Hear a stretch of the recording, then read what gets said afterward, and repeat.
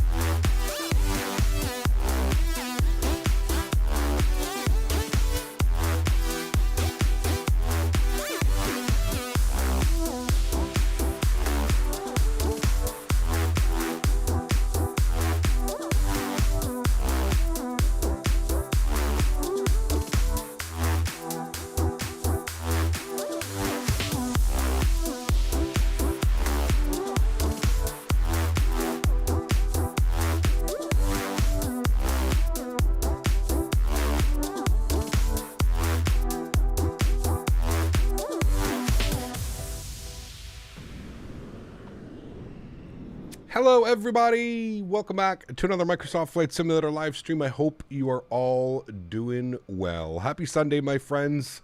This is the day of flight simming. Sundays, the best days, chat. Doesn't get any better than this. Welcome aboard, everybody. Hope everybody's having a great weekend. Everybody had a great week. We have a new week upon us starting tomorrow, but I hope everybody's enjoying their weekend. Hope everybody was able to get some flight time in, spend some time learning the beautiful A310. Good to see everybody in chat. Welcome, Varnoob. Good to see you. Blue Crayon. Welcome aboard. Hope all's well. Mika Morgan. Good to see you. Mopar Dude. Good to see you. Joey. What's up, my friend? Quick Match. Good to see you. Georgios. Good to see you. 12 Cut. What's up, my friend? Precise. Good to see you. JP. Welcome back. Steph Grunwald. Good to see you. Mateli. Good to see you. Malix. Good to see you. Swiss03. Welcome back. Captain UK. Good to see you. Chris Clark. What is up, my friend? Good to see you, dude. I hope all is well. LP6, good to see you. Steve Arrow, welcome.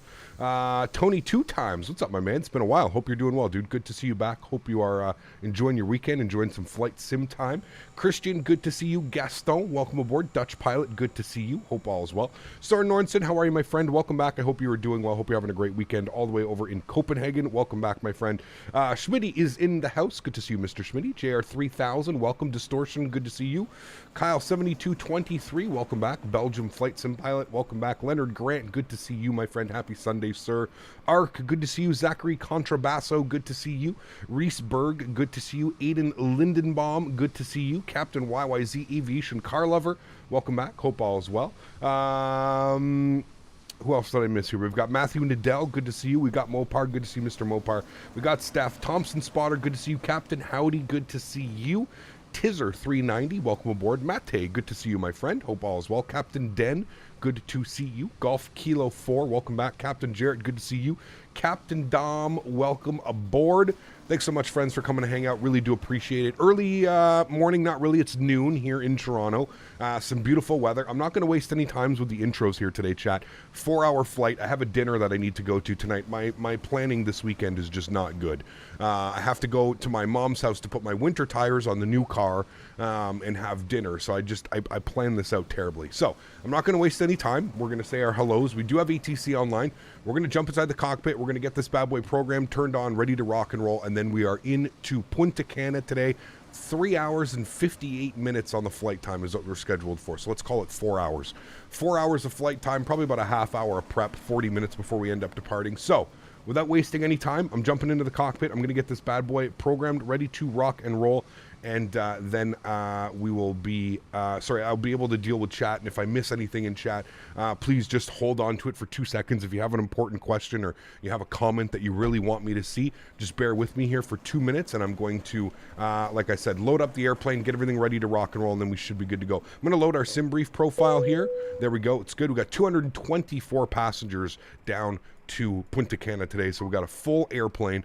Let's jump inside the cockpit. Let's get this bad boy programmed, ready to rock and roll into Punta Cana today. Very excited for that. So first thing is first, let's go to the overhead. Let's get our battery switches on, all three of them. 1, 2, and 3. Beautiful. I'm going to turn the sounds up here so you guys can hear the lovely sounds of the iniBuilds A310. We're going to go ahead and come down here and get our external power to the on position. That's going to bring the aircraft to life, as you can hear the beautiful sounds.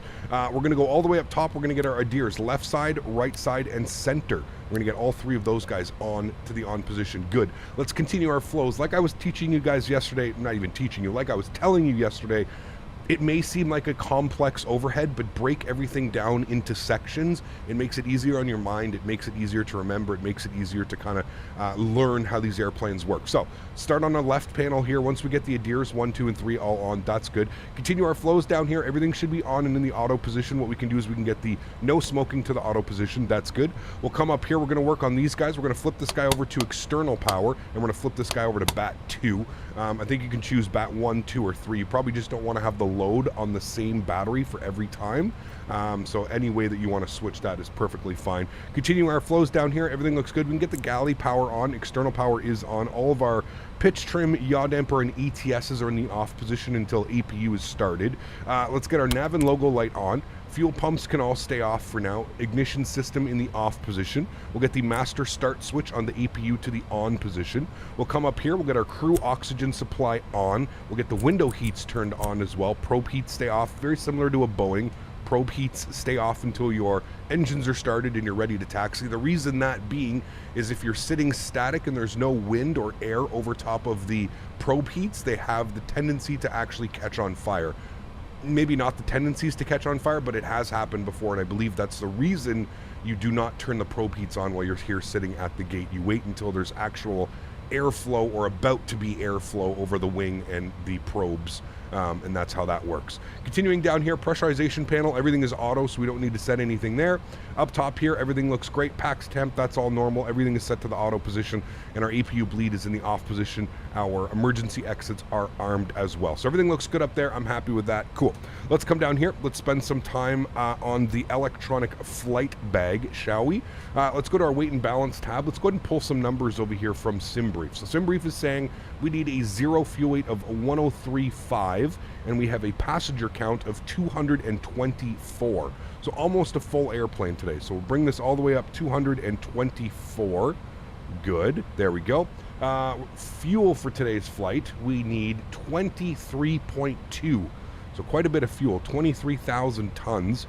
So we'll go ahead and do that. And as you can see, that's really only like, what, a third of the amount of fuel we can bring.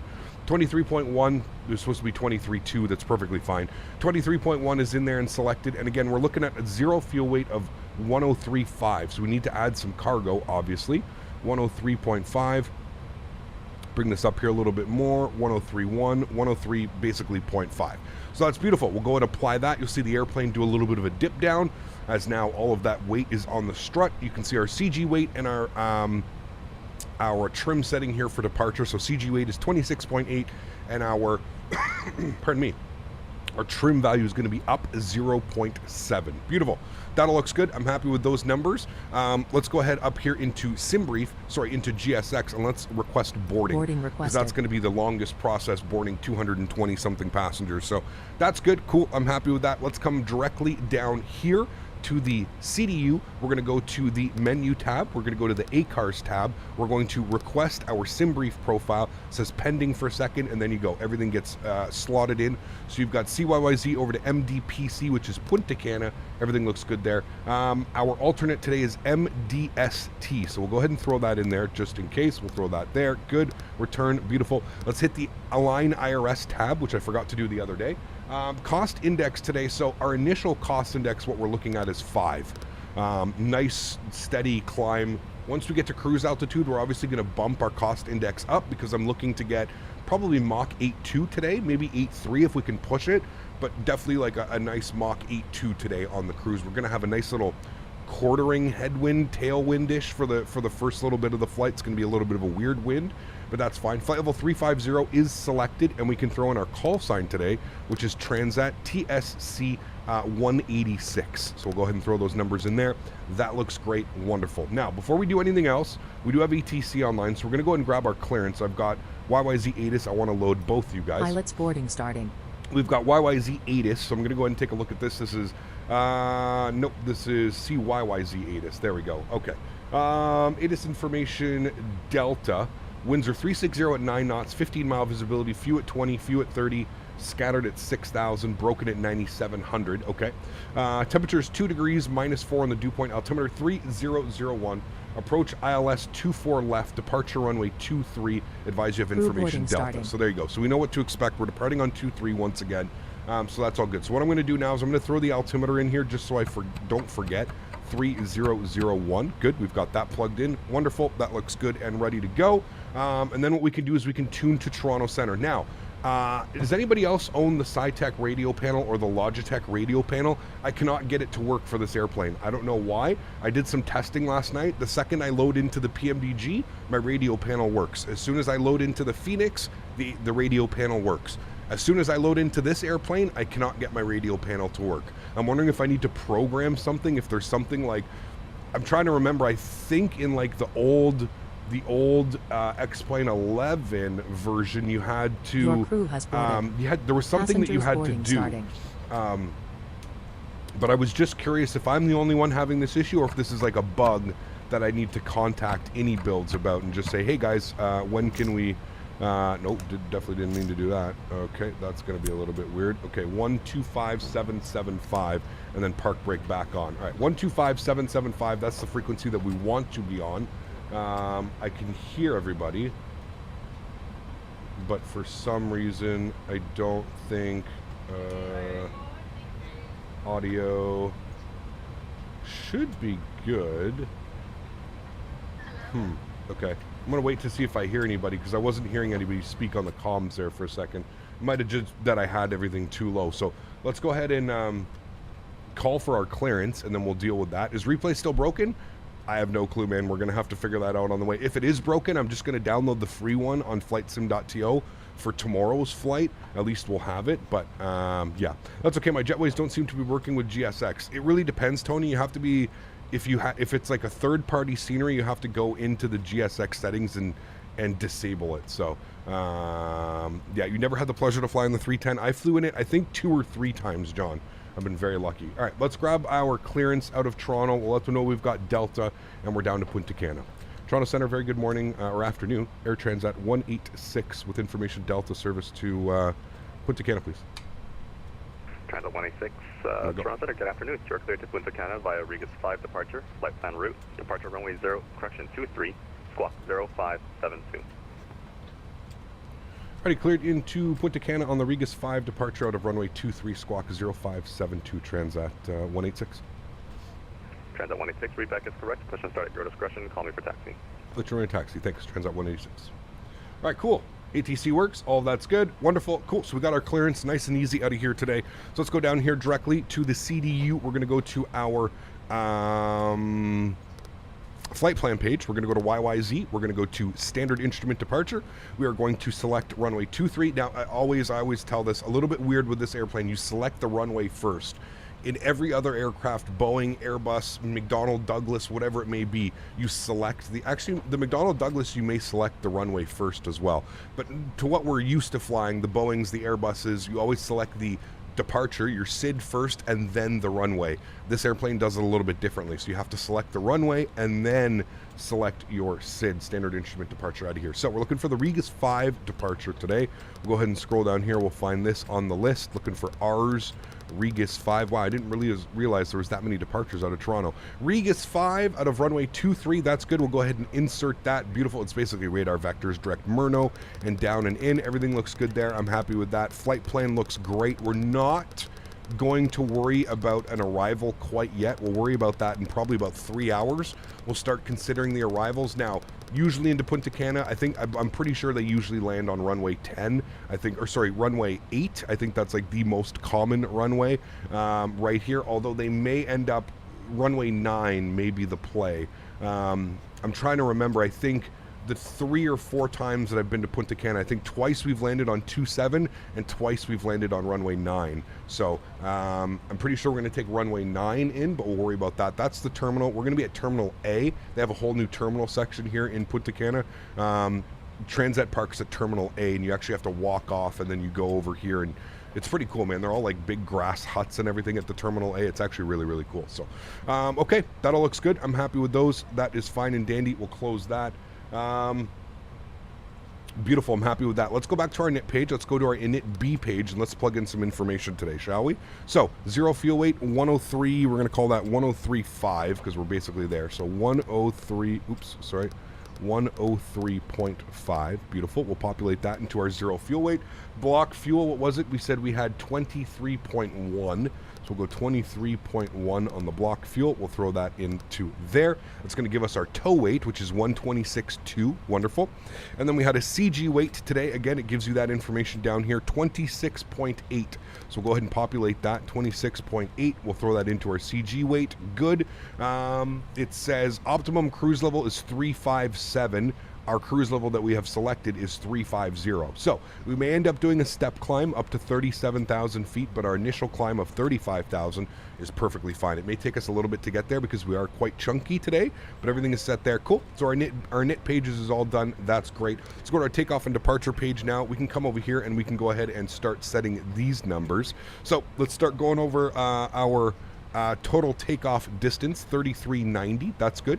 Runway surface conditions are dry. We'll go ahead and collect this guy again. We'll throw in 226. Good. Winds in Toronto. We'll have a quick little look-see here. We'll go YYZ weather. The winds were... It's loading. There we go. 350 at 9 knots, and it's 2 degrees. So 350 at 9, 2 degrees Celsius. QNH is 1016. Enter that in.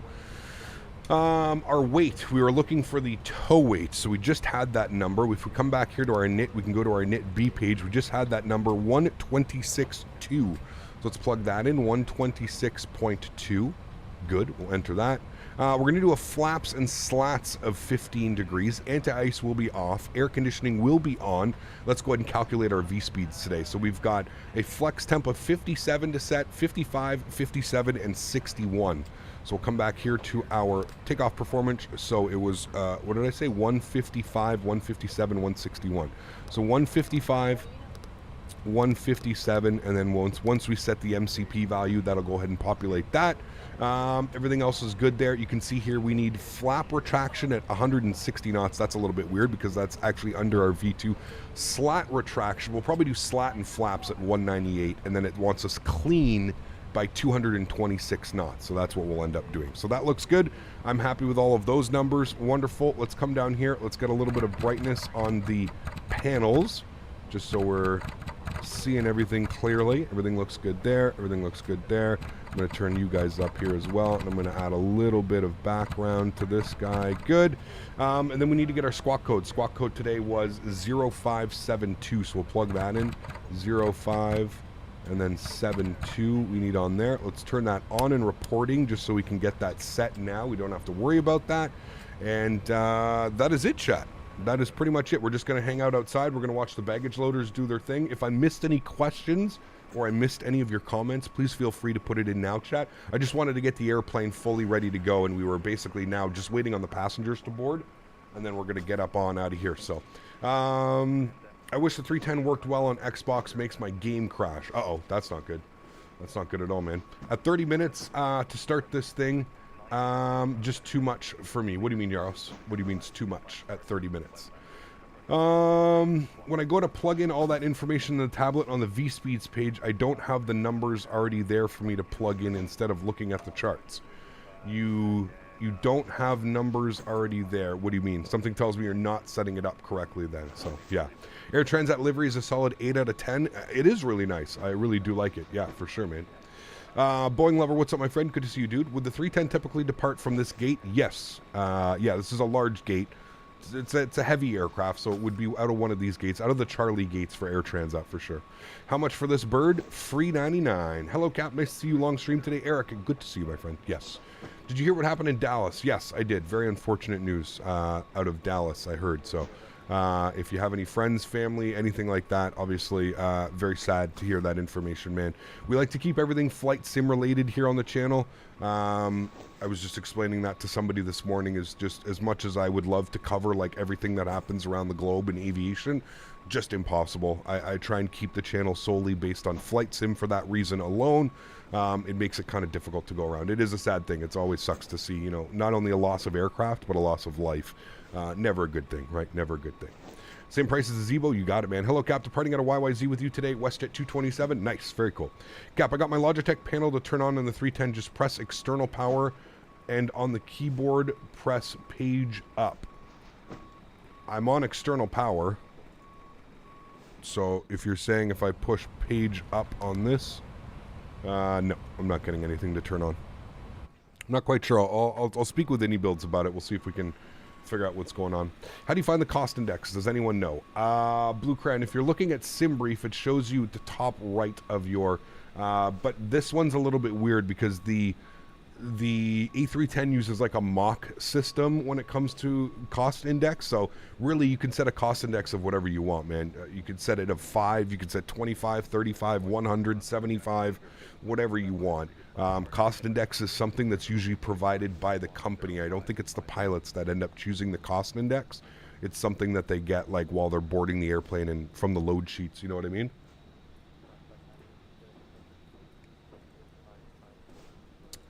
"30 minutes to start is just too much time that I don't have. I'm used to the quicker starts of the Phoenix and the 7.3. Well, that's a little bit of a naive statement, my friend. I mean, I don't think 30 minutes to start a plane of this caliber, I don't think I've ever heard of anybody complaining that it's too long to start. Most people complain that there's not enough system depth, that it upsets them. Just for your FYI, man, if you know, you can always come down here and hit this little guy right here, and you can literally set the airplane so that the EPU's on, all the systems are on, you just plug in your flight plan and you go. Or you could even just spawn in on the runway and go ready for takeoff and you're ready to go. So I feel like they've kind of covered everything, man. We've got cold and dark, we've got on GPU, which would be turnaround. We've got on EPU, which is basically ready to taxi. All you have to do is throw your flight plan in and some numbers. And then you even have ready for takeoff, which you could literally just spawn on the runway and you're ready to go. So I think they've kind of covered it for every genre. I can understand maybe doing cold and dark every time may not be your preference. I completely understand that, but I don't think to shun the airplane or say that 30 minutes is too much. Well, that's just on you, my man. You can definitely make it so that it is far less time to set up the aircraft. You have to remember as well, I'm streaming, right? So it's a little bit of a different, I'm trying to showcase the entire airplane, you know what I mean? So yeah. Oh, got it. Thank you. I've just put it at 20 when I fly. Yeah, 20 is perfectly fine, man. Nothing wrong with that. Yeah. Where goes the flex temp? So the flex temperature, this thing has, I forget what this little panel is called, but and all these old school planes, they have this panel here. Very similar to the MD-80. If you ever fly the MD-80, the MD-80 has almost this exact panel right here, and it goes here. You just set the flex 2, you push that. Now it's not going to turn on until your APU is on and you have these guys on, ATS, pitch trim, and yaw dampers. Nothing will happen until these come on, so just keep that in mind. My, what a beautiful plane. iniBuilds, good to see you, my friends. I appreciate you guys being here. We just had one question, iniBuilds. We were just walking, a couple of us, including myself, my radio panel does not work with the aircraft. Is there some type of turnaround? Because I've seen other people that have streamed with it and their radio panel seems to work fine. I'm wondering if I'm just forgetting a step, if there's something that I need to turn on, if there's something in the settings that I need to do to get my radio panel to work. That is my only complaint so far with the aircraft, man, is they just can't get the radio panel to work. Very similar to in the X-Plane version, the radio panel was a little bit weird at the beginning of releasing of it. I'm just wondering if there's a setting or something that I'm forgetting that needs to be done. But other than that, I mean, you guys absolutely nailed this one out of the park, man. What a beautiful aircraft. It's just unbelievable that this is coming default with the simulator now. Blows my mind, man. Blows my mind. Hey, Gap, what does QDM mean? That is a great question. That's probably something that you could ask the wonderful people over at iniBuilds, because I'm not quite sure. Press page up on your keyboard, your actual keyboard. Oh, Okay, well, hold on. Let me go inside the airplane. Page up. Oh, shit. It worked. Look at that. It actually worked. And now I can switch between the two. Okay. Cool. And now I can... Okay. Yep. There you go. Look at that. We got it working. That's weird. Okay. So page up gets it to work. Huh. All right. Well, there we go. Thank you. Whoever found that out, you are a genius. Because, yeah. That's why I was like, wait, hit page up? That's crazy. Awesome. Thank you for that. Yes, it is working now. Beautifully. Thank you very much. Appreciate that. Thank you, thank you, thank you. I don't know how the hell you figured that one out, but absolutely awesome. Thank you, thank you, thank you. We're just waiting on the last couple passengers. How many more people do we have here, chat? We've got 100. What is it showing me? I'm just waiting for more people to board now. Flite Sim has highlighted this use too. I've heard someone say that the avionics bus switches on their honeycomb yoke. So I'm wondering if there's some LVAR that's being set that we're looking into it. Got you. I knew you guys would be on top of it. Perfect. I'm not using my honeycomb alpha, so I don't think it has anything to do with that. I am using my honeycomb Bravo, but I believe I have all the switches on the Bravo. Like I've disabled all the switches, so I don't think it's any of the switches that could be doing it, but who knows. But anyways, at least we know that it works with page up. You just hit the page up and that's it. So it's a binding in the keyboard keys of Flite Sim. Got you. No problem. Got it to work. Yeah. Hey, at least it's working now, right? Like I said, I did a test last night. It was working with all my other airplanes. I thought I'd finally just toasted it, right? Like I have the original Sitec. This thing is probably 10 years old. I can't believe that it's still going, to be honest with you. I think, remember like a year or two ago, I was ready to throw it away. So, yeah. Cool. Last couple passengers are boarding here, chat. We've got 185 of 224. So let's jump back inside. Let's go upstairs. Again, you don't have to have any of your fuel pumps on. That's one cool thing about the 310. No fuel pumps have to be on. You can still spool up the APU. So let's go ahead and spool that bad boy up. Let's jump outside. We'll give this a nice little listen. We'll bring it down here and zoom in a little bit. Let you guys listen to this thing spool up because it is quite delicious. Yeah. Page up is toggle avionics master, so it looks like that is indeed the culprit. Ah, well, there we go. We're figuring it out now. Awesome. Say you go to the runway heading. I have to look for off the charts to look for it. I don't have the heading already there for me to put in. It's to the left of 1. Okay, so you're saying when you're in this tab here trying to get your takeoff performance, runway heading, it's not giving you the runway heading. So make sure that in your CDU you've already programmed your flight, so you have your departure. I'm guessing if like you click on this and it doesn't show down here in the bottom left what it is. Now that being said, it's also super easy to figure this out, right? So you can always come down here and you can always get the number from right here. So 23, I think it is just runway heading or runway course, I believe is what that number is. Now this number is a little bit different. This is showing 226. I'm getting off the charts 237, but it should work as long as you have it in your CDU. So as long as you have your departure programmed and then you start doing this, it should be decent. So yeah, just get rid of him, Dan. Just bye-bye. We don't need that shit in chat, man. Just get rid of him, Dan, please, for me. Cool, so we've got the APU on and available. If we go upstairs, we should see the little green available, which is good. APU gen light is illuminated, which means that we do have APU generator on, so we can disconnect the external power. You hear the beautiful bus transfer over, so that's wonderful.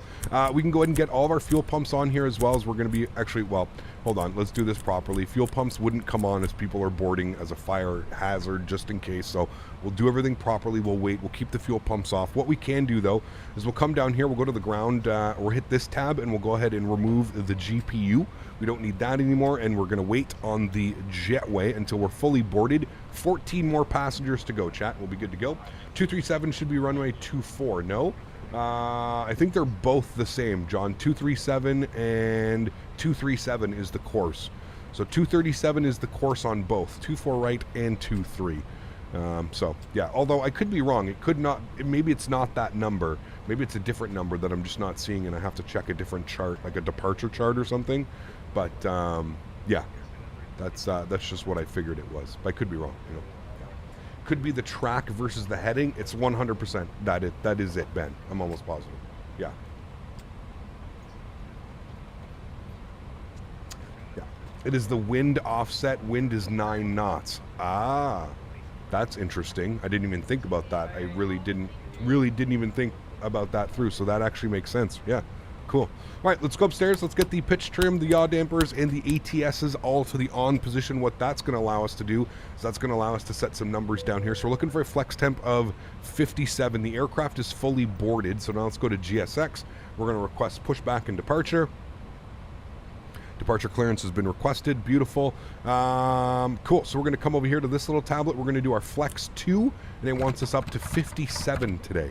So we're going to set our flex temp of 57. Good, which is going to give us a target N1 of 94.7. We are in the flex. That's perfectly fine. It should flip over to auto at 1,500 feet. If it doesn't, we can always do that.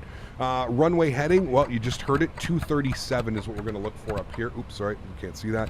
237 on the runway heading is what we're going to initially put in. And if we come over here, we're going to put this down to 5,000 feet, which is the initial climb.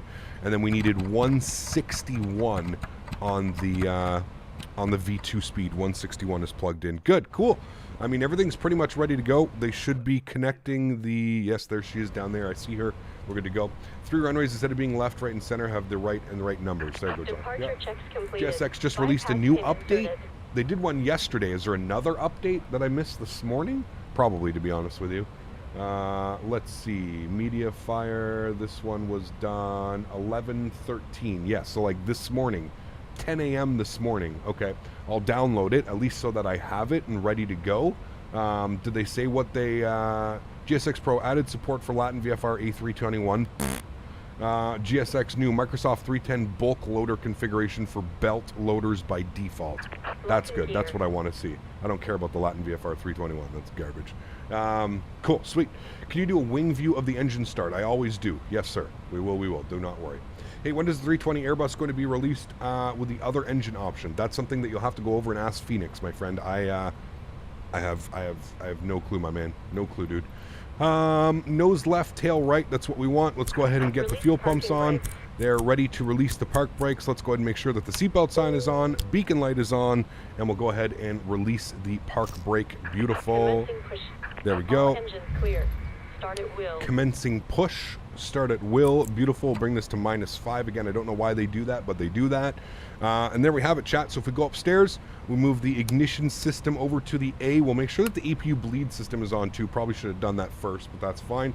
APU bleed system is on. That's going to be providing duct pressure. You can see that here. And we can go ahead and spool up engine number 2. We'll hit the run tab. If we come down here, you can see that our N2 percentage is on the rise. I'll give you a short little, quick little wing view here of us pushing back. Cap, the bar at the top of the screen already says 4 hours and 18 minutes of flight time. Yep, don't worry, man. That'll get updated as we start moving and we start flying. That will all get updated, my friend. Do not you worry. All right, let's introduce fuel to engine number 2. Find it so weird that we introduce fuel into an Airbus, chat. Just mind-boggling.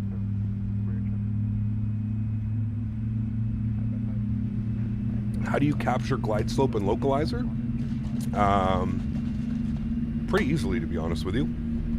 I'll show you in a second here. Make it easy on yourself.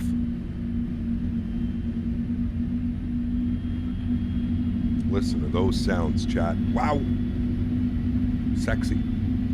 I hate the aft nav lights on the wings. They're too bright and the forward ones are too dim. Even at night, they don't reflect. That's something I would go over to the iniBuilds Discord and I would mention that to them and try and be as polite as you can, my friend, because I'm sure everybody's got a long list of things they don't like.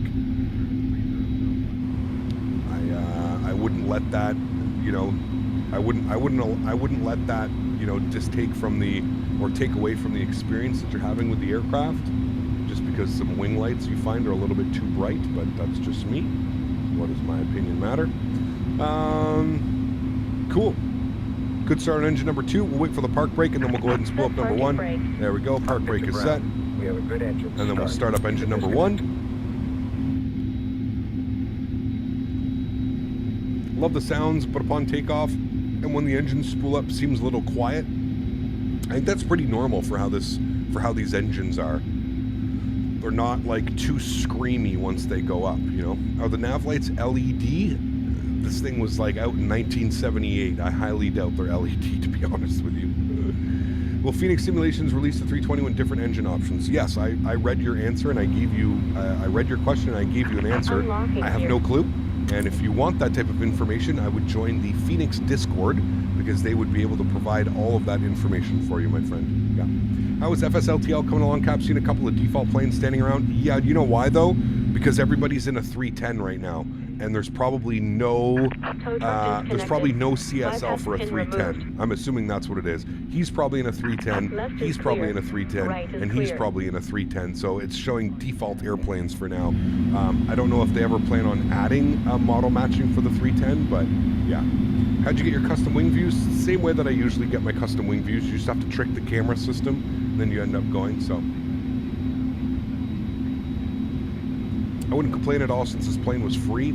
I agree with that one as well, man. Like I said, you can have constructive criticism and you can have things that you maybe want changed or things that you maybe want done. But yeah, at the end of the day, you paid absolutely nothing for this airplane. So try and be as constructive as you can. Try and help iniBuilds instead of complaining about things that are features that you think are not there or not ready. You know, that would be the best bet.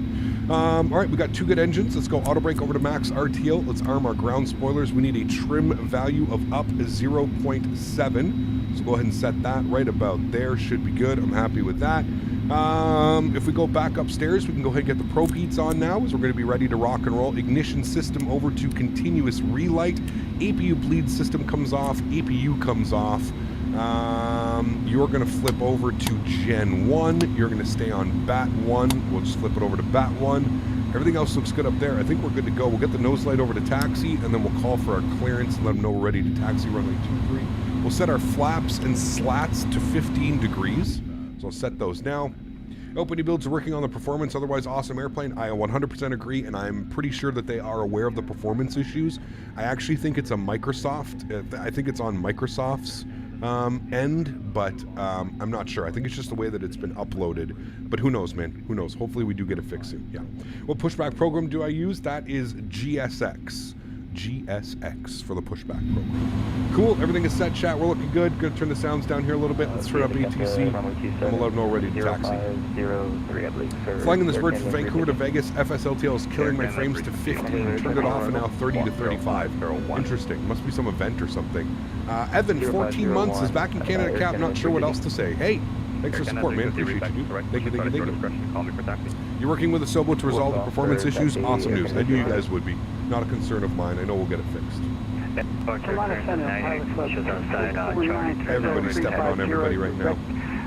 Today is a long haul. I wouldn't really say it's a long haul. Medium haul. Medium would probably be the best. Toronto Center, Pilot Club 2349, flight level 350. Contemplating adding something alcoholic to my coffee because of Timmy Sunday. No. Just stretch. The Toronto Center, Transat 186, ready to taxi runway 23.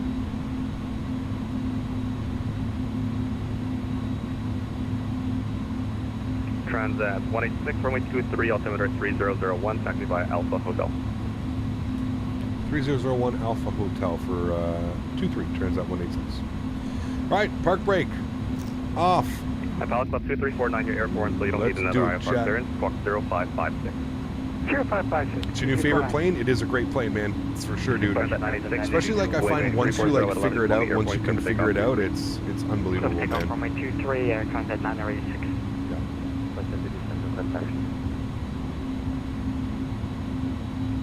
WestJet 227, runway 23, altimeter 3001, taxi Alpha Hotel. Alpha Hotel for 227. Cap, have you seen the fly-by-wire 380 video? I think so. Yeah, I think I saw it. I know that the airplane is still quite a ways away. But... Toronto Center, good afternoon. Stand by one. Excuse me for forgetting to hit that like button. Yes, you have to. It's a must. Departure Transat 982. All right, nose lights on. Taxi. Engines continuous. Beacon nav. 982, runway 23, altimeter 3001, taxi by Alpha Hotel. 23 Alpha Hotel, Transat 982. Toronto Transat 990, we're ready for taxi. Pilot Club 2349, you're identified flight level 340, correction 347, good afternoon. Afternoon, sir. I'm starting my descent into Buffalo if I could. Alrighty, so what we're going to do is we're going to go ahead and go on to heading select.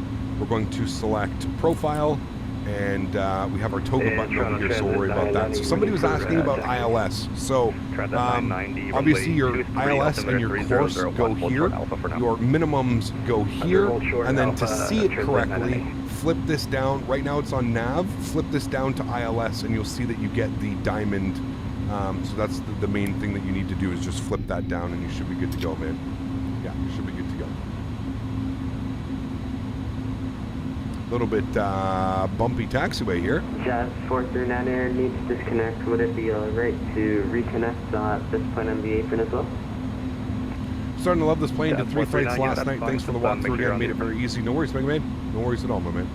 Where do you find minimums Roger, on the Jazz charts? 439. Captain Stan, pretty easily, man. If you go to MDPC, we're going to go with RNAV runway 9. If we pop that open, you'll see minimums. Continue holding short. Contact Toronto Tower now 118.7. Approach, sorry, we're going to do the, let's say, RNAV. Do they have an ILS runway 9? They don't. They just have RNAVs. If you do RNAV, it's right here, man, at the bottom. Straight in landing. So you've got your MDA, and then, so 453 would go in here. Probably 450 would go in here.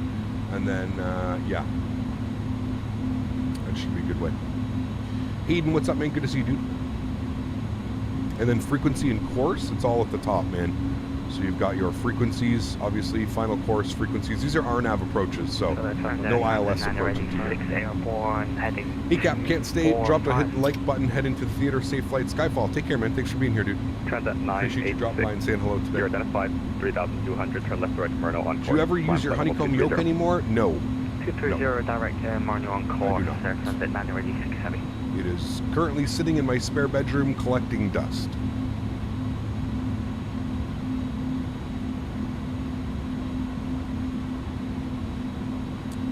You can't get to the right side when you go outside to the aircraft. Any views?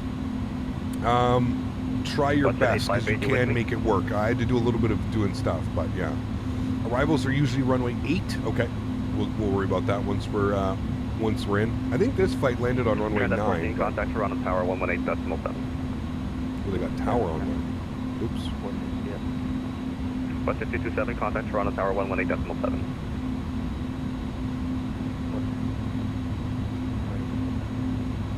What textures? This is Fly Tampa, Toronto. Transat 186, contact Toronto Tower 118.7. Talk to you soon. 187, we'll see you soon. Transat 186. Alright, wants us 1187, so we'll plug that in. Good. When we come down here, we'll just confirm that it has worked. There we go, 1187. Good. Got a beautiful WestJet plane here in front of us. For landing, are you supposed to set the landing elevation? I don't think there is a landing elevation anywhere because the pressurization panel is all done automatically. I don't think you set a landing. No, I don't think you do. The flight time today was 3 hours and 58 minutes, so just shy of 4 hours. I'm pretty happy with considering we got this out in about 45 minutes. We're fully set up, we're taxiing, we're holding short of the runway in 45 minutes. I would say that's pretty decent.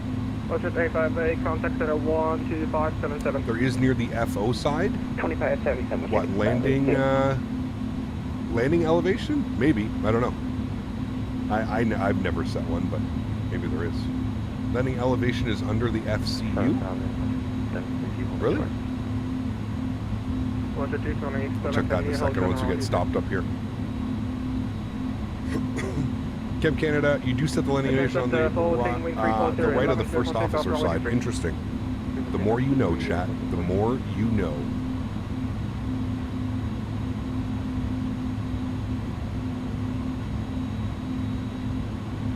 Alright, we're going to hold it right here. We'll put the park brake on so we don't roll. Alright, so you guys are saying it's where? JetBlue 3575 Toronto. Landing elevation. I don't see it anywhere over here. Somebody was saying it's under the FCU. Oh shit, it's right here. Landing elevation. Wow, okay, there you go. Under the FCU. You're alright. Right there. Boom. Air Transat 14, wing 340, 11, circle takeoff, RG3. Very cool. I didn't know that. Now you know. The more you know, chat. Is it my screen or is your sim kind of stuttery? We're sitting at 30 FPS right now, 29, 30 FPS, so it's probably a little bit stuttery to what you're used to. There's a little bit of a performance issue right now with this airplane. They're trying to figure out what's going on, but is Navigraph worth it? Absolutely. 100%. Trav, what's up, my man? Good to see you. Appreciate you being here. Welcome, welcome. Hope you're having a great day, my man. Remember, guys, don't forget to smash down that thumbs up button. Don't forget to hit that subscribe button. All kinds of content here on the channel coming up. I'm not sure what routes we're going to fly next week. I'd like to do some Emirates ops. Maybe we'll do the flights back to Dubai that we were supposed to do, Kuwait back to Dubai. Transat 14, contact arrival 132.8. 132.8 now. Yeah.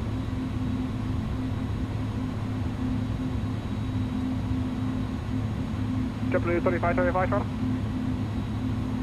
Blue. W3525, you're clear to destination Worcester Reagan via the Ricketts 5 departure, via the route, depart runway 23, squawk 5527. Yep, when I import my SimBrief through the 310 McDo, it says pending and doesn't ever import, and yes, I have the right username. Weird. I'm not sure, man. Departing runway 27, walking 55. W3525, depart runway 23. You're going to do a Boeing giveaway for the anniversary of patches? W3525, we back to correct, push back on discretion, call contact. No. Probably not. Sorry, this has been asked, but where do you find your liveries? You need the iniManager, iniManager. Go to the iniBuilds website, iniManager. One airborne, 132.8. Clear for takeoff 23. Thanks for the ATC. Have a good day. What sort of model matching is this? It looks really detailed. It is FSLTL. Transat Tower, Canada 350. Be nice to Patches. He's a train engineer. Oh boy. Boeing Yoke and Honeycomb Bravo with the 7-3 mod and the TPR rudders. Yes, sir. That's what we're using. I got them running trains for me. Why is your 310 cabin missing? Johan, go to the marketplace and download the enhancement package. Yeah. Could I get a repeat on that? How are the flight dynamics? Delicious. The airplane feels real good, man. It's nice and heavy. Feels like a big boy. Yeah. Your also says pending and doesn't load. 350, runway 23, altimeter 3001, exit apron at Alpha Lima, taxi Alpha Hotel. Runway 23, altimeter 3001. Someone say trains? Trains? Alpha Hotel. How to get the Transat livery? Yeah, like I just said, you go to the INI website and you download the iniManager. That is how that is done, my friends. What's it, 305, Toronto, hello, clear to Winnipeg, up 7 departure, moves the transition. Almost surreal having any product in the sim, very impressed with it. Yes, it's crazy, dude. Absolutely crazy, I agree. Yeah, absolutely crazy, man. Do the winds still feel a little overdone? Well, to be honest with you, the issue that I was having with the winds overdone was because I had this little stupid setting turned on, which is... Where the hell was it? Again for WestJet 305, we had an interruption. General turbulence. Air Transat 186 Toronto. Hear and feel cockpit shades caused by turbulence when hitting the aircraft. Sorry, go ahead for 186. Air Transat 186, when airborne, contact arrival 132.8, wind 340 at 11, clear for takeoff, runway 23. Already off departure 132.8 and runway 23 cleared for takeoff. Air Transat 186. Where the hell was it? 305, you ready? We had something in here turned on and it was really bad. Low altitude turbulence. Just make sure that is off. That's some weird stuff. General turbulence, I think that's okay. Because it's just the shakings and the movement. I don't think that actually causes turbulence on it. But yeah, make sure you turn off low altitude turbulence because holy macaroni. That shit absolutely destroys what's going on. Alright, landing lights are on. Strobe lights, wing lights, nose lights. Let's get it, chat. Pushback on discretion, call shot. There's a video on YouTube of how to get the liveries. I mean, all you have to do is go to the iniBuilds website and download the iniManager. It's super easy, guys. Super simple. If you're on Xbox, I don't think there are any liveries yet. If you're on Xbox, I do not believe that there are any liveries, so you're going to have to wait until a livery package is released. How to get the outside view? Trickery. Alright, chat, let's do it. Joystick cam's going on. Enjoy the departure, my friends. Throttle's up to 40%. Roger, Transat 426 comes. Chronos are going on. Via the base 3 departure error transition. Let's get it, friends. Toga, enjoy the departure. 5531 on the box. Air Transat 426, bring back in, correct feedback on discussion, call for taxi. Clear push and start, we'll call for the taxi, Transat 426. Takeoff power set. Air Transat 982, you with me? Affirmative 982 here, holding short, ready to go. Air Transat 982, line up runway 23. Airspeed's alive. 923, Transat 982. 100 knots. Air Transat 207, Toronto Tower, hello, wing 340, 11, direct to land 2 follow. Really wants to drift on that nose. Holy hell. V1. And rotate. There she goes. Nice and slow, nice and heavy. Positive rate. Gear up. Follow your flight directors. Man, we are heavy today. Oh, I don't think I've departed with this bird so heavy. Usually she just wants to go. That was, should have pulled back a little bit more. That's okay. Nice departure. Alright, so he wants us over to 132.8, so we'll tune to that now. 132.8, which is terminal. Good. And 127, we can see you with the climb level 230, so that at the front there's a conflict with company.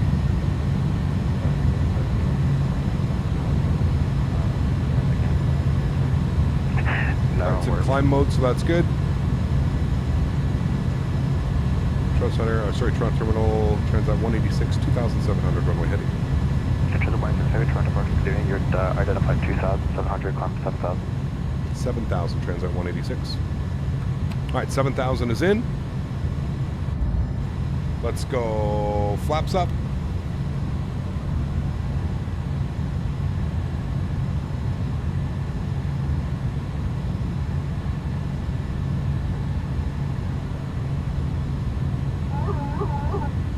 God, I love the trim. Slats up.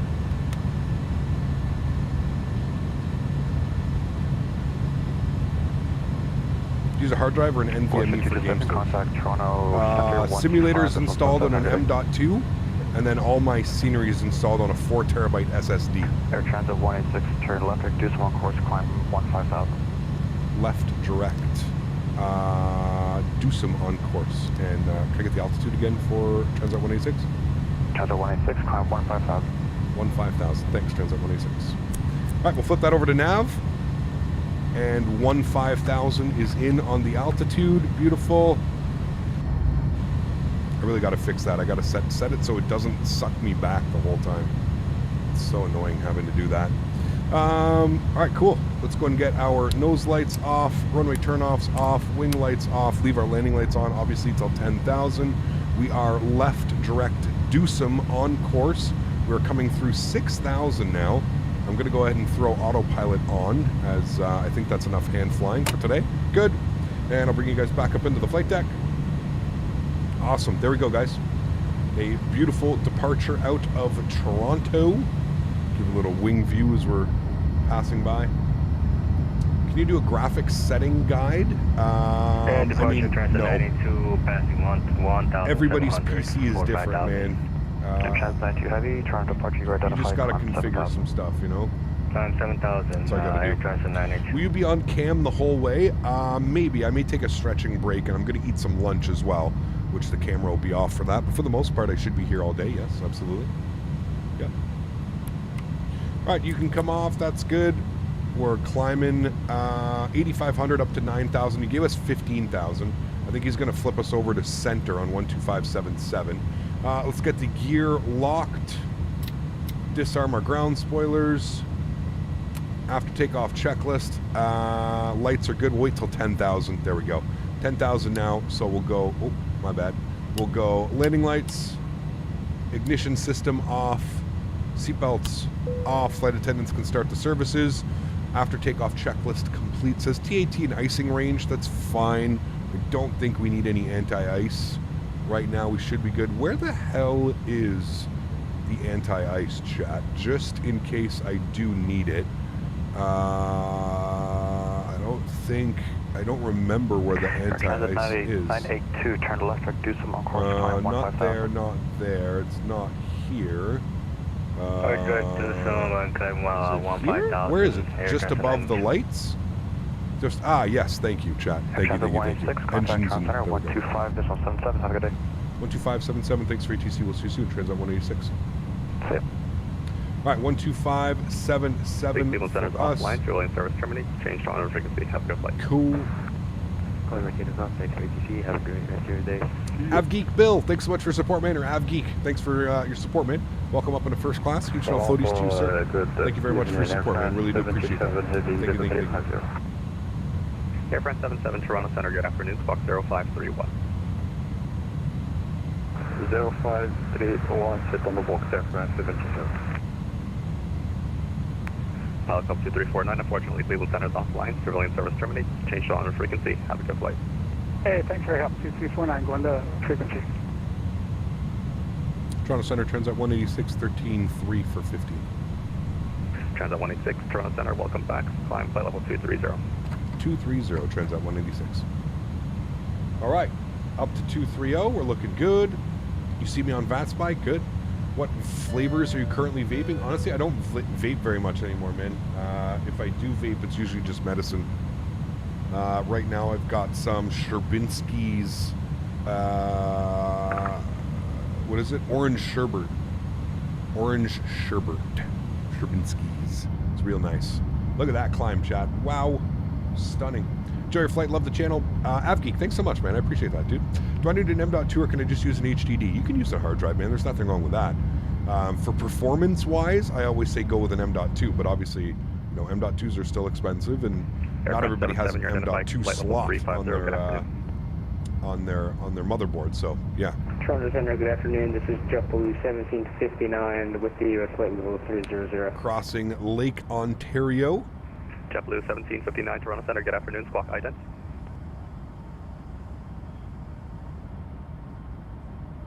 When is flight change mode used? Once you're at top of descent, does the bang descend you does the plane descend automatically like the 320?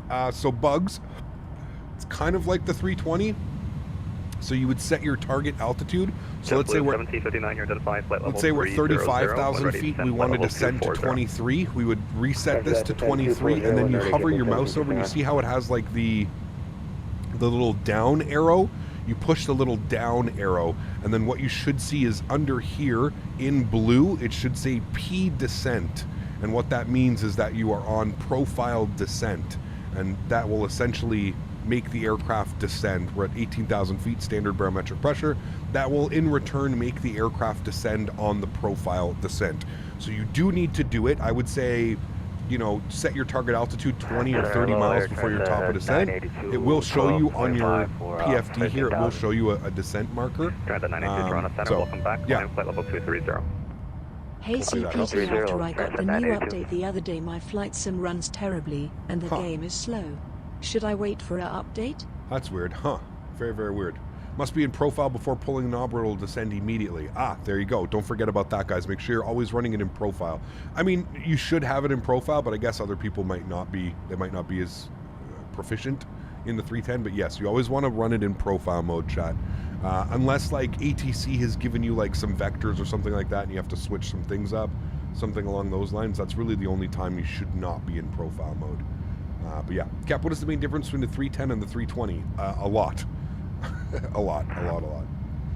Size, systems, yeah. Honestly, man, this airplane feels like a mash between, like the 310 feels like a mashup between an Airbus, a McDonnell Douglas, and a Boeing. It's like all three of those. It's almost like Airbus had an identity crisis. And they were like, wait, who are we? Oh, we're Airbus. Okay, let's start doing things this way. It feels like they just took a bunch of great ideas from some of the other airliners out there and then kind of put them together. You know what I mean? It's kind of weird. I love it. It's super quirky. Like, I don't think we'll ever see airplanes like this again, but yeah. You ever fly the 350? Will I ever fly a 350? We don't have a 350 in the sim. Maybe once we get one. Unfortunately, Cleveland Center's offline. Surveillance service terminates. Change on frequency. Have a good flight. Thanks for ATC, guys. Really do appreciate it. Hope you have a great day. We'll see you soon. Transat 186. See you soon. Happy stream. over to 122.8. Thanks, guys. 122.8 over to Unicom. Let's go ahead and select 350. The airplane should continue its wonderful climb up to 35,000 feet. As you heard the man, unfortunately, Cleveland Center is offline, so we're just going to be over on this for now, and let's just jump outside and enjoy this gorgeous view. Now that we are off of ATC as well, we can jam some tunes. So we'll jam some tunes. We'll kind of hang out. All's looking well. I'm about to watch the CFL Eastern Final. Uh-oh. I could never get into CFL, man. I tried. Now, to be fair, I'm not even really an NFL fan, so... but yeah, I couldn't do CFL, man. Just couldn't do it, dude. The wing looks like it is bent, but I think that's due to the weight of the aircraft. Yeah, right here, it almost looks like there's a little bit of a bend in it right here. I think it's just the... it could be the weight. I don't know. Maybe that's the way that the aircraft was. Who knows, right? Who knows? Hey, man, gotta head out. Amazing departure. We'll see you soon. Unrealistically stupid. Take care, my friend. Thanks for being here. Appreciate you, and hopefully I'll catch you tomorrow, dude. We're doing the return flight tomorrow. Tomorrow is going to be sponsored by Thrustmaster. That's really the only difference in the flight plane. But other than that, that's it, man. Yeah. That is it. The wing flex is good, though. Better than the X-Plane version? Oh, yes. 100%. Yeah, 100%. 100%. Will the PMDG 737 MAX be a first proper MAX in any sim? I would think so. Yeah.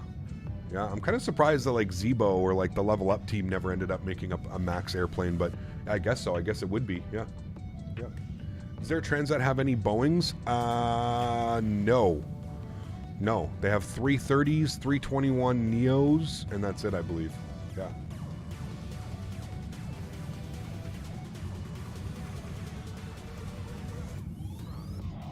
How's performance today? I mean, same as yesterday. There's been no update to the performance yet. iniBuilds is aware of the performance issues, and they're working with Asobo and Microsoft to put out a patch. I don't think we really know when the patch is going to come, but fingers crossed it's not going to take too long, because I absolutely love flying this airplane, Jesus. I really like flying this airplane, but I just don't know about flying it into like some super heavy, dense, populated areas. Like I don't even know what it would be like flying this into like Heathrow or something like that. You know what I mean? I really don't know. You know what that just was, Mopar? It's because I was looking at this whole scene and I was like, this is air porn. That's what I was thinking in my head. Was like, this scene right here is literally flight sim porn. Like that's what this is. That's, yeah. Like, we'll just leave it at that, my man. Ever had any, never had performance issues? Well, you might be one of the only people that's not having performance issues, because I think a lot of us are having performance issues. Because Toronto isn't FPS heavy. I mean, sharper travel with the Fly Tampa scenery, dude. I usually get like 45, 50 FPS when I'm in like the PMDG or something like that. The Toronto Fly Tampa Pearson is optimized incredibly well. So yes, I do get great performance there. Whereas, you know, in the Phoenix, I'm usually around 40 FPS. I can barely hit, I'm usually hitting 28 to 29 when I'm in this airplane. So you're talking like a 15 FPS difference. And in Flight Sim, 15 FPS is the, you know, that's literally make or break, right? Like I can totally understand how some people are having issues with the performance of the airplane. I'm lucky enough that I have a pretty beastly computer, so it can kind of, like I said, 30 FPS, I can deal with it, you know, for a week or two, hopefully not any longer than that. But yeah, there's definitely something going on, because performance shouldn't be like this, you know what I mean? Especially if this is a WASM aircraft. So basically what that means is it's loading a lot of it like on the back end of Microsoft, which should in return give it great performance in the simulator, very similar to the PMDG, kind of how everybody, you know, even myself, I praise the performance on the PMDG 737.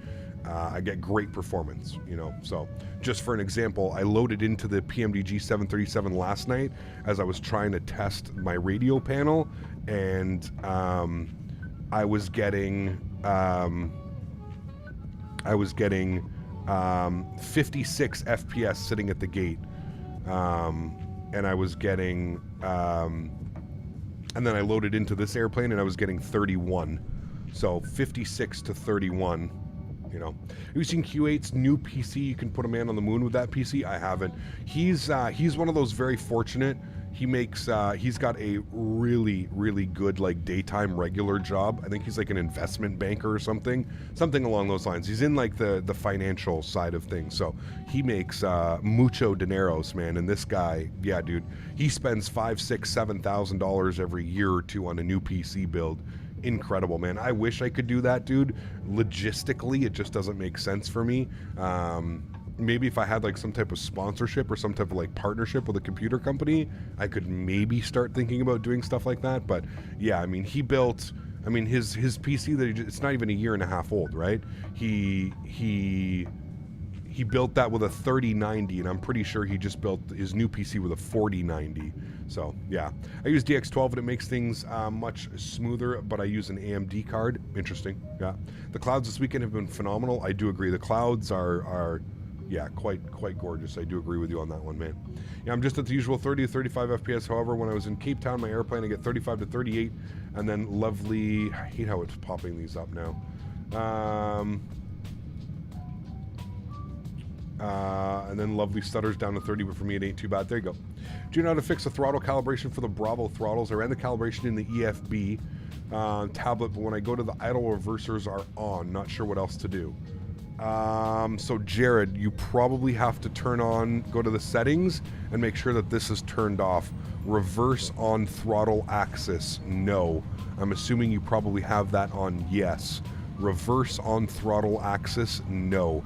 Because the honeycomb reverse thrusts are on their own axis. So yeah. Are the rudders a bit sensitive on the 310? Yes, they are for me, Joey. You can see it on every departure, man. I'm kind of struggling. I'm like, it's like I overcorrect way too much. I can't seem to find that sweet spot.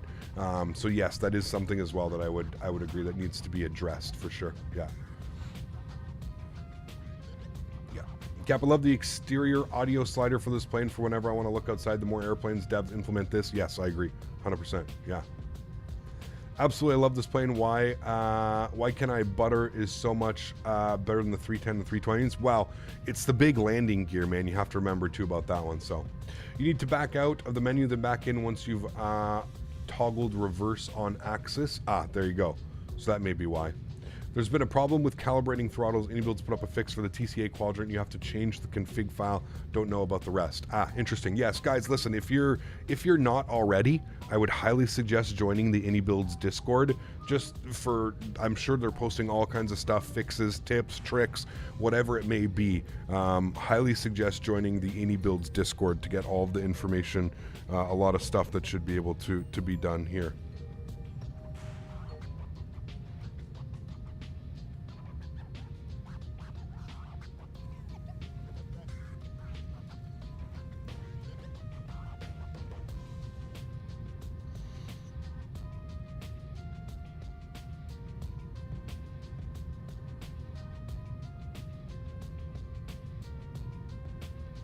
Give me a second here, guys.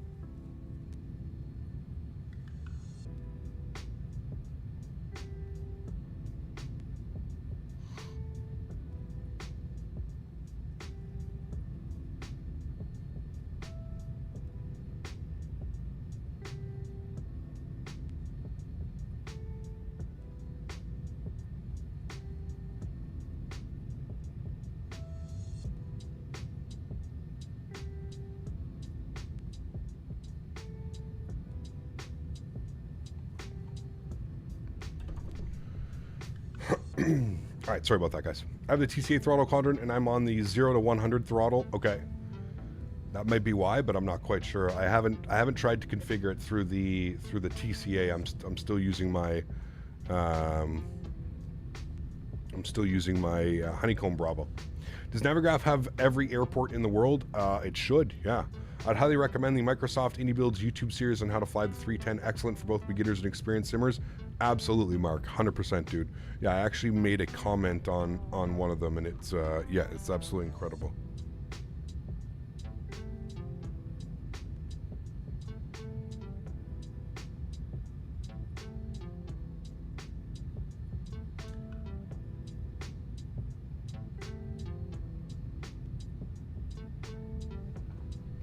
Literally, successful connection lost. Like immediately after one another. Oh man, I didn't think the servers could get any worse. Holy macaroni. I had the problem with the reverse on access TCA quadrant. There's a fix to the FS 2020 community forum. There you go. Is this a good freeware? This is probably the best freeware ever, bar none. In any simulator, any platform, any simulator, this is far more advanced than the Zibo. It's not even close, man. Yes, this is the best freeware that we've ever received in any sim, bar none. The Zibo is an amazing offer. It is simply great, but this aircraft was just on a whole different level, man. Aren't you partnered with iniBuilds? I am, Trevor. Yes. Why? What's up? Hey, Cap, do you know why the 310 stopped following the nav for you? I'm not sure. It shouldn't, but yeah. Still can't even comprehend how this is free. This is something I expect to be $60, $70. Absolutely, Brendan. 100%, man. Yeah. So I'm saying, bar none, it's hands down the best. The 310 sucks up 25 of my FPS compared to the fly-by-wire. Yes, there is an issue, Lords. Yeah.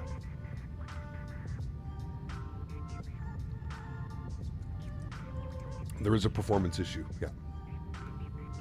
When you look at the Zibo, those guys are not paid. iniBuilds got millions from, well, I wouldn't say millions, Luca. That's a little bit of a stretch, my friend. And unless you actually have the physical numbers, I highly suggest not spreading rumors like that. Think about how much millions of dollars is. I don't believe millions of dollars is at play right now. But yes, I mean, you could, like I said, you can look at it however way you want, man. That doesn't make the aircraft. This is still a far superior product. So yeah, and yes, of course, iniBuilds is saying we cannot divulge the contract. Yeah, like it's not like these guys got paid $20 million to make this airplane for us. Let's pump the brakes there a little bit, guys.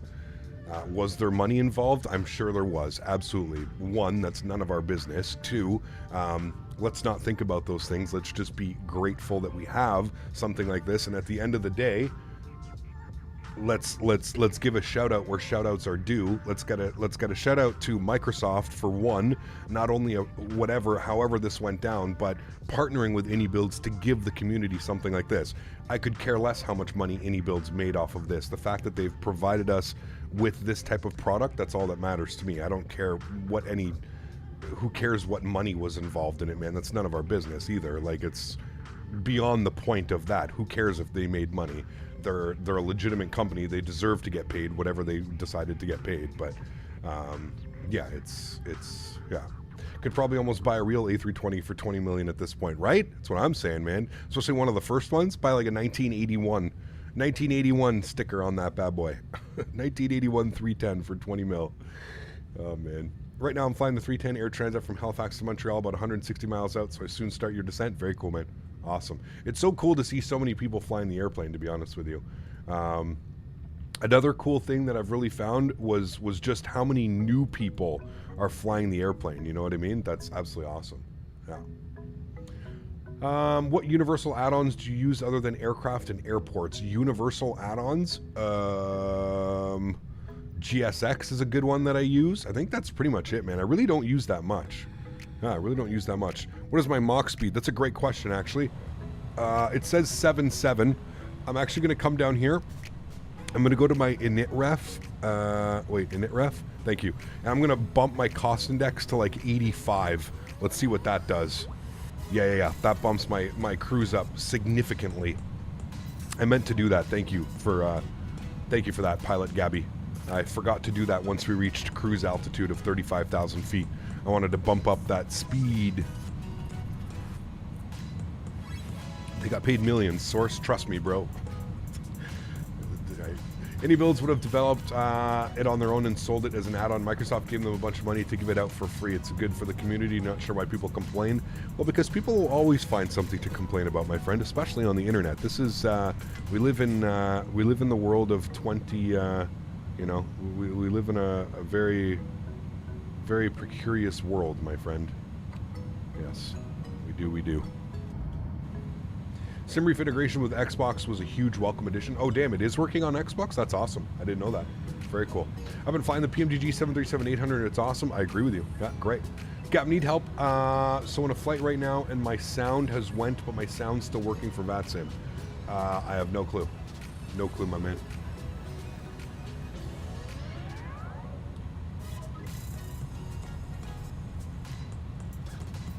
$40 to $80 for the cost index. There we go. Cool. We'll go with that. We'll go with the 80 then. I don't think that's going to take much off now. We're still cruising at Mach 8.1. So that's our Mach. Mach 0.880 or Mach 0.81, which is a great cruise. If you look at our ground speed, almost 500 knots on the ground speed. It's perfect. You probably don't want to push it any more than this. I feel like that's going to be good right about there. Cool. Let's enjoy those clouds down there. Chat looks absolutely incredible. Let's do a little bit of wing view here for a while. EG1 in the bottle? Indeed it is. Yes, sir. EG1 Athletic Greens.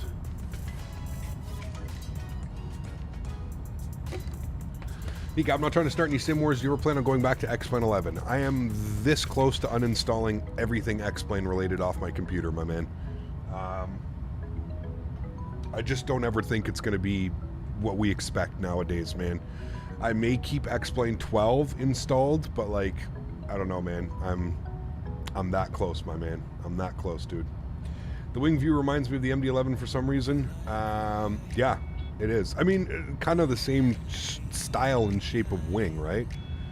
Yeah, I don't know. I don't know when we're going to be... I don't know, man. I'll have to wait and see, but who knows, man. Who knows? Really bumpy over the Atlantic right now? Yeah. Yeah.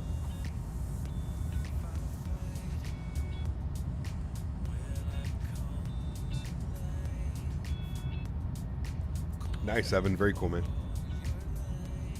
Honestly, this view alone would make me uninstall X-Plane. Well, that's what I'm saying, dude. Like, how do you compete, right? And then you add the fact that, like, we're going to be... And then add the fact that, like, think about the airplanes that are coming, right? We've got an ATR-72 coming at some point. We've got, you know, hopefully we've got iniBuilds making more airplanes. Now that we've got this one out, I mean, fingers crossed. I don't want to start any speculation or anything, but like, you know, we see the A300, we see some of the other lineup that iniBuilds has produces, the Beluga, who knows, right? Fingers crossed that we see those. I have no clue. I'm not speculating. I'm not saying anything. I have no clue, but I'm just hoping once we have these. We've got Aerosoft with a 330 coming. We've got a plethora of developers developing. PMDG 777, the 737 MAX. We've got the freeware A220. We've got the payware 757. It's incredible what the simulator, and I think like this year is just going to be nuts. Like 2023, I really think is truly going to put the simulator just on a different level, man. And it just makes it so difficult to, like, you know, jump back into X-Plane. Not only just visually, but just the way that it runs right now and everything about it. Like, it's just, it's beyond, it's mediocre at best. And I just don't, when I look at X-Plane, when I take a step back and I look at X-Plane and I look at like the development life and I look at like who's in charge of running X-Plane and everything that they're doing, I just don't see it. I just don't see it ever being anything viable anymore, man.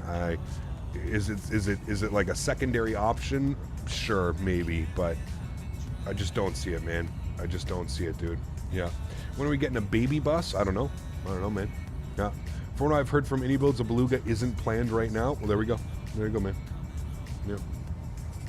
X-Plane 12 needs a lot of time before it can come close to looking as good as FS20, honestly. Oh, it never will. It never will. And if you're one of the people that's sitting there waiting for X-Plane to look as good as Microsoft Flight Sim, I think you're going to be waiting a good 20, 30 years, man, because they're just never going to, they're not capable of that, you know what I mean? They're not capable of that. Yeah. Trees are more important than Flight Model 2 X-Plane. Yeah, it's special, man. Yeah. We've got some stuff in the pipeline, I can tell you that. There you go, guys. From iniBuilds themselves, right? No speculation. When you're getting that directly from iniBuilds, you're, there you go, man. You're hearing it from them. They've got something in the pipeline. So if that doesn't excite you, who knows what will? You know what I mean? Quality Wing 787 is still in development as well, but no news whatsoever. Yes, yeah. They've been real quiet about it. Yeah. Patrick, what's up, man? Good to see you, dude. Appreciate you being here. Welcome, welcome. Hope all is well. Hope you are having a great Sunday, enjoying flight simming. Flight simming is best enjoyed on Sundays. I would wholeheartedly agree with that. Those engines on the 310 always look so far forward. They are, well, I mean, you think about how short the airplane is, right? It's literally like a short and stubby airplane. It's crazy, man. Yeah. Also, Fly Tampa is releasing Amsterdam soon. Yeah, exactly, man. Yeah. Is a PC worth getting? It costs a whole bunch of money that I barely have right now.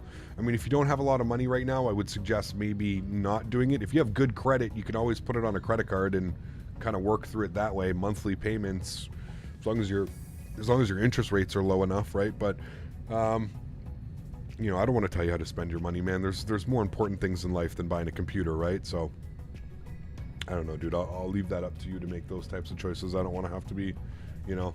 Can't wait for the Fly Tampa EHAM, my home airport. Yes, I'm excited.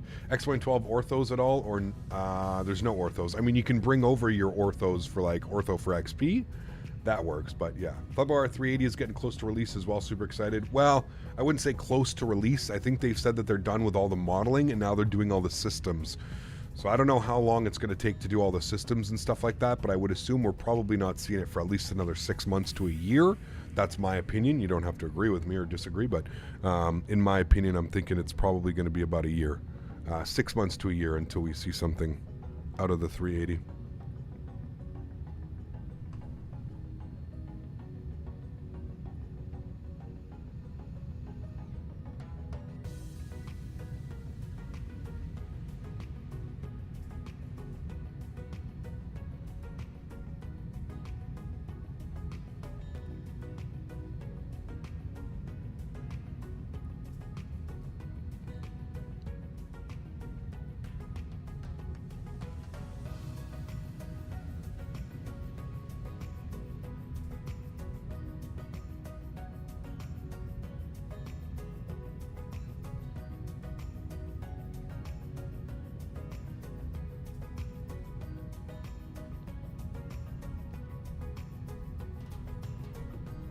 I can't believe they're going to fully release X-Plane 12 next month. It's wild. Wild, man. What does the weather radar look like now that it is functional? It's pretty good, Elias. It picks up a lot of moisture. I think that's kind of like what it's doing. As far as what I've read and what I've heard is it picks up a lot of the moisture thanks to the SDK that allows that now. So, yeah. Yo, Cap, bit late. How's the performance been today? Seems better now. I mean, it was the same as yesterday. Not much better. There hasn't been an update done to the aircraft yet, so performance is still like it was. Yeah. Yeah. X-Plane is my X-Plane. It's just crazy, man. Yeah. Problem with X-Plane is that there's no real differentiation relative to Microsoft Flight Sim, nor is it considered a low-cost sim. Matter of fact, Microsoft is more low-cost than X-Plane. X-Plane has no clear direction. I would agree with that 100%, Erin. Yeah, you'd think like I said, and here's what I said. I think X-Plane 12 sales are going to be so poor because of Microsoft Flight Simulator that I truly don't know if we see an X-Plane 13 for the community side of things, or sorry, the commercial side of things, or the I think X-Plane moving forward is going to be like that. Really, the only thing that they can market is the commercial license that they have from the FAA. And I believe that's going to be the scope for X-Plane. X-Plane is solely going to start focusing on pilots training, that type of flight schools, that type of stuff. That's going to be X-Plane's, because I just don't think, like, in a market with Microsoft Flight Simulator and the way that they're just absolutely killing it right now, again, partnering with iniBuilds, partnering with all these companies, it's mind-blowing, man. It's, and then not to mention, because X-Plane is so small and so niche, any aircraft that's coming, like, I am just wait, chat. I said this 9 months ago. I said this a year ago.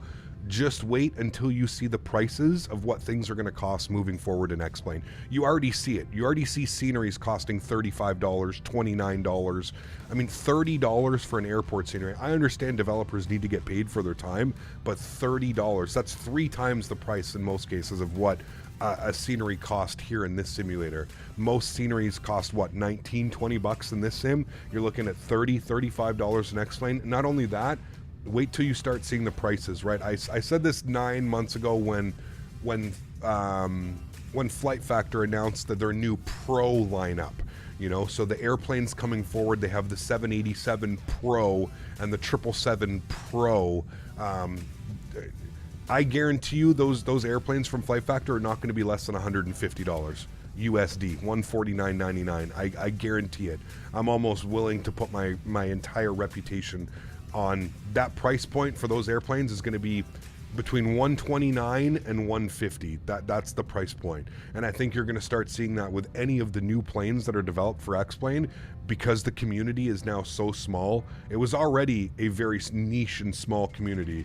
It's already, it's going to be $120 plus, 100%, like without a doubt in my mind, because they're going to have to start recouping everything.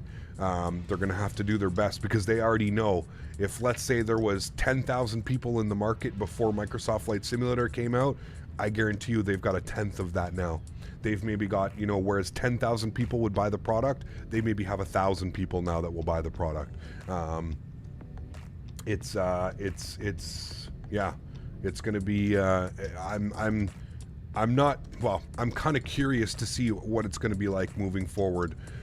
There's a couple airplanes being developed for X-Plane right now. We've got one that I was actually really looking forward to is the Dassault Falcon from Aerobasque. I actually am still kind of looking forward to that. I'm curious to see how good of an airplane it's going to be. We've got the Flight Factor 777 Pro. We've got the Flight Factor 787 Pro. Those are like the 3 big airlines being worked on. Tolis says they're working on something, but they haven't confirmed or denied anything yet. In my opinion, a Tolis is a Tolis. The only other airplane they can make is a 330, in my opinion. Like, what else are they going to make? They have the 319, they have the 321, they're under contract. They can't do the 320 because Flight Factor has the 320, so Tolis won't ever do a 320. They did the 340, which basically leaves they have the 350 that they partnered with Flight Factor with, which literally leaves the 330. The 330 or the 319, or sorry, the 318. I don't think the 318 sells quite nearly as well as a 330 will, but then again, then you have that kind of, well, there's a default 330 that comes with the simulator. Why am I going to pay Tolis $70, $80, $90 for a payware 330, right? So, I don't know, man. Who knows, dude? Who knows, man? Did I sure Capsay is excited for a BizJet? Well, it's the Dassault Falcon, man. That thing is absolutely ridiculous. That thing cruises at like Mach 0.92, Mach 0.93, and can go transatlantic like nothing. Like, it is an unbelievable aircraft, man.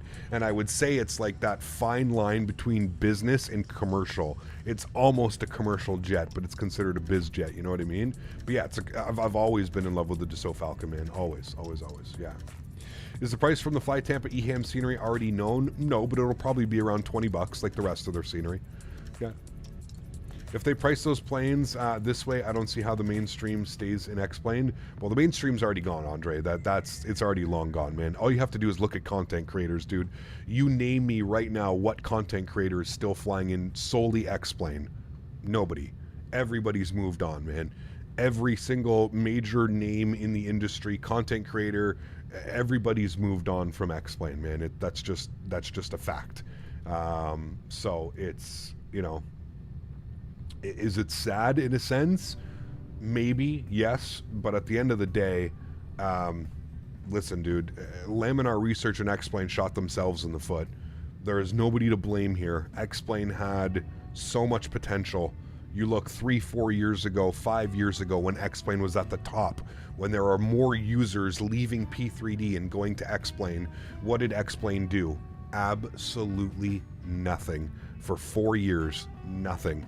And then what do? They give us X-Plane 12 and the built from the ground up, according to Laminar Research. That's why you can literally just copy paste your community folder over. But hold on, guys, it was built from the ground up. Just trust us, don't worry. Holy fudge, man. We have a new, we have to buy a new car. You know, X-Plane is old. Yeah, it's crazy, man. It's crazy, dude.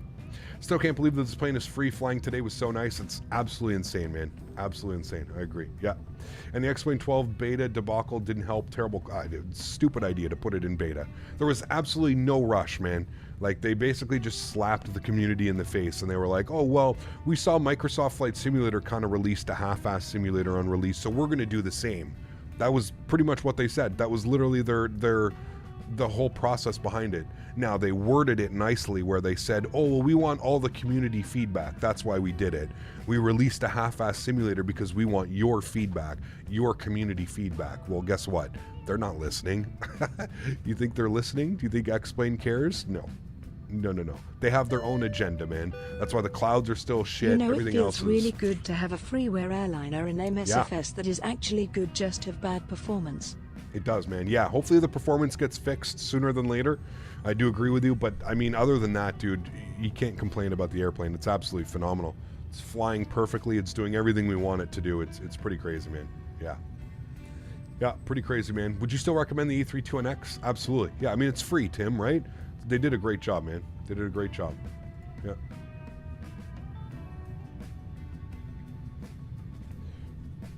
Why do you think they made this plane for free? Why?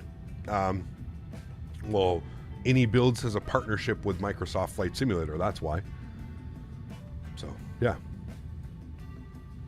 Do you not have any hope for the future of X-Plane 12? I'm sorry if you answered. No, not really, Georgios. I just don't see it, man. I may be wrong. I've been wrong before in my life. You know what I mean? But I don't see it, dude. I just don't see how. I just don't see how X-Plane can bring back the user base back to their simulator. I just don't see it, man. I just don't see it, dude. And I'm not trying to be rude or anything about it, right? Like I said, and I'll say this again, you use whatever simulator you want. If you prefer X-Plane 12 over Microsoft Flight Simulator, great, awesome, good for you. I'm happy. The fact that we're all doing flight simulation, that's all that matters to me, man. I don't care what simulator you use. What I have a problem with is people like coming in here and being like, oh, Captain, how could you abandon X-Plane? X-Plane got you to 30,000 subscribers. You just abandoned X-Plane. You're a terrible person. You're a piece of shit human being because you won't support X-Plane. And they need people like you. They need content creators to push content. Otherwise, nobody gets to see it, blah, blah, blah, blah, blah. That's what I have a problem with right there. I don't care what simulator you choose on your own preference, on your own time. It does not matter to me, man, and it shouldn't matter to anybody. Do whatever pleases you, man. That's at the end of the day, if you're happy with X-Plane, you're happy with X-Plane, and that's it. For me, as a content creator, I need to put out the best content available, and I don't think X-Plane is offering the best content available. Right now, this simulator is offering the best content available. Views, visuals, airplanes, everything about it. You know what I mean? That's it, man. That's it, dude. I love both for different reasons. Great time to be a flight simmer. Absolutely, dude. And there's nothing wrong with that, man. There's nothing wrong with that. And like I said, who knows, man? Maybe with the release of the Flight Factor 777 or the Flight Factor 787 or whatever else is being developed by Tolis or FlyJSim or any of the other developers, sure, man. Maybe that will draw me back into X-Plane. But in its current state, the way that things are right now, zero interest, man. I have zero interest. There is absolutely nothing. The only thing that I miss about X-Plane is my Q400. But I'm just fingers crossed that we get the ATR sooner than later. Hey CPT, and, you know. Long time I don't do this. The L spam.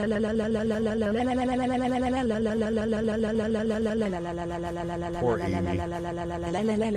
Had to do it, haha, sorry. You're gonna give Amy a stroke, man. Huge self-floaties to Tango, India Aviation. Appreciate you, my man. Amy's having a stroke on Sundays. Thank you for the donation, my friend. I appreciate you, dude.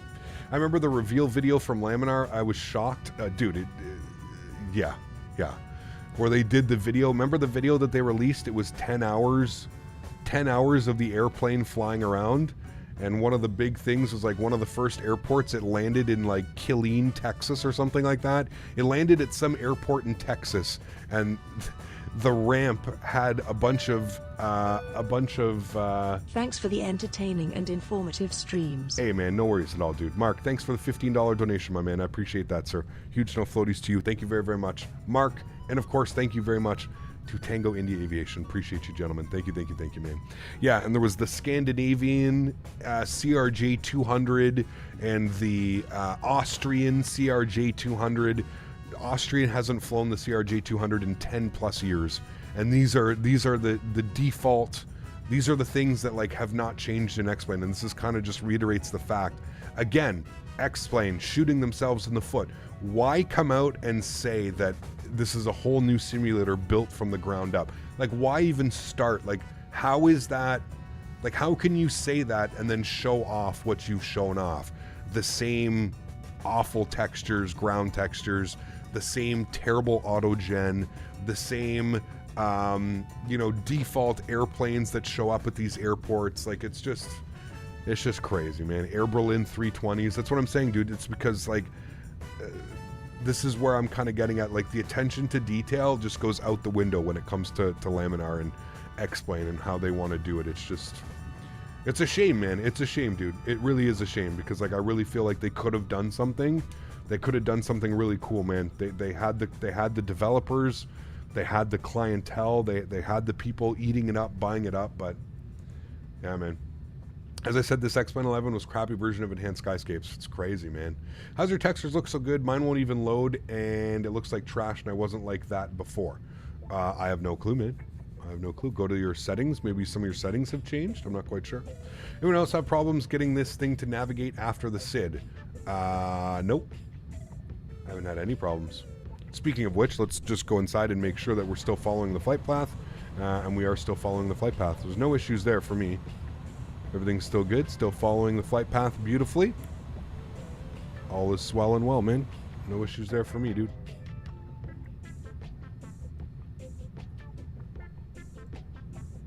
The L spam never gets old. Jesus.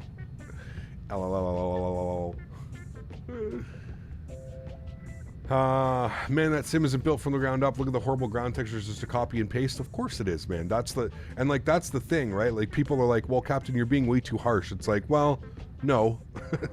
No. If Laminar hadn't come out and said that they had built the simulator from the ground up, maybe I wouldn't be so inclined to be so negative about it. You know what I mean? But yeah. Can you turn all the cabin lights off? I'm not sure if you can. I think so. But at the end of the day, we all click the same buttons, just not the same sim. We should just enjoy the sims we have. 100% poke. Yeah, 100%, man. Yeah. The frames are really bad for cruising. I'm not quite sure what just happened. We were up into the 40s. We may be flying over an airport. It might have loaded in an airport that we were flying over. I don't even know exactly where we are. Close you. Where are we? We are over top of what did we just go over top of? We're over top of something. Washington. That's why, because we're in photogrammetry, DCA and Potomac and stuff. I think that's why the frames went to absolute poo-poo. We'll see here in a second. Hello from 37,000 feet. Good to see you, Trenton. Welcome aboard, man. I love the A300 in VR and X-Plane. Can't believe I'm sitting here flying a 310 in Microsoft Flight Sim. Yeah, man. Cap, any MCO scenery is coming? I have no clue, Santiago. Yeah. Yeah, I agree with that. YT. Yeah, makes sense, man. Every time I try and put my origin and destination in the 310, my game just crashes. Do you know why? No. I wish I could give more information on that. I have no clue, man. Yeah. Well, X-Plane 12 is horribly outdated. I think there are some potentials with their lighting engine. It's a lot more natural than Microsoft. I don't agree with you there at all, my friend. But there's nothing wrong with that. That's personal opinion, man. But I do not agree with that. The lighting system in X-Plane is fudged. The lighting system in this simulator looks absolutely fantastic. Between sunrise, sunset, and everything in between, it's gorgeous, man. It's absolutely gorgeous. You're going to do CTP with this? We'll see, man. We'll see, dude. Who knows? Hey, Cap, any guesses on the release date of Microsoft Flight Simulator Aerosoft 330? I have no clue, man. No clue. How do you get the FPS on the bottom of the screen? What do you do to get it? Matthew, through Steam. If you go to Steam, the top left, and you go in-game, you go to settings and then in-game, like from like the Steam actual thing here. Like go to Steam, go to settings, go to in-game, and right here at the bottom right, or sorry, right here in the middle, in-game FPS counter, and you can choose where you want to put it. Top right, top left, bottom right, and then high contrast color, so you guys can actually see it. If you don't select high contrast color, it shows up in yellow, and it's really hard to see down below. So yeah, that's how you do that, my man.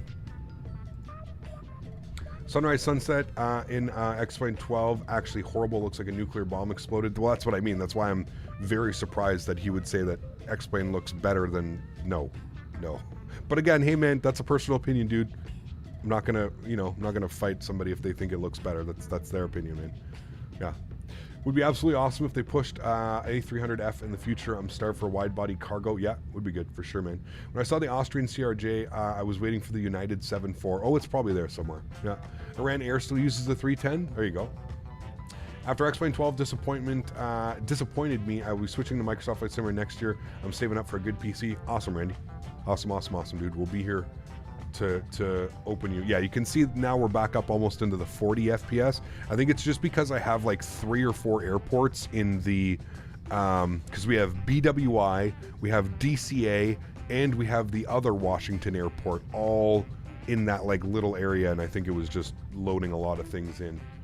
I also cannot import my flight plan. It just says pending, never uploading on the flight plan. Yeah, Havoc, a couple people have been having that issue. I'm not sure, man. I wish I could provide more information on it. I don't know, unfortunately. Yeah. Just Flight scrapped their P3D A300 and is bringing it to Microsoft Flight Simulator. Yes, absolutely. Hey, Cap, I think I found out that the Flex panel is called the TRP. That could be it, Captain Baloo. That does make sense. I'm sure a couple people were saying in chat, so. My only issue with the 310 is my program top of descent in the MICDO is always way too late. That might be me, though. I wouldn't look at the MICDO spotting. I would just look at like where it is on your PFD and then decide from there, man. Yeah. You should run Microsoft Flight Sim 2004 stream, and I bet it would still look better than X-Plane 12. I'd probably be on par. On par.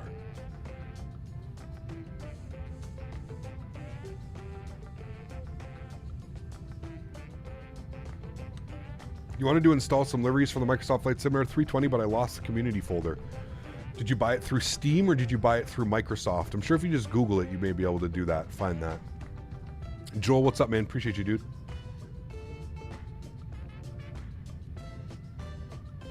Welcome, man. Hope you're doing well as well, dude. FSX or X-Plane? Both good sims.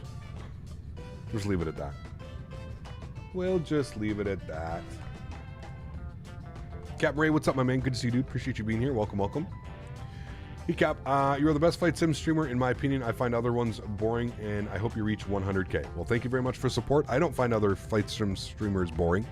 I think everybody that does this does great in their own doing. I think we have a vast different of streamers, which is always really good. Whether it be through skill or whether it be through just the way that they stream. You have to remember, man, streaming is not easy, dude. As easy as some people think it's just turning on a camera and saying hi, and there's a lot more to streaming, a lot of back-end stuff, and a lot more to streaming than it seems. So, although I appreciate the comment, thank you for that, I also just want to iterate that I think there's a lot of great other streamers out there. I don't consider myself the best. I think that there's plenty of other great streamers out there, man. So thank you for the support. I appreciate that. Got any clue about the release of the ATR by Asoba? I'm looking forward to that. No, I'm looking forward to it as well, man. I just want a turboprop. I've never flown an ATR, so I really don't have any clue what I'm doing. So, yeah. If XP is out of the game, who's going to be the Microsoft Flight Simulator competitor? Honestly, dude, the way that Microsoft is going at this, I don't think we need a competitor. Like, I would understand a competitor as, like, usually in a normal sense, they would be pushing forward, right? You'd have somebody like, you'd have somebody with as deep of a wallet as Microsoft and stuff like that. But I just don't see it. I just don't see us needing it, man. Microsoft is so, like 2 years ago when Microsoft came out with this, I was like, okay, we'll see how it goes. But after 2 years, man, listen, whether you like Microsoft, whether you like Asoba, or whether you don't like them, you have to give kudos where kudos are due, man. And I think Microsoft and Asobo have proved that they are, one, in this for the long haul, but more importantly, two, they're listening to the community. They're listening to what we want. They're listening to how we want things done and how we want things implemented. I honestly don't think we could have ever asked for anything better, man. Although I would agree with you that I think competition is good and it's healthy. I just don't know if they need it right now, man. I mean, I truly think that these guys are doing it for the right reason. You know what I mean? So corporations win again. Again, dude, why do you have to put a negative spin on it, right? Like, that's what I don't understand. Like, there's no need to be negative, man. Like, there's no, just because it's Microsoft name behind it, you don't have to say, so the corporations win again. Like, come on, man. There's no need for that. Just enjoy the fucking simulator, man. Like, stop with the negative Nancy about everything. There's just no need to be negative, man. Just enjoy the simulator for what it is. Enjoy it. You have comments, questions, concerns, bring them to the right places, man. I just hate when people say, like, oh, you're supporting the big corporation, you're supporting... Listen, man, they're doing everything right. So far, Microsoft is ticking every little on our list of things that we need, man. I don't look at it in that way at all, dude. I don't look at it as a corporation is winning. I don't look at it as anything. I look at it as Microsoft understands what needs to be done. They're working with the community to get things done, and that's it, man. That's how I look at it. That's it, man. That's it. And I'm sorry if I misinterpreted what you said. Apologies if that's the case. If you're all for Microsoft, then hey, my bad. But just the way that you said it sounds like you're upset that, like, people are endorsing this. You know what I mean? I don't think there's anything wrong, dude. I think Microsoft and both Asobo have done an incredible job over the last 2 years at bringing this simulator. Like, when it released, definitely shaky. But I think if you just look at what the simulator has become over the last 2 years, it's remarkable. Remarkable. There's no other words, man. It's just, it's amazing, man. It's amazing. Yeah. Hey, Gap, hope you're well. I'm glad you're streaming. Just been given a bunch of bad news. I'd rather not share your content. Is making me feel better. Philip, thank you much for being here, man. I appreciate you, dude, as always. Thank you, man. Really do appreciate that. They can make it up to those that want to purchase the Premium Deluxe for more quality planes like this 310. I do agree with that, Skyworker. For sure, man. Yeah. Yeah, I agree, man. I hope Microsoft's invested in Bing Maps more because the imagery is okay in Google Earth, but a lot better at the moment. I'm sure it could be. Yeah, I'm sure it could be, man. You love Microsoft Flight Sim? Well, that's good sounding. I mean, that's good, dude. It's just, I'm sorry, man. Like I said, maybe I misinterpreted what you were saying, but it sounded like you were upset that, like, we're choosing to support the corporation, and it's not that I'm choosing to support the corporation. I'm choosing to support what I feel like deserves my hard-earned money and what everybody else deserves to spend their hard money on, man. Flight simming is not a cheap hobby by any means. You know, so if we can get the best bang for your buck, this is where I truly feel it's coming from. You know what I mean? I agree. I think a good streamer is all about character and people respect honest, straight-up guys like yourself and others. Thank you, Jules. Appreciate that, man. Thank you. Are the Microsoft Flight Simulator servers down? No, they've been a little bit weird, though. I've been getting disconnected and connected and disconnected and connected, so yeah. How regularly do updates happen on Microsoft Flight Simulator? I would say we usually get a world update or a sim update within like a month or two of one another. So we just had a big update. Sim update 11 just came out. I'm sure that we're probably getting... what's next, Chad? Is it a world update? I don't follow all that much, to be honest with you, but yeah. The 310 broke the internet, maybe, yeah. Do you recommend the Magnite 787, the Latin VFR 319 and 321, or the new MD-11? I don't recommend any of those airplanes. No, save your money. Save your money. World update is next. Okay, got you. I wonder where they're going to next. Have they said where they're going to? Cap, there's still a lot of work from Asobo needs to do with the default airports, but I'm hopeful. 100%, Captain Howdy. Yes, 100%, man. They're slowly working on them. I think, like, again, you know, I think Captain Howdy, another just a point on that. Asobo realized that their handcrafted airports were not up to the quality standards of the community. And they have since hired a bunch of actual developers to design these new airports. So if you look at the airports that are now coming with these world updates and stuff like that, they're not done by handcrafted Asobo. They're actually done by legitimate third-party scenery developers. So that's a good, you know, that's what I was saying, like a step in the right direction, right? Like that's truly how I feel, you know. And for Microsoft, I'm amazed that the simulators come for, and just hope that Microsoft won't get complacent. I agree, 100%, yeah. Just taking off out of CYLW, it's very nice and snowy, nice. Hecap, I told my friend who was going to buy X-Plane 12 to just buy Enhanced Skyscape and Active Sky and use the Reshade preset. I mean, yeah, there's nothing wrong with that as well. For sure, mate, for sure. No clue why I have nothing on their roadmap for this year. Who's that, Microsoft? The world update was a pain in the ass. Which one? Which one, man? What's that big body of water called? I think this is like, we're like inlet of the oceans here, aren't we? Pretty sure we're right on the coast. Yeah, these are little inlets. I don't know what this would be called, but following our flight path perfectly fine.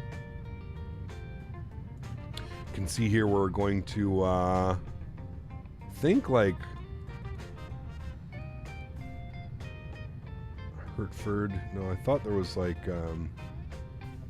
we can see where we're going to be turning out to go over the water, and that's basically ocean for the rest of this flight, all the way down to Punta Cana. All the way down. We're about a third through the flight, chat. I understand why they would do a Colombian world update. Is that what they're getting? I don't even know. Cap, you finished trying to push the page up button, the radio stack, because I saw that it worked for Flight Deck to Sim just before on this stream today. Yeah, Runar, I got it to work, man. Yeah. I know World Update Colombia is planned, but I don't know if it's next. Got you. Okay. Colombia would be really cool, man. Colombia's a really awesome. That'd be really cool to see in a World Update. I think that'd be badass, yeah. Still hoping we eventually get a World Update for the Caribbean? Yes, I agree there. Yeah, 100%, man. Which is the best edition to buy? Honestly, probably just the base edition, King Nort. I don't think the airports and the aircraft that you get for the premium deluxe version are even really worth it. Yeah, if you get this airplane with just the base model, with just the base version of the game, I would just go with that, man. Yeah. When are you going to do a BizJet flight? I don't know, man. We'll see, dude. We'll see, man. What's the time of the top of the stream? Is that time elapsed or time remaining? So that's ETE. So estimated time en route. So I always take that number, whatever that number says, and I always add about 20 to 30 minutes onto that. So I think that's saying 2.5 hours, right? 2 hours and 32 minutes. Sorry, OBS is so small on my second monitor. I think that's showing 2 hours and 32 minutes, which means we'll probably be down on the ground at the gate in about 3 hours. 3 hours from now. That's probably when we're going to be down. Yeah. Once you land in Dominican Republic, come by my house for some tea and I'll show you the island. Hell yeah, dude. I love the DR, man. I've been there so many times, bro. I absolutely love the DR. One of my favorite places. My boys think flight simming is nerdy and I don't get it. What would your opinion on that? And what would you say? I mean, Duels, I had the same problem, dude. It's funny, Duels, because that's really why I started streaming, man. I started streaming so that I could meet other people that were, you know, just as interested in this hobby as I was. That was one of the main reasons why I started streaming. So, yeah. Nothing wrong with it, man. You know, flight simming is definitely not for everybody, man, and I completely agree with that, so I wouldn't let it bug you, man. You know, just join a community, be part of an amazing community, man. You'll be good to go. Can't wait to buy Navigraph. Planning on getting the yearly plan for $90 a year. Yes, that's the one I use, Georgios. Yeah. 77X is trashed even with the heavy division. It's not good. I agree. It's the heavy division mod makes it flyable, but it still leaves so much to be desired. Yeah. When's the South American tour? Not sure, man. Not sure, dude. Maybe once we got a world update out there, we'll see. I got picked on the high school for loving aviation and it was annoying. You're not alone, my man, that's for sure. Howdy, y'all. How's it going? Good day to have off. Flight Sim Life, good to see you, my friend. Appreciate you being here, dude. Welcome, welcome. Ooh, there's an airplane down there. Somebody's flying. I don't know where he's going, but see that right there, chat? There's an aircraft right there. I saw a couple other people below us. There's a lot of money to spend in Flight Sim? Absolutely, man. Yeah. The problem is there's a lot of money to spend on shitty add-ons, right? That's kind of where it gets you. That's where I feel like you have to be kind of smart with how you're buying your add-ons and stuff. Because, yeah, you can waste a lot of money, dude. You can waste a lot of money. And I think that's why I'm so, like, particular, and I critique a lot of the stuff that you see me flying, or a lot of the stuff that comes into the community, is just because I know how easy it is to spend stupid amount of money on this simulator and not really get anything in return, right? Listen, man, I have no problem paying $70, $80, $90 for an airplane that I can sink hundreds of hours into, right? I have no problem with that. I always tell people, time to money. When it comes to flight simulators, time to money. How much time are you going to spend in the product versus how much it's going to cost? $90 on the surface for an airplane? Absolutely. It sounds silly. It sounds like you're going to spend an insane amount of money. But if you think about that, $90 for that airplane, and you're somebody like myself who flight sims, you know, evenings, weekends, whatever it may be, think about how many hundreds of hours you'll spend, right? Hundreds of hours in an airplane. If you think about the PMDG, what, costs 60 something dollars? I probably have 500 hours in the PMDG already. So tell me how $60 doesn't equal 500 hours of my enjoyment of my time. If you do things like that, if you price time to money and you do that comparison, you'll realize just how much worth it some of these add-ons really truly are. You know what I mean? Yeah, just go to Pirate Bay. That's a good way to get yourself banned on the channel. Don't be an idiot. Support the developers, man. Don't pirate. That's nobody wants that, man. I'm back from my shower. Awesome, great. I don't think you had to let us know that, but welcome back. I hope all is well. Would love to stream full FS full time, but living in a non-socialist country, there's a little thing called health insurance and ability to pay bills. I agree with you, Ryan. I wouldn't be doing this if I didn't make enough money to support myself either, my friend. So, yeah, I get you, man. Captain Canada, Jeff gave you a shout out on the World Flight, speaking about how you and him just don't accept sceneries and aircraft from devs, and you guys are honest with them. Awesome. Great news. Appreciate that, man. Jeff's a great friend of the channel. More importantly, Jeff's a great friend of not only the channel, but of myself. Jeff is one of those truly genuine people that you meet. You know what I mean? There's no bullshit with him, man. There's no fakeness. There's no nothing, man. And if, in my opinion, if there's anybody that deserves the numbers and the sub count, it's Jeff, man. He's just such a nice guy. His heart is in the right place. His mind is in the right place. He's just an incredible human being, just an unbelievable person. And I'm very, very, very fortunate enough to have a friendship with him. He is one of the very few people that I look up to, that I looked up to before streaming, and that I still look up to. There's a lot of people that I've met since I've started doing this that I've had, you know, the honor of meeting in real life, and you know, I'll never forget, and I mean this, chat, and I'm not going to drop any names, I'm not going to say anybody. I went to the Flight Sim Expo in Orlando, and I dressed in my Captain Canada shirt because there was a lot of people, like, my channel was just kind of starting out. We were just kind of getting to that level of, like, mainstream, like, if you're a flight sim, you know about Captain Canada, that type of stuff. Like, we were just reaching that little plateau. And I remember I showed up and I was dressed in my Captain Canada uniform, and there was another live streamer who was there that I looked up to very heavily. He was a big influence on my streaming and how I did it. And I remember the first thing he said to me was, "Why are you dressed up like that here? Like, you don't need to do that, man. Like, you just be yourself here. Like, nobody's here to see Captain Canada. They're here to see you." And I remember just being like, just the negativity around it just like completely changed my opinion on that person. And it sucks because, like I said, I really looked up to that person as like as a streamer, as a content creator. And yeah, he was just really negative. He was really negative, and he was really rude about, like, you know, he didn't understand the aspect of, like, you know, like, it's not necessarily that I wanted to go as Captain Canada. I was doing it because there were people there that I know wanted to get pictures and wanted to get, you know what I mean, to see me in dressed the way that I was dressed. You know what I mean? And you know, I had a whole plan, right? I went to the expo. I went one day dressed like this as Captain Canada, and then the other day at the expo, I went just dressed like everybody else that was there, just normal clothes. I'm a normal human being, just like, I just wanted to be able to offer the people that were there a picture or a sticker or something with me. You know what I mean? Because I know that there was quite a few people there that wanted to see that. Not to mention that I was I was streaming from the event, right? I ended up doing a flight. Jeff Favignano was streaming the whole thing. I ended up doing a flight on Jeff Favignano's stream, dressed as Captain Canada, and that's how he put his whole channel. But I'll never forget that. I'll never forget that, man. I'll never forget the way that person kind of like treated me and kind of reacted to the way that I was. And I was like, wow, you know, like here's how it goes, right? I guess like I see this person, you know, streaming, and I think they're a great person, and then I meet them in real life, and it turns out that they're not such a great person, you know what I mean? And hey man, maybe he had his own prerogative of why he said what he said, but it just caught me really off guard. Like, it wasn't like oh shit, like look at you, man, like so proud of you, like blah blah blah blah blah, because I'd had numerous conversations with him as well before, and I had told him, you know, like, you're a big reason that I wanted to do this streaming, and you know, I watched you and I watched Jeff and I watch all these other people, and you know, I take what you do, and yeah, it just kind of sucked, right? It kind of sucked, man. Yeah. I'm not going to mention anything about who it was, guys. I don't want to yeah. I don't want to hide anything. There's no need to drop any names or anything like that. It doesn't matter. This was 4 years ago now.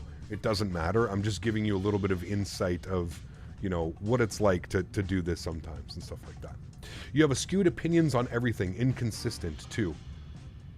Can I have some of what you're smoking, sir, please? I'd love that. I don't think my opinions are skewed on anything, and I'm pretty sure that I'm probably one of the more consistent people when it comes to flight sim streaming. The way that I fly, the way that I articulate what's coming out of my mouth every stream, the way that I stand behind quality products and poo-poo other products. I would actually say I'm probably one of the more consistent people in the flight sim community, but that's okay, man. I know that you're trolling. I know that it's okay. Everything was fine. Don't worry. All is good, my man. All is good, dude. Keep licking that window, my friend. No problem. I get bullied at school for loving airplanes and flight simming. That's normal, dude, too. Like I said, man, one of the main reasons that I started doing this was because none of my friends in real life were interested in doing this, right? They were all my friends kind of looked at me and they were like, wow, you guys are crazy, man. You know what I mean? Like, you're nuts. Like, how the hell can you sit there for 3 hours and fly an airplane, and you're not even flying a real airplane, and this is just a fake airplane? And it's just like, dude, this is calming to me. This is peaceful. This is what I love doing. You know what I mean? Absolutely. Yeah. Back of the bus. Man. Good afternoon, Cap. Any plans for Mid-East ops with Fly Emirates? Yes, probably next week, Jim Pop, to be honest with you, man. I'd love to redo the Kuwait to Dubai back to Kuwait. I'd love to do that on the Emirates 310, man. That would be absolutely awesome. Yeah, I'd love that, man. When you did your first, when did I first meet Dan in person? 2019 at the airport, Toronto Pearson Airport. He was sitting eating, Dan, what were you eating? I think he was having Starbucks or something like that. Yeah. It's called a passion, no matter if it's real life or in a PC. 100%, man. 100%, dude. Yeah, it was at the Toronto Pearson Airport. He did a big one. Instead of flying directly from Edmonton to Orlando for the expo, he went Edmonton to Toronto, met me in Toronto, and then we flew down together from Toronto down to Orlando. That's the first time I met Dan. Yeah. I was having a Starbucks sitting at my laptop. That's right. And he snapped a picture of me as I was walking up. Sneaky little Daniel. Blame Dan. Blame Dan in chat. AJ Flyer, thanks for support, man. Appreciate you, dude. Huge stuff, floaties. Thanks so much for supporting the channel, man. I appreciate you, dude. Thank you. MSFS just went up another level. I'm so excited. Flying any PMDG and Phoenix and Denis for a free aircraft job. Well done. Absolutely, man. 100%. Absolutely. Thanks so much for support, dude. I appreciate you, man. Thank you. Yeah, I get the same attitude from pilot friends. They don't understand flight sim is the only way that I can fly. Hey, man, that's it, dude. And like for me, you know, like I always had like a passion for flight. Like I always had a passion for flight sim. Obviously, you guys all know my extracurricular activities don't, you know, it makes it a little bit hard to become a pilot when you have a medical marijuana license. I've always been very candid about all of that. I had a medical license for 15 years, 10 years before it became legal. So it's a little bit difficult to go that approach. But at the same point, I didn't want to stop that from like me having a passion for flight sim, right? And if I can't do it in the real world, what's the next best thing? Flight simulators. You know what I mean? So to me, that was kind of like always the driving force behind it was like, okay, I may not be able to do it in the real world, but that doesn't mean that I can't be an incredible, you know, flight sim pilot or something like that. You know what I mean? Steve, 13 months. Thanks so much, man. Says, I never thought flight simming was something I'd enjoy, but I tried it once and I loved it. That's it, Steve, right? That's it, man. It is one of those things, dude. It's one of those things where I think it's just, like I said, it's so calming. It's so peaceful. It's so different than like any other game or hobby or simulator or anything that I do, right? It's just so different, and that's why I love it, man. Yeah, look at that cloud formation down there, chat. This is just incredible, dude, up here at 35,000 feet. CHLM, thank you very much, my friend, dropping the $5 donation. I appreciate you, as always, dude. Huge no floaties. Thank you, my friend. That is extremely kind. Appreciate the support. I hope all is well, and thank you very much for your support, man. Thank you. Man, now I'm 14 at my friends think is cool, but like they say they were doing it for 8 hours. What do you mean? I don't understand that. Yeah, I don't understand that. Jose, get a life, man. Bye. You had smoking problems. If you don't mind me asking, that's why you said you can't become a pilot? No, I had my medical marijuana license. So when I was younger, I broke my back, and then growing up, I've always had issues with my back. And I didn't want to be on prescription pills. Essentially, here's like, even now, right, I still have a messed up back. It's not as bad anymore through like stretches and doing stuff and therapy and doing like weird things with it. But like physiotherapy, not therapy, but physiotherapy, that it was either I was going to be on prescription pills or medical marijuana. And in my opinion, I didn't want to go down the prescription pills. I didn't want to be on oxycodone or any of that garbage. I just didn't want to turn into a pill zombie is essentially what I'm saying. And I found that marijuana didn't necessarily affect me the way that it affects some people. A lot of people, like, they smoke and they're just, you know, they're a write-off, dude. Like, you can't even talk to them. You see it here with me. Like, I smoke, it doesn't necessarily affect me the same way and all that much, probably because I've been smoking it for so long. But yeah, I can basically live my life with smoking weed the way that I don't think that I could live my life if I was on prescription pills, if that makes sense. Everybody knows prescription pills. It's basically heroin in a pill form, man. It's not good. And you see it going on right now with the epidemics around the world with you know, all these oxycodone and fentanyl and all these pills, man, and all this bullshit going on. It's just, I didn't want to go down that road, man. I just really didn't want to go down that road. And yeah, I just decided that, like, you know, smoking and you know, ingesting marijuana it made me feel a lot better. It untensed my back. It made my back feel a lot better. That it just became like a thing, man. That's it, dude. That's it. Are you smoking weed that's more rich in CBD? Yes. So a lot of the oils that you see me smoke, so this is like, I'm on oils now a lot. I use a lot of the oils. A lot of the oils have a really high percentage of CBD, THC and CBD. But yeah, what did I do to hurt my back? It was a motocross accident when I was 12, 13, 11. I can't even remember when it happened. Yeah, it was with my cousin, my grandfather. So I have my family, a lot of my family's in New Brunswick. If you're Canadian, you know where New Brunswick is. A lot of my family's in New Brunswick, and yeah, happened over there. Hey, when I'm flying my 310, my FPS drop gradually while flying. I begin the flight, I have 50 FPS, and when descending landing, I have 25. Is that normal? No, that shouldn't be normal, but yeah. David, thank you, man. Appreciate that. How's the performance on the 310? Needs some work. They know that there's something going on, so yeah. You actually made the right decision? I think so. I think so, man. I mean, I have so many people, I have so many friends and so many people that I've just lost to, like, you know, pill addiction, and more importantly, what happens is the pill addiction turns into, right, like, because they're on pills for so long, and then the doctor says, okay, no more pills, and they can't live life that way, so they end up turning to street drugs, and then that's where it just becomes this disaster, right? And in my opinion, I just didn't want to be on pills, man. I just didn't want to have to wake up every morning and swallow a handful of pills just to feel normal and to feel like I could live a normal life, right? I know that it's weird to say, but it's you know, I truly believe that. Listen, I understand, like, marijuana is definitely not for everybody, but I also find in certain circumstances it is that miracle drug for some other people. And for me and like my mobility, it's what it's done is just simply incredible, man. It's not only does it like take my mind off of that, but it also releases the muscle, and it does all kinds of stuff, man. Like I said, obviously you can't just sit there and smoke weed and be like, oh, my back's better now. There's work that I have to do, right? There's physiotherapy and there's other things that go into it, but it's just for the most part, that's been the big thing that's helped the most. You know what I mean? Yeah. Is that why you stretch on stream? Yeah, pretty much. Yeah. How's the 310 so far? Haven't been able to hop into it. I'm enjoying it, Jordan. Yeah, enjoying it, man. They need to work out the performance and the FPS issues, but I've been enjoying it, man. Yeah. Such a slippery slope. Yep, 100%. Tried CBD, didn't make a difference for me. Light anxiety, maybe I needed a higher dose. Depends, man. Depends, man. Really depends. Never heard of someone hustling CBD oils, but hey, sure it happens. Hustling CBD oils? I don't know.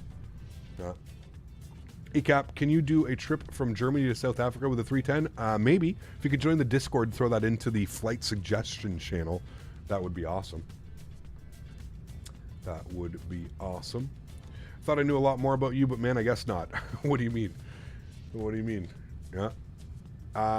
Can't you even pass a second class medical class degree given your back problems? Probably not, Erin, to be honest with you. I don't even know, man. Yeah. I had a completely broken leg, smoked some weed, and suddenly I could walk again. Hallelujah.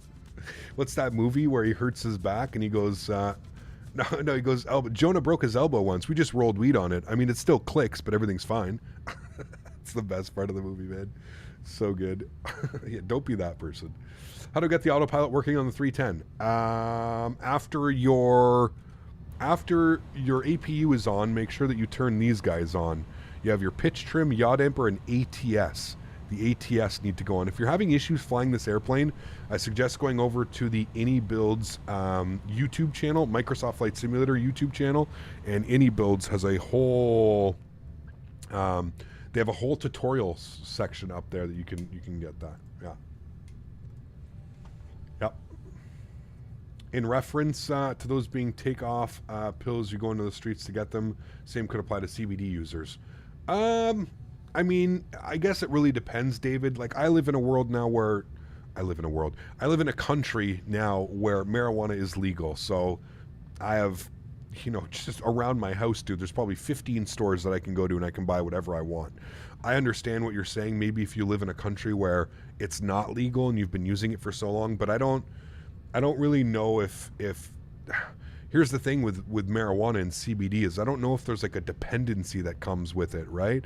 I don't know. Like, obviously, like, you know, because I've been smoking weed for so long, if I were to cut cold turkey and stop tomorrow, I mean, I'd probably live. I don't think I'd go through like any crazy withdrawals. I may be a little bit more temperamental, you know what I mean? Or may not have like as much of a patience. But I mean, like, at the end of the day, I don't think I'm going to, you know, it's not like a heroin or an alcohol or a cocaine addiction or something, right? Where physical and mental withdrawals go through. So I don't know. It's weird. I know you had health problems. I didn't mean it in a bad way at all. Okay, got you. I got you, Georgios. Yeah. Vapor rub and crack the broken bones. There you go, man. I know you got grandfathered into flight simming, no pun intended, but how did your grandfather get into flight simming is the better question. That is a great question, to be honest with you. I think it was his neighbor. So growing up, he always lived in the same neighborhood. They lived in that house for like 40-something years. His neighbor was a Air Force, and I think that's what started everything. I think his neighbor was Air Force, and his neighbor used to do like flight simming like way back in the day, and he was like proper nerd, man. This guy was awesome. I'm trying to think of his name. I can't remember his name off the top of my head, but I'm pretty sure that's how it started. He was Air Force, and he introduced my grandfather to these flight sims back in, you know, 80s and 90s, and then he kind of passed it along to me. I'm pretty sure that's exactly how it happened. I should try and see if my mom knows his name. I'll ask my mom. I'm going for dinner tonight to see my mom, so I'll ask my mom. I think it was Ian something. It was Ian. It 100% was Ian. So thank you, Ian, whoever you are. Ian, you've inspired me throughout these last 20 years. But yeah, it was Ian something. I don't know what his last name was. Ian, though. I remember that. It was Ian. Blue Gun PC, what's up, man? Cap, please answer, how many hours can the 310 fly for? I think like 10 or 11 hours. I'm pretty sure. Precise. Pretty sure, man. 10 hours, something like that. I smoked too much and you get social anxiety. That's pretty normal. That happens, yeah. CBD is one of the solutions that I've developed relaxation magic with that CBD in the cockpit. There's a dependency on anyways, we're coffee addicts. Yeah, true. There you go. What was the hardest part of quitting smoking beside the urges? The habit, man. Just like constantly. That's why I had the vape for so long, dude. You guys don't see me smoke the vape anymore. I don't really smoke the vape anymore. I've pretty much done with nicotine in the vape. The vape 100% got me through smoking, man. If it wasn't for that vaporizer, the nicotine vaporizer, I don't think I could have done it, man. But yeah. Somehow, did you ever meet the neighbor? Oh yeah, on numerous times, Captain Chad. Yeah, numerous times, man. Toronto's been busy and only now can join stream. Hopefully treated you well. Glad to be of service. Absolutely, Kyle. Thanks for support, man. I appreciate that, dude. Thanks for jumping on. Yeah, thank you, man. The 310 max range is 5,150 nautical miles. Tops out at about 12 hours. A bit longer with favorable winds. There you go, chat. So with a tailwind, maybe you can bring it to 12 and a half. But 12 hours of flying. 5,150 nautical miles. That's insane. 5,000 nautical miles. That's like we could do... Yeah, that's insane. That's literally insane. I'm trying to think if like any current airplane has that. Probably like a 787, a 350, something like that, you know?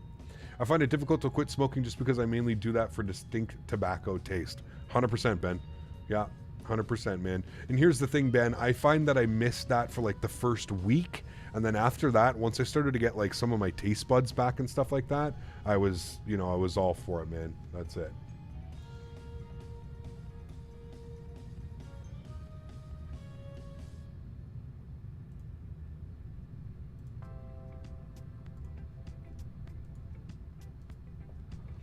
How do you know to become a fighter pilot in Canada? I want to, but I don't know what I need to do. I would contact the Air Force, man. That would be your best bet for sure. Contact the Air Force. 787 and 350 have about 14 to 15 hours. Got you. Okay. Yeah. What was the Project Sunrise or whatever? Yeah. I also quit smoking and celebrating 3 years next month. Awesome, Captain Squid. I don't know how long it's been, man. To be honest with you, I'm probably around the same time. 3 to 4 years. I think I quit. I think it's been about that long. Yeah. Using Ecos, and that's pretty solid. There you go, man. Yeah, do it up, dude. You got it, man. Like I said, dude, it was literally a pain in the ass for like a week, and then after that, you're good to go, man. Yeah. 100%, Jim. Yeah, 100%, man. All right, guys, I'm starving. My stomach is literally rumbling. I'm gonna go get some lunch. I'm gonna turn the tunes up. Wow. Learn how to speak today, Captain. Sunday, chat. Sunday. I'm going to turn the tunes up, and I'll be back. Give me about, I don't know, about 10 minutes. I'll be back. We'll be ready to rock and roll for the second half of the flight. Looks like we should be down on the ground in about 2.5 hours. So give me about 10 minutes, chat. I will be right back.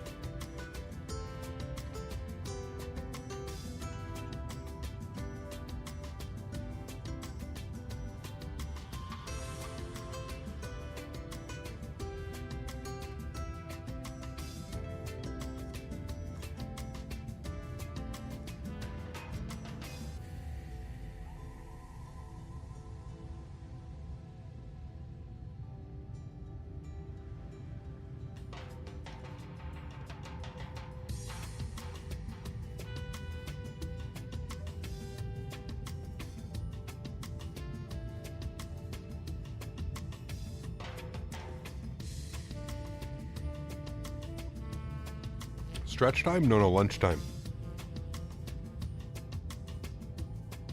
Chat, you want to see what I'm eating?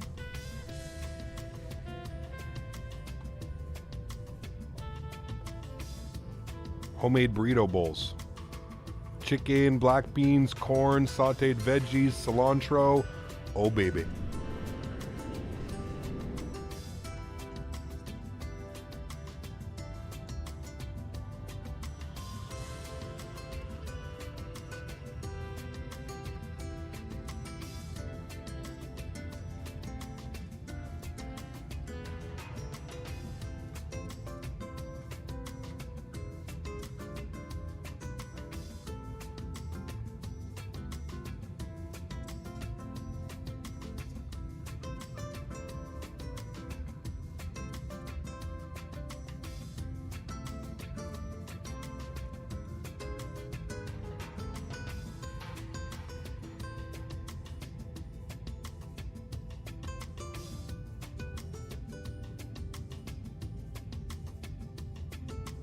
No, 12 code. It's a horse farm, man.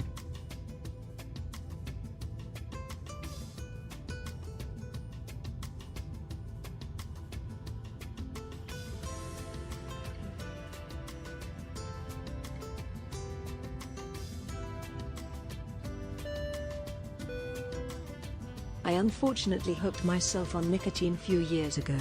Tried nicotine and now 4 years later I'm on 6 milligrams to 3 milligrams. But seems after 1 hour I gotta hit my vape or else I get cranky etc and all the bullshit shit that I get. I use a Geek Vape Box mod.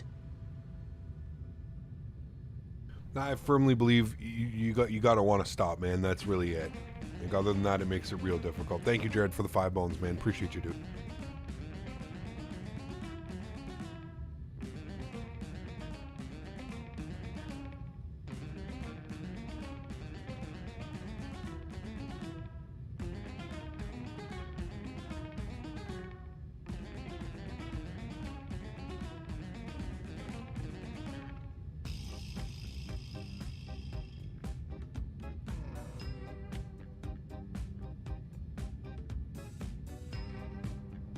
It's a great question. All motor coyote? I'm not too sure, dude. That's something you'd probably have to ask them.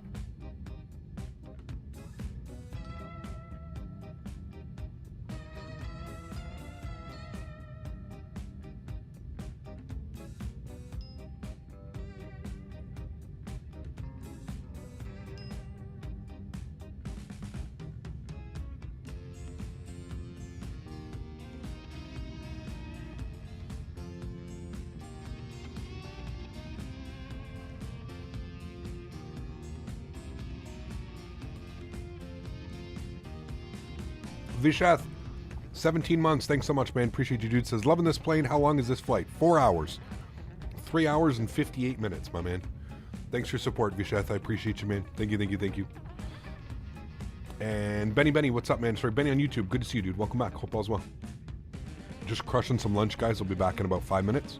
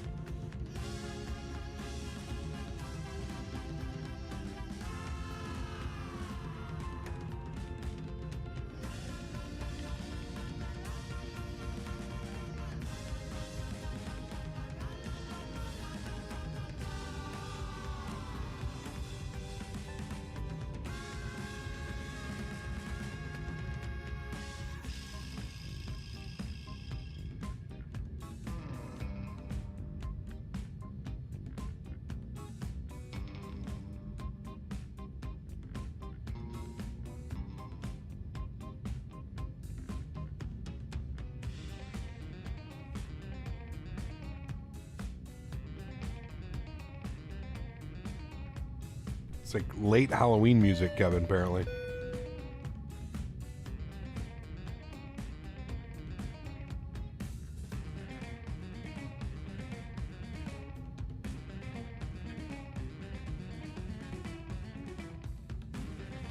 It's crazy, Captain Howdy. I don't think I could eat this without cilantro on top. Cilantro is just that, like, it's that perfect. I guess if you like cilantro, you know.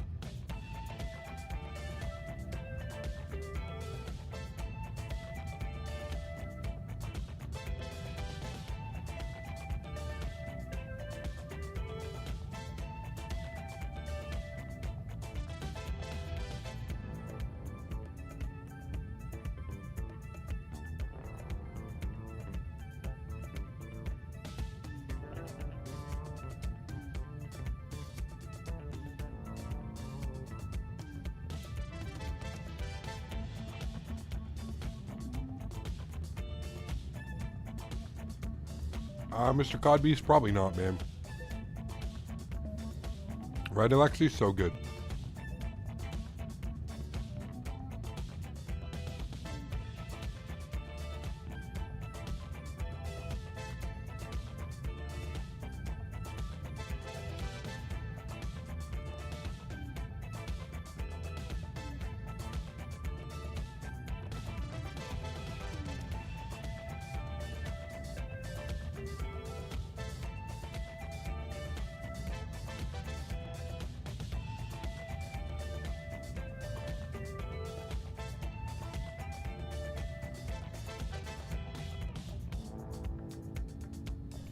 Yes, Robert, it's a known issue right now. Hopefully it's going to get fixed soon.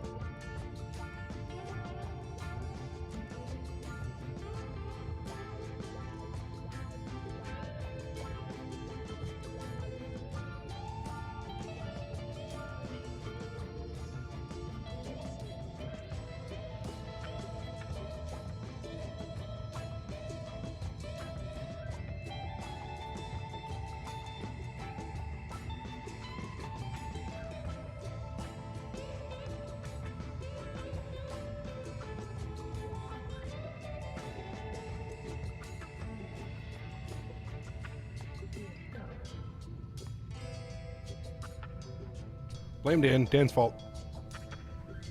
How much more time? Somebody was saying they're having issues. Check your... See if you have any errors here. Anything in orange. That would usually be a good telltale. We have progress. Yeah, 918 to destination, which means top of descent's probably in about 800 miles or something like that.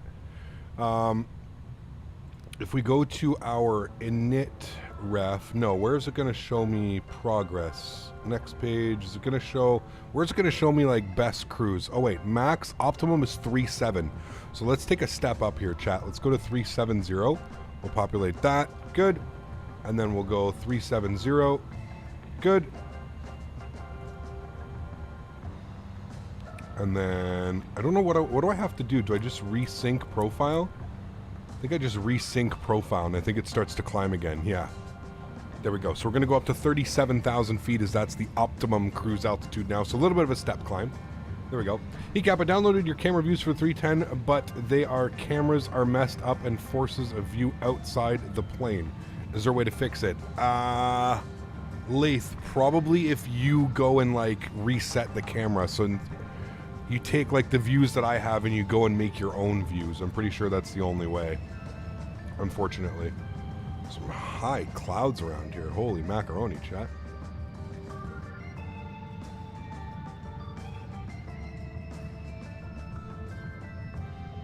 You had the same issue with the file? So what is it doing? Like instead of the... That's weird. Visheth, no it did, my man, and I thanked you. It did. Thank you again, man, for your support.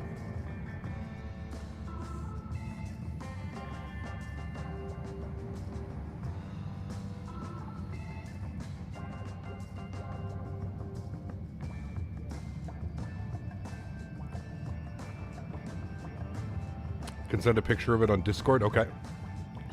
How long did it take for GSX to install? The first install is a little bit, Flying Barbarian. Yeah. The views are all way outside the airplane? Interesting. Huh. That's weird.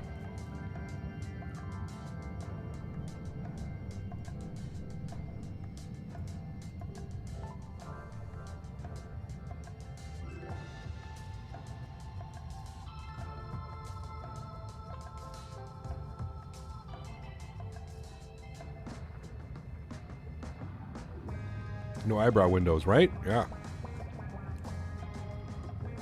Kilimanjaro? Probably not. Probably not. Where are we here? Okay. We're good. I think we're about halfway, chat. We're over the Atlantic somewhere. Wait, would this be the Mediterranean or are we still in the Atlantic? It's probably the Atlantic still, right?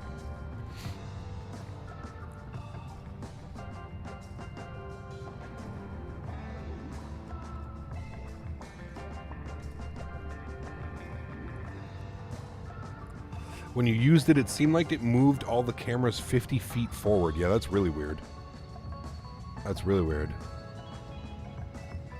Should cross the pond into Paris and then fly to Europe. I'll drop some routes on the Discord. Sounds good, Bennett.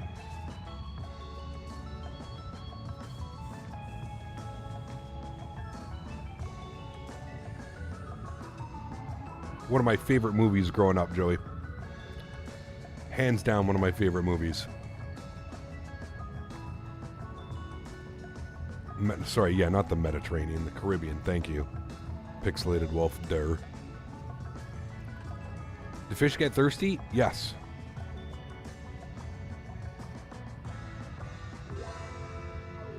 Flight Deck to Sim had 60 FPS on this bird earlier today. Not sure how that is possible.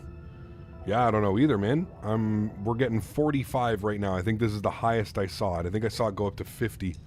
Was he consistently getting 60 FPS? I don't know, man. Maybe he's got one of those special installs. I have no clue, dude.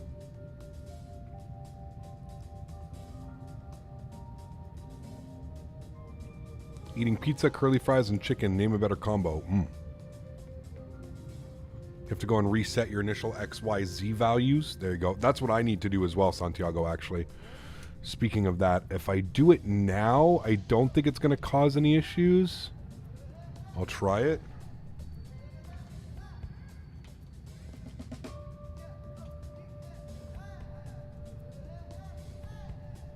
What the hell is this music? Microsoft Flight Simulator, Sim Objects, Airplanes, Microsoft 310, cameras. Okay. I can't remember which one I did.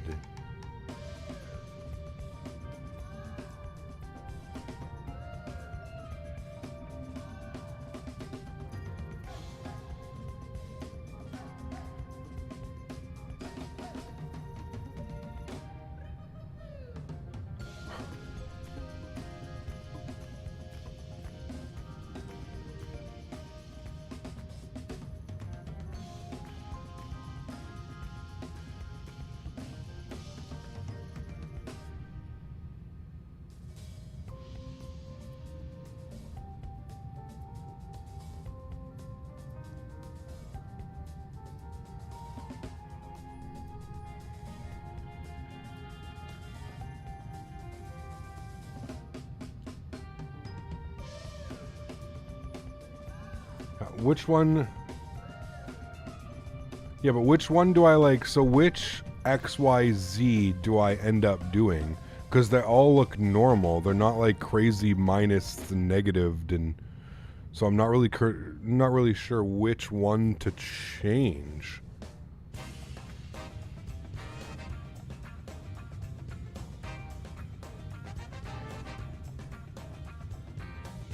Like they're all pretty normal.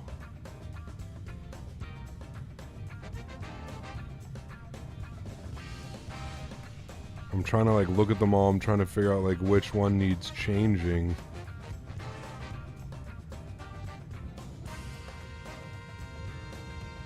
Did you turn off continuous relight? Yes, once above 10,000, Bennett. Goes off with your landing lights. I don't know which one to change. It's title 0, change 0 to -5. Title 0. But isn't that... It is set to 0 right now. You're saying set it to -5?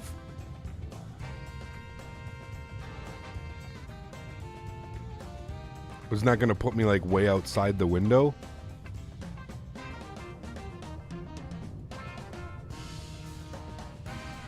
Yeah, I'm just looking to change it now, and then I'll worry about this later.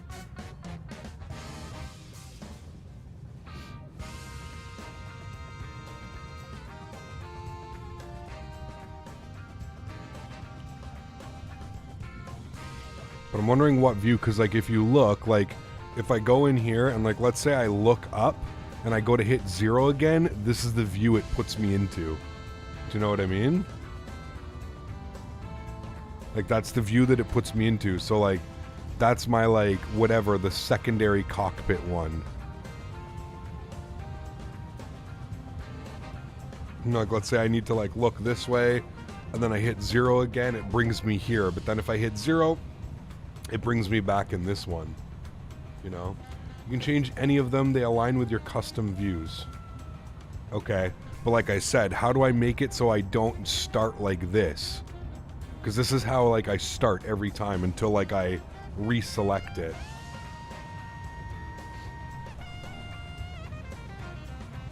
Nothing wrong with that aviation, GG.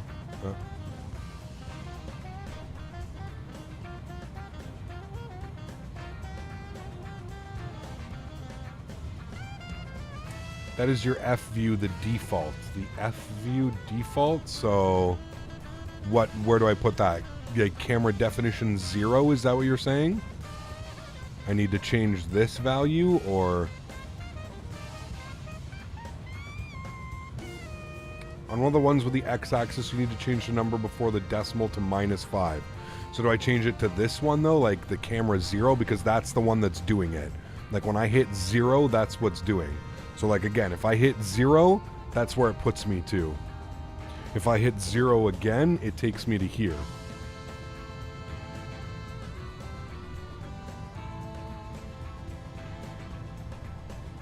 Hey Cam, how are you liking the iniBuilds 310 for Microsoft Flight Simulator? I missed your last 2 streams. I'm enjoying it, Mohammed. Thanks for coming to hang out.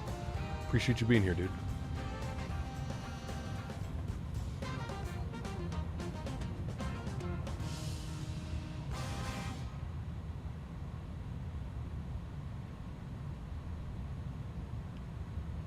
Should I buy FS Realistic? It's awesome. Yeah, for sure.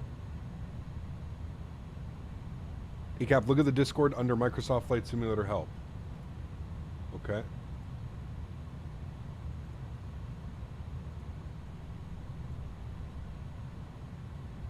MSFS help.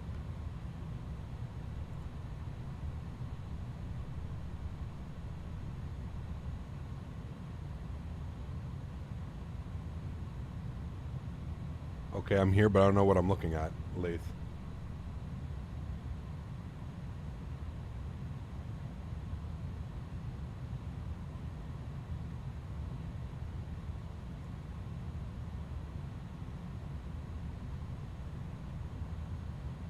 Change it to -5, camera 0, but then you got to reset the plane. Yeah, I'll worry about that later.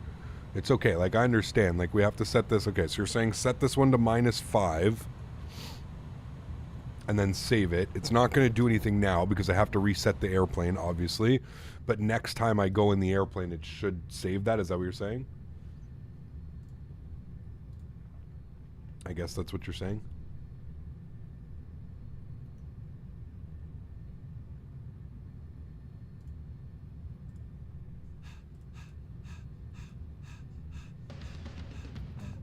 Under all the titles, there should be something called initial XYZ. You need to set the first digit from whatever the number was to -5. Yes, I understand all that, guys.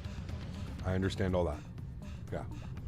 I was just trying. It looks like it's not showing the F camera in the config. I had to change one of my custom views. It's kind of weird. Don't know how you got to change that one. Interesting.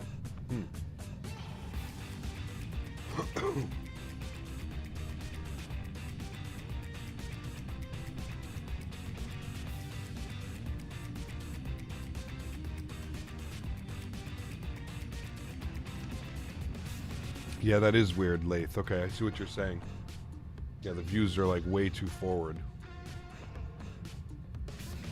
How do you turn the weather radar on? Right here.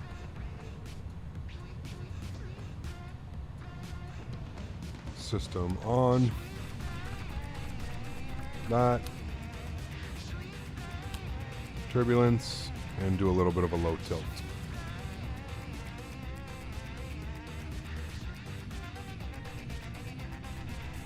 Music is very interesting. It is. Yeah. It is an interesting tunage.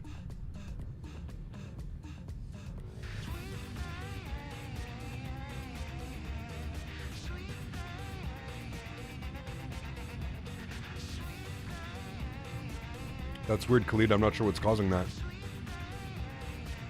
Are you or would you like to be a real-life pilot? No, Gabriel.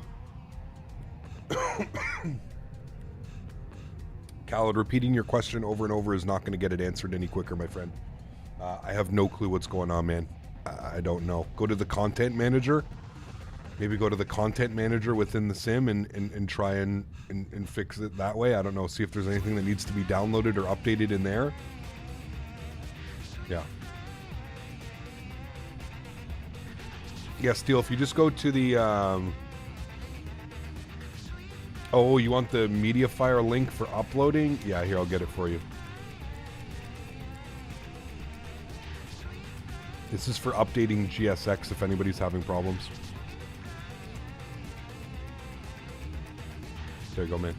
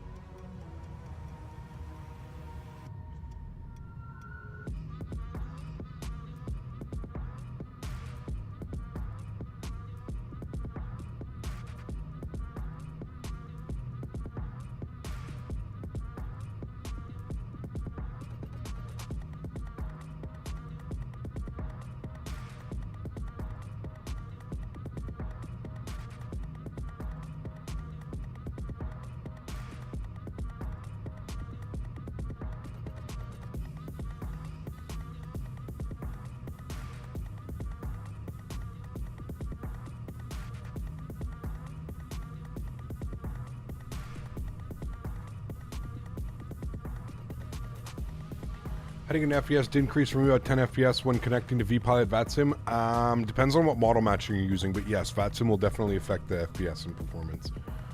Yeah.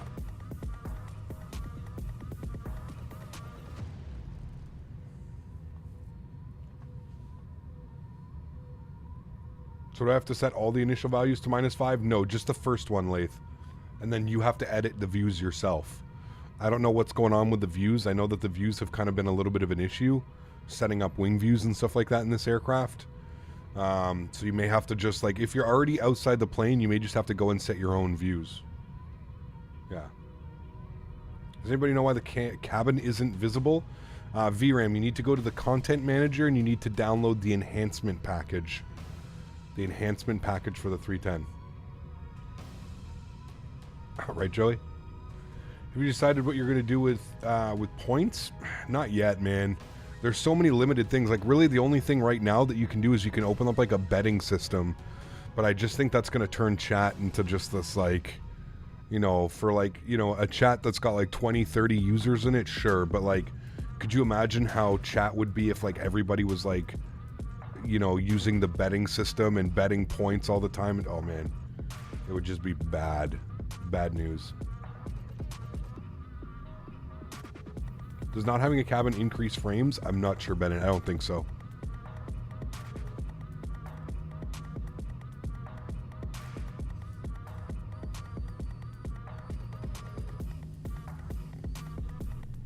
Are we halfway? Yeah, I would say so. We're probably just over halfway. Like, if we look at the map, I would say we're probably just over halfway. Not by much, but we're just passing.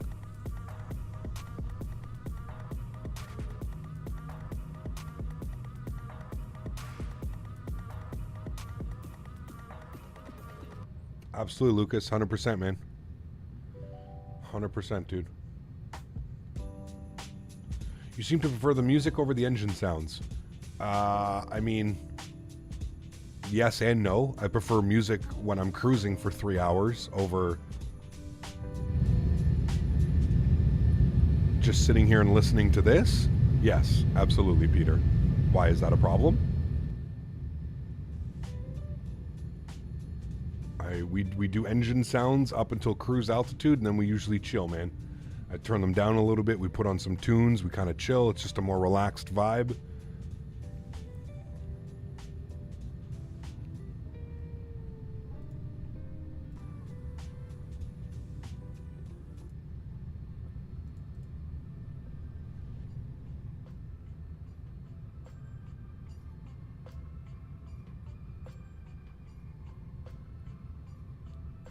A310 is missing pilots on the flight deck. I'm sure they can add something like that, right? We're going to find your FS Realistic preset. I do not see it on the Discord. Lee Aviation. So if you go to FS Realistic, you go to Profile, and then you go to... Wait, where is it? Settings? Effects? Profile Cloud. If you go to Profile Cloud, you can download mine. Yeah.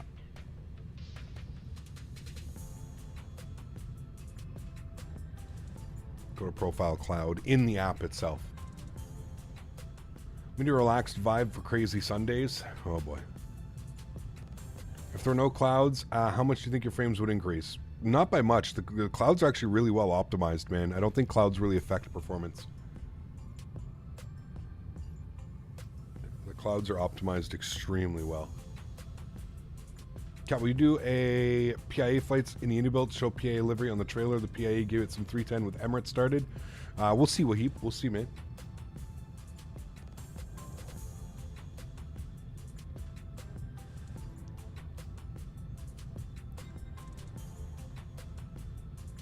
Yeah, I'm not quite sure, Liv William. I'm not quite sure how that would work, man. I'm sorry, dude. NVIDIA DLSS off, Gary. I only run in 1080. 1920 by 1080. On approach, do you have to manually tune the ILS? Yes, it's above the throttles. The center pedestal above the throttles. There's an ILS and a course.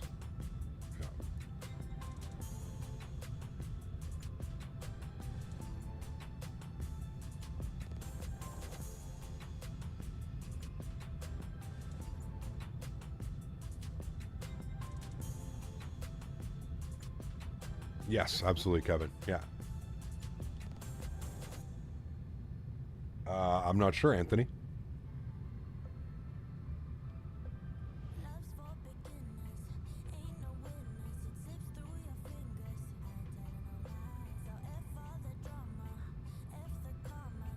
Nice, John. Hell yeah, dude. I know they've got some payware scenery for Yellowknife. I'm wondering if somebody's made any of the other strips that they fly up to, John.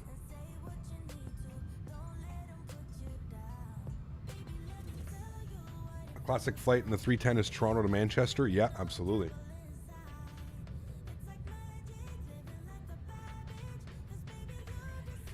Why are you not using DLSS?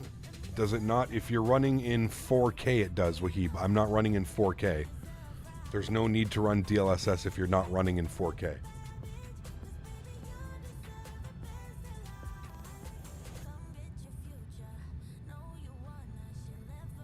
You had to reinstall Microsoft yesterday after a motherboard swap. Oh, damn. Got you, Gary. Do my textures on Ultra? Lorenzo, put exclamation point MSFS. Can't find the frequency in your charts. Can you pull up LFMT on Navigraph? LFMT. Okay. What chart are you trying to do? Which runway?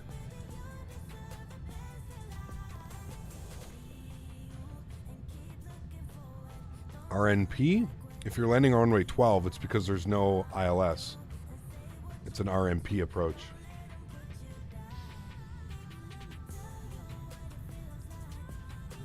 Yeah, Joseph, there's a bug right now, man, with the performance. Yeah, so the RNP 12, there's going to be no, because it's an RNP. It's an RNAV approach. There's no ILS frequency. If you were landing on runway 30, you'd have the ILS frequency, so it would be up here. An RNAV approach does not have an ILS. Doesn't have a frequency to tune to. You just fly the path. That's why.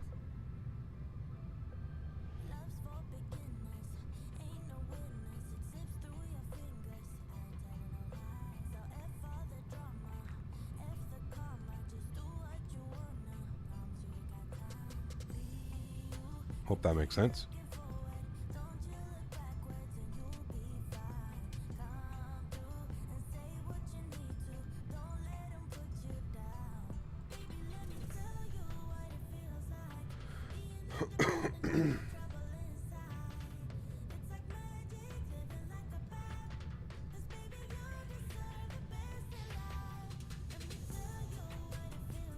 I feel like our Transat did an A310 flight from Paris to Quebec. Maybe, yeah. And the 310, is there a way to see what the ILS frequency in courses using the FMC instead of Navigraph? No, unfortunately not. No, it's not in those times, right?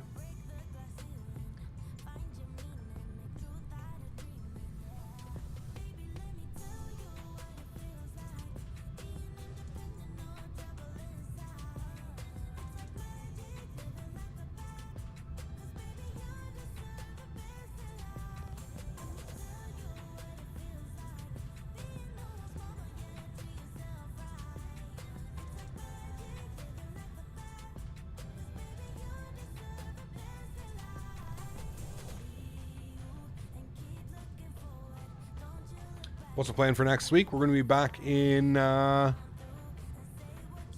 Europe. I'm not quite sure what the plan is, to be honest with you, quite yet. I'm not quite sure. Hey, Gab, I understand you have a CDU. Can you share some info, please? Cornelius, exclamation point FMC in chat, or there's a link in the description below, my friend. It should provide you with all the information you would need. And if you have any questions on it, please feel free to ask. But yeah, all the info down's there, man. Speaking of RNAV approaches, I finally saw Freedom 1 fly over my house last night. Very cool.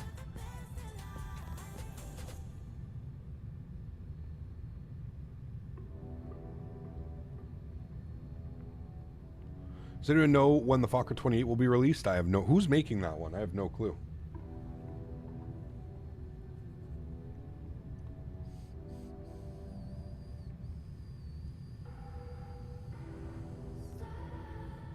Flight Student Cameron, when you buy Navigraph, it gives you an option to download. So you go to the Navigraph website, you purchase your subscription, and then it should provide you with a link.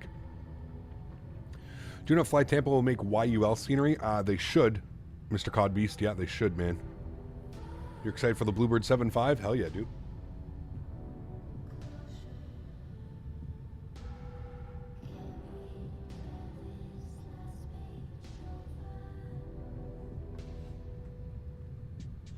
What is the difference between an RNP RNAV and a GPS RNAV? It's a great question. Honestly, I'm not too sure, Anthony. I feel like that's got to be a real-world pilot or some Google going on there. I honestly don't know off the top of my head. I'm not quite sure. I am not quite sure, man. Flight Tampa said they were making an EHAM. Yes, I know that it's coming. I know it's going to be soon to release.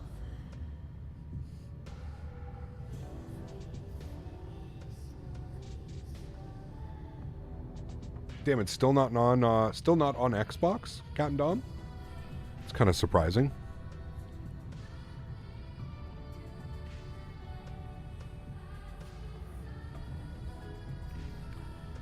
Remember your flights in Russia a year ago? Are you going to fly them again? I'm from St. Petersburg, by the way. Obviously, man, with everything going on in the world right now with Russia, Ukraine, and all that stuff, I'm trying to politically stay clear of all of that. I hope you understand. I'm not taking, yeah. I believe GPS uses satellites from the sky to find the positioning of the plane on the runway. Maybe. Are there other sceneries, Captain Dom, up there? Like, is there Vegas and some of the other sceneries that they've done? Copenhagen, Vegas, Athens, Corfu. Oh, just Flight's doing the Fokker. That's right. So it's good. It should be a good rendition of it.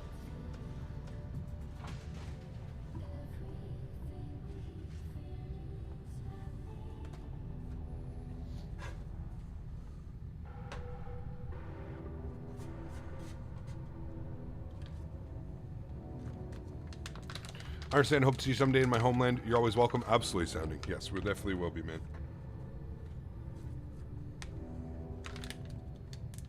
Hey, Cop, on approach with the PMDG, I find that the nose pitches up a lot, and I have to kind of stall it onto the runway. That's interesting. Are you sure your view's not maybe a little bit messed up, 737NG? I don't know. There is Vegas, Copenhagen, and Athens on the Xbox store. Those are the only ones. Interesting. Huh. I know that Fly Tampa is a bunch of developers like working under the Fly Tampa name, so maybe some of the other developers are having issues porting it over.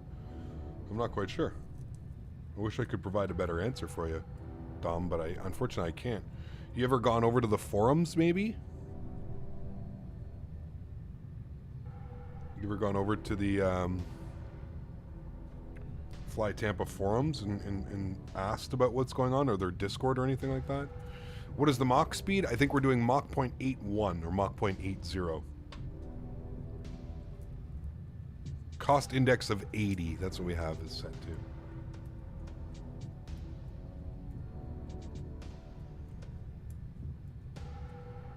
Yeah, I did see that, Mike. Very unfortunate, man.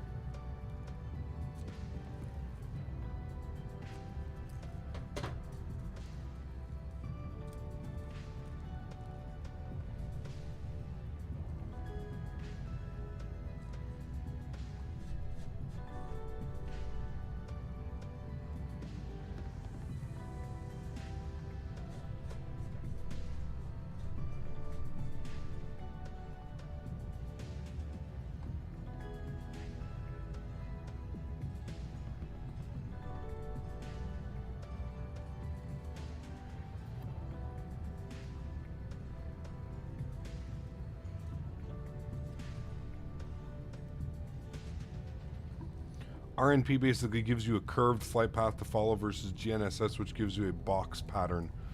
RNP is more efficient for planes that have the equipment to fly them. GNSS is an older style RNAV approach. There you go. Thank you for the info, Operator Dirt. Flying along with you offline, roughly in the same location, but I took a more western route that flies directly over Turks and Bahamas. Very cool, Zachary. Yeah, I noticed there were a couple different flight paths. I'm assuming they do it for weather and winds, Zach. I noticed that there was a couple different flight paths that they take. So it's got to be because of that.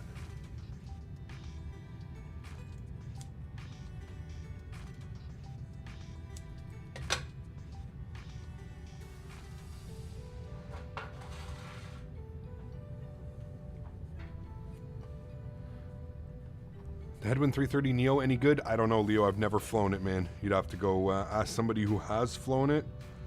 I'm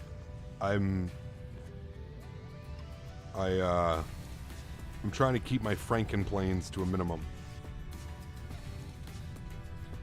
I'm trying to just patiently wait for actual airplanes to come out, you know what I mean?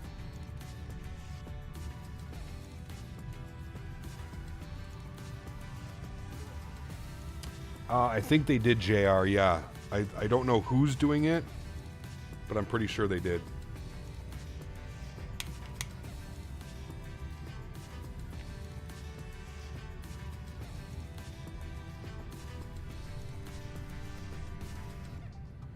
A310 was flawless today from Lisbon to Boston. Very good, Fuber. Awesome news, man.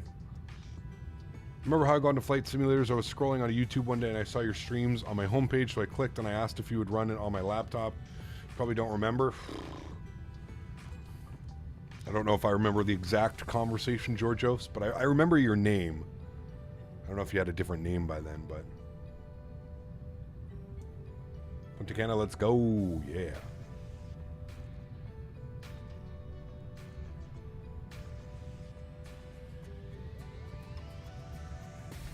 Got you, Zach. Okay. ETA, it should say right here, Lorenzo. About an hour and 23 minutes. Now add about 20 minutes onto that. So almost, probably just shy of 2 hours we'll be down on the ground.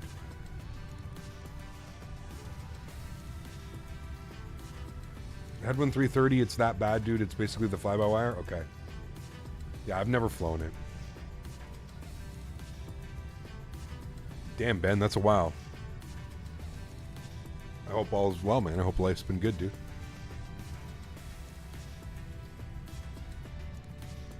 100%, Joey. Yeah. Your family watches the streams every day. Well, thank you, Georgios. I appreciate that.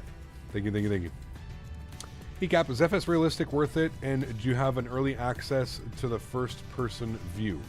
I don't have early access to the first-person view, and FS Realistic is 100% worth it. Yes.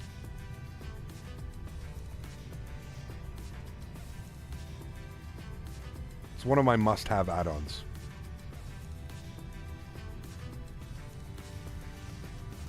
Yeah, there's a few bugs, Minecraft, but I mean, nothing crazy. Is GSX actually good now? It's been good for a while, Anthony. I mean, minus, like, the tumultuous...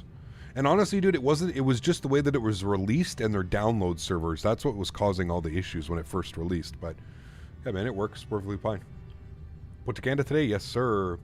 What's the plan for next stream? Tomorrow, we're flying back to Toronto, dude.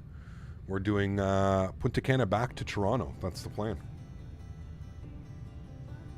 Probably not, Blue Crayon. Probably not. Luca, what's up, my friend? Good to see you, dude.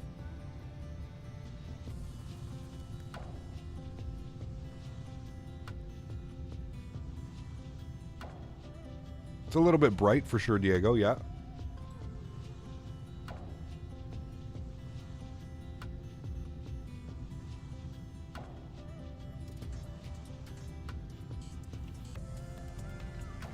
Haven't had the time to try the 310. Looking forward to it. Yeah, it's real nice, man. Performance is a little bit suspect, but they're working on it. They know that there's some issues with it, so. Paul, what's up, man? Good to see you, dude. What's the number one thing I got to do when I get my PC? And then the number one thing to do when loading into Microsoft Flight Simulator. Take your time. Patience. When you get your computer, make sure everything's up to date. Make sure your BIOS, motherboard, graphics card, everything is up to date. Drivers, that's number one. Number two is just take your time, man. When you get the simulator, don't try and, you know, jump to trying to install 100 different add-ons and 100 different stuff into your community folder right away. Just take it slow, man. Enjoy it for what it is. Just enjoy the sim.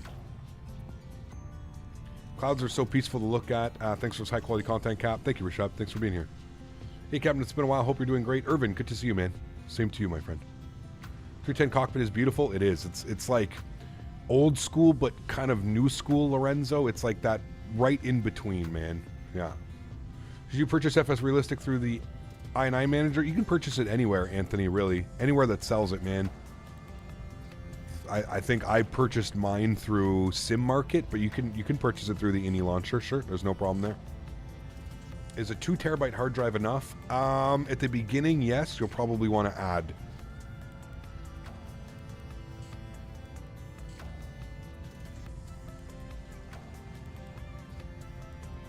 You want to see the cabin? Sure.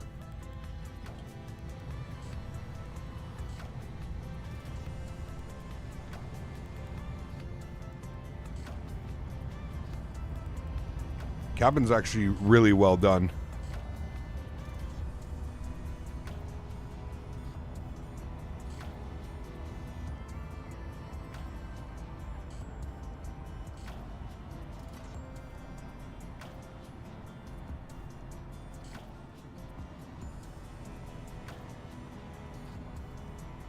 Quite a big bird, man. She is quite a big bird. And then don't forget, you can come down here and you can sit at each individual seat, and they have these at the back end of the seat. So it'll say outside air temperature -50, altitude, vertical speed, ground speed. So nowhere near what we were the other day, but we're still going 500 mile an hour. Heading 184, distance to destination 746 miles, and ETA, so estimated time of arrival, is showing 1 hour and 35 minutes, which is actually probably correct. We'll probably be on the ground in about 1 hour and 35 minutes. I would take that number. That's pretty correct. That's adding about 20 minutes onto the number that's showing up here, right, chat? What's the number up here? I can't see. It's too small on OBS. 210, right? Sorry, 1 hour and 20 minutes is what it's saying, sorry. 1 hour 20. So it's adding about 15 minutes onto that. What does FS Realistic add to the simulator? Touchdown, I mean, off the top of my head, dude, touchdown effect. Like, touchdown effect is the #1 thing that it adds. Man, we're getting blasted by almost straight... Well, at least we know tomorrow's flight's going to be a little bit shorter. If we have these kind of winds pushing us tomorrow, definitely be a little bit shorter on the way back to Toronto. Yeah, I mean, FS Realistic adds a bunch of things, dude. But, I mean, off the top of my head, the best thing, in my opinion, that it adds, the touchdown effect. Touchdown front, touchdown main, reverse thrust, scary ride, ground roll, G-forces. Should actually bump this up a little bit more, like 35.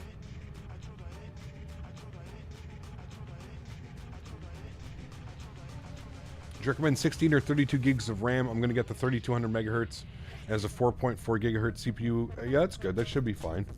I mean, listen, dude, if money is not an issue, Georgios, and you can spend a little bit of money, get 32 gigs. Because then you're future-proofing your computer, right? With 32 gigs of RAM, you're going to be fine for years, you know? If you can afford it, do 32 gigs, always. Yeah. I think it could be quite cool if they had the option to add actual passengers, if it could be optimized for FPS. Yeah, I agree with that, Mark, 100%. I think you nailed the end of that, though. Optimizing it would be the issue, right, Mark? But I do agree. I think it would be cool to see some passengers and stuff for sure.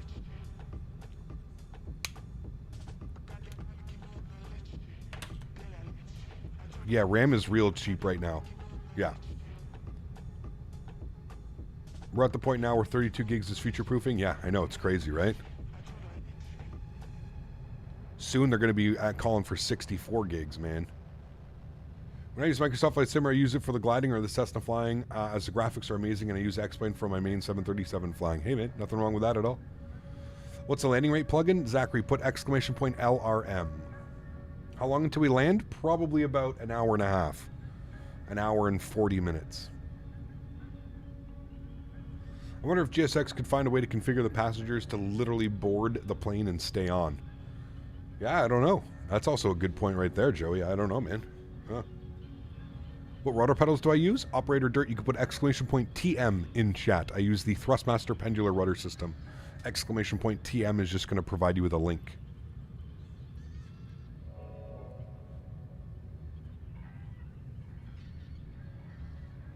We love our shortcut commands here on the channel, man. It just makes my life easier. It makes your life easier. You just put a link in chat and boom. An exclamation point and you get all the information you need. You're building another PC with an i7 13th gen CPU and I'm thinking 64 gigs of RAM. I mean, if you plan on keeping that PC for 5 or 6 years, I would say yes. Yeah. Just bought 64 gigs for 280 USD for my new PC yesterday. Nice. Very cool. What's the range of the 310? Can it fly from JFK to Copenhagen? Absolutely, Alexander. No problem. The range is, they were in here earlier, it's 5,150. 5,150 nautical miles. So, yes, absolutely. It can do JFK to Copenhagen, no problem.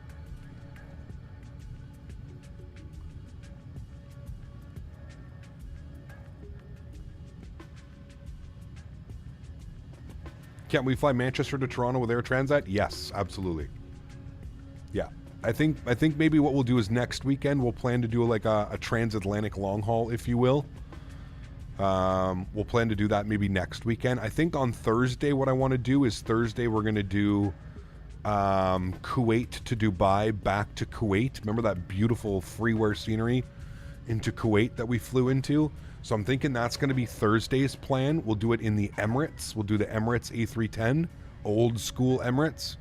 And then maybe on Saturday we can do a... maybe Saturday we can do a long haul. We can do like Toronto to Manchester or something. That seems to be the most popular one. There's also Montreal to Paris. So maybe what I'll do is I'll put up a little poll on my channel and... I'll put a poll on the channel and we'll choose between Toronto and Manchester or Montreal or Paris. So yeah. Toronto to Amsterdam. We need some good Amsterdam scenery, Vine, before we do that, man. Maybe when Fly Tampa's released we can do that, sure. But yeah. Hey Cap, can we get your 310s? They're already up, Gamer Toys. Views and info section, my man. They're already up. I hope FSLTL adds model matching for the 310. It would be smart for them, Diego, especially now with how many people are probably flying the 310. 100%. Yeah. You're setting up a flight right now, Vegas to Honolulu in the 310. Nice. What's that, 6 hours? 5 hours? Ran Air, Mahan Air, Iran Air Tours Airlines, and Ariana Afghan Airlines. What, that's still operating this? Yeah, it does, but it's not good, Vine. Yeah. That hill in the handcrafted EHAM is hilarious, dude. Don't even get me started. I don't understand how that... 2 years and that hasn't been addressed, Joey. 2 years and it looks like that. That Kuwait scenery is really good. Oh, dude, Mark, it's top-notch, dude. Like, that's payware quality. Where's the camera? I'm just stretching right now, my man. Camera's going to come back, but I'm just stretching. Having a nice stretch. Ate some lunch, having a nice stretch.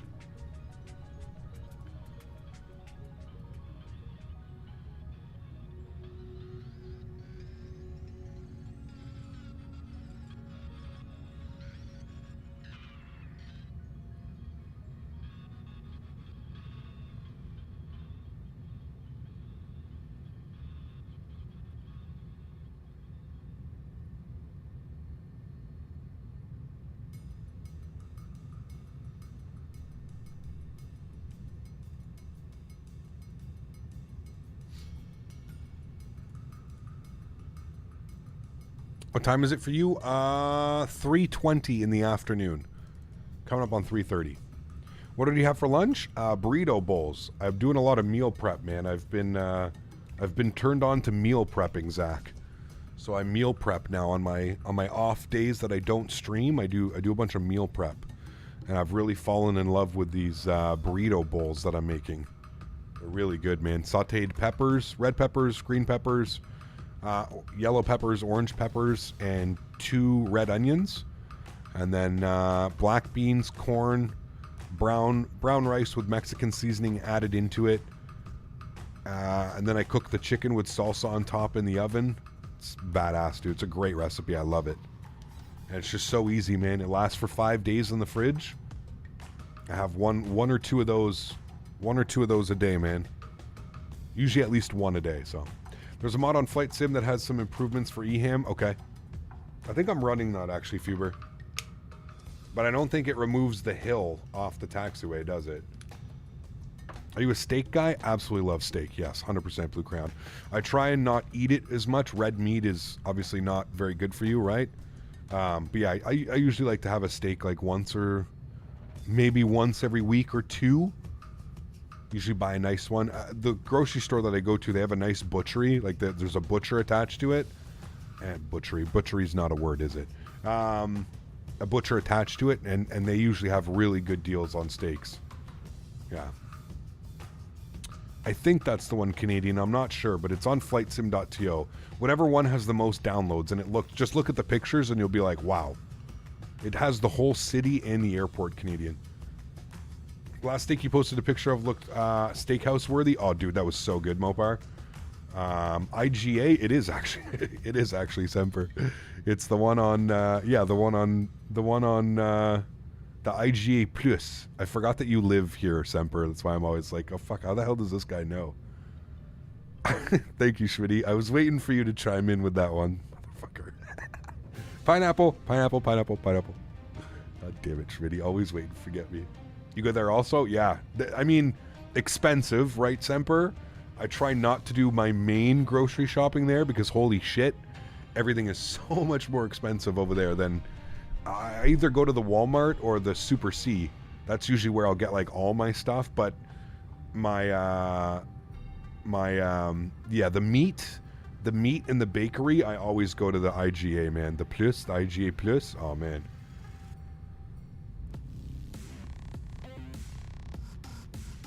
Nice, Eric. Sweet, dude. Depends if you want to break the bank, man. If you want to spend some good money, Eric, I would suggest the pendular rudder pedals. If you don't want to break the bank, I would probably suggest the Logitech. Those are my 2 top choices right there. Yeah, you don't get the main groceries there. Yeah, exactly. Yeah.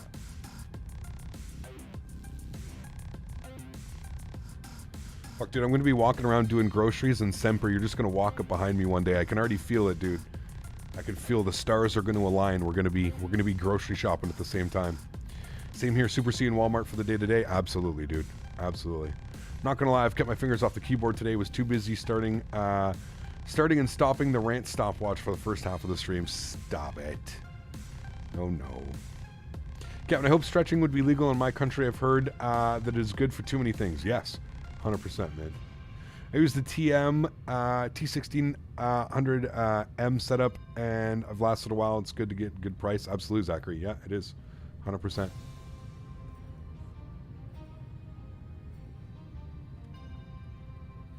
When I do a flight in the Phoenix A320, every time I go into the settings, the speed rate goes full and the throttle moves automatically.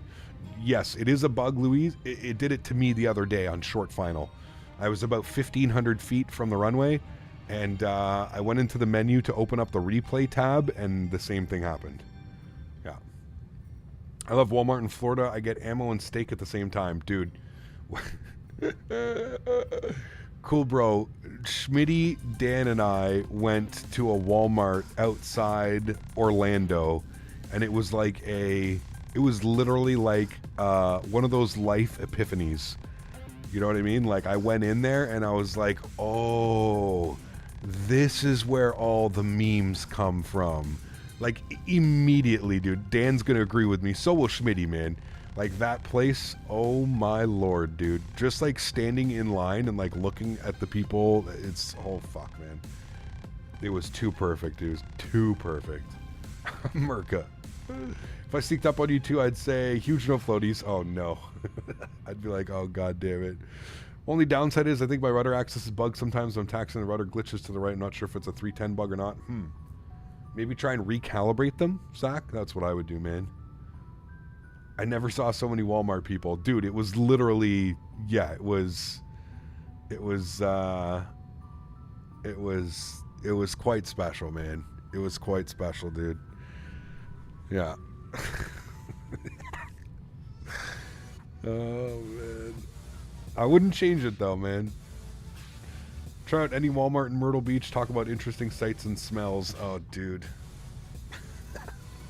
See, it's weird, man, because the Walmarts here are like, I don't know, dude, I feel like the Walmarts here are just like, they're normal. It's just like they offer just such better prices than like any of the other competitor stores, so that's why people go to Walmart. But I don't feel like it's like any different, like, you know, I don't know, maybe it's just me, but like, I don't know, it's weird. I don't buy my meat at Walmart. Does that make sense? Like, I just don't, like, I'll buy anything else at Walmart, especially for like, you know, like day-to-day things, like, you know, cereal, yogurt, like all that stuff. It's all way cheaper. But like, I just don't buy my meat from Walmart. I don't trust like Walmart cows or pigs or chickens.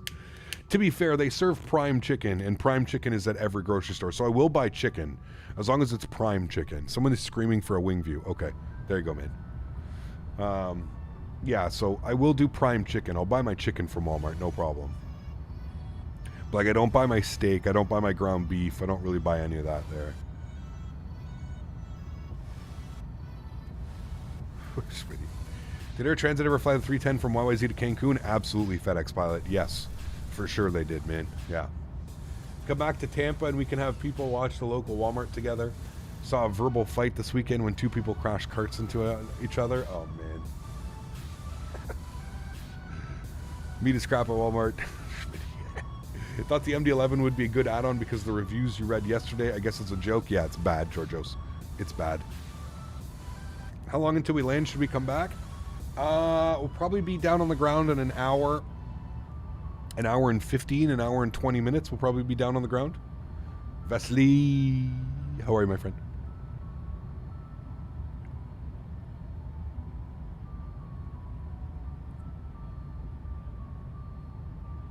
You have any idea when I type the origin/arrival into the iniBuilds 310, the flight simulator crashes? The only thing that I can think of is AIRAC. What AIRAC are you using, Louis? That's the only thing. Like, I've had that. You're not alone, Louis. That's happened to a couple people today. But yeah. 525 for you to go. I don't know how many we have left. Let's have a look. 533. So we're close. Yeah. Now, I wish it showed us a top of descent. I'm surprised it doesn't show a top of descent on this page. Maybe I have to actually put the arrival in. What's the weather doing here down in Punta Cana? MDPC weather, what do we got? Winds are 030 at 7 knots, which they have been for a while. 30 degrees, altimeter 1012. Okay, well, I guess let's start planning for the arrival. So, SimBrief had us on the Berry 1 Whiskey arrival. So let's go over to our flight plan. Let's go to our MDPC. Let's go to the star. So we're going to plan for the RNAV. Somebody was saying they always land runway 8. Correct? Runway 8. And then we have that long taxi Alpha in. And that's like we're parking Terminal A. So that's where Air Transat parks. So okay, so we'll expect runway 8. So we'll plan for the RNAV runway 8. Good. We want to be on the Berry 1 Whiskey. There it is right there. And we can take an approach via... Let's go ahead and have a quick little look-see here. So if we go over to back and open up your charts, and we're going to be on the star. So it's going to be the RNAV for runway 9. We'll pin those. So we're going to be coming in. There's Barrel. So it's, what is it? DAVSO and radar vectors? Or like, what's going on here? Why is this so confusing? Hello, what? Okay, so we're coming in from here, Bettier, and we're coming in, there's Barrel, PC09, and then DAVSO, and then I guess from DAVSO, let me go to the approach, okay, approach, DAVSO, and we're planning for the RNAV 8, so we'll pin that chart. Why is this here? I don't want you, unpin. RNAV 8. Ah, okay. So RNAV 8, I guess we want to take it from Agnal, right? It would be down and in, I guess. Sure. Okay, cool. Let's take it from Agnal, and we'll go ahead and insert that. And then what we can do is we can have a look-see. Let's bump this to plan. And then bring this down. And then we'll step through. Okay, so that looks a little bit weird. So it goes... Oh, no, that's just the path if we need to return. So it should go... Okay, so it should be barrel to PC09, right? Let's go back to here. Let's find our chart. Oh, there's got to be an easier way for me to manipulate this, dude. I thought I pinned the chart. Or the star. Oh, there. Okay.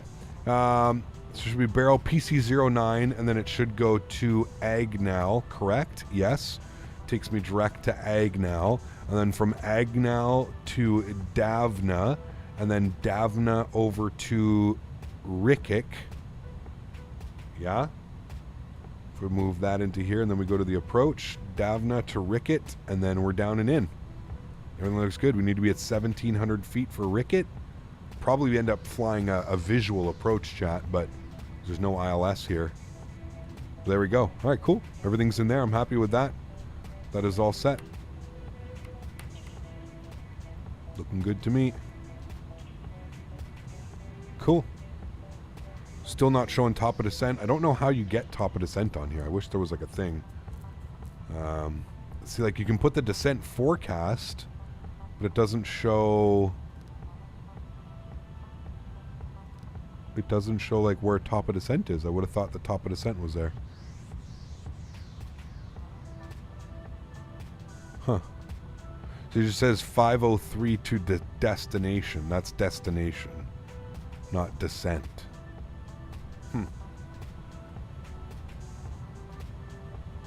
Yeah, it shows a top of descent on this bad boy. Yeah, I was just wondering, like in any other Airbus, it would show down here. There's a top of descent, but because you changed your cruise altitude, it disappeared. No, there should be still a top of descent on here. We should see it. Georgios, take care, my friend. Thanks for coming to hang out. Uh-oh. What are you sending me pictures of? Yeah, exactly. Half of these I can't show. But yes, that's exactly what it looked like when we were in there, Smitty. Like, that is from the Walmart we were in. 100%. It shows in the flight plan section. Yes, top of descent. I just wished it showed us how far we were. That's the only thing. I mean, I guess we could add up the distances, but yeah.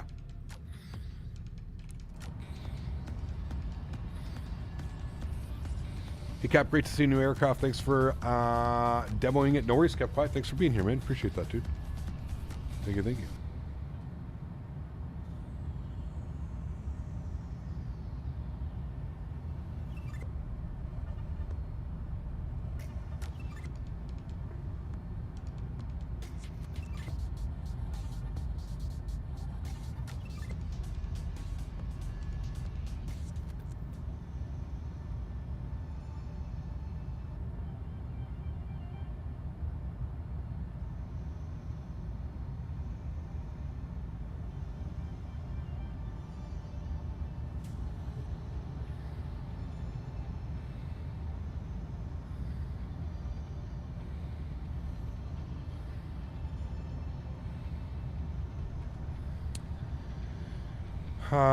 Sorry, I was phonetically spelling it out, the word. No worries.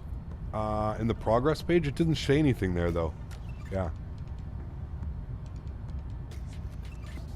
Came to the realization my 1660 Ti isn't getting the job done. On the 310 runs about 10 FPS, so we'll be upgrading soon. I mean, Zach, that's pretty normal right now for the way that the aircraft. There's a bug right now. Performance is definitely an issue with this airplane. They've acknowledged it, and they're hopefully going to be pushing out an update sooner than later, but yeah.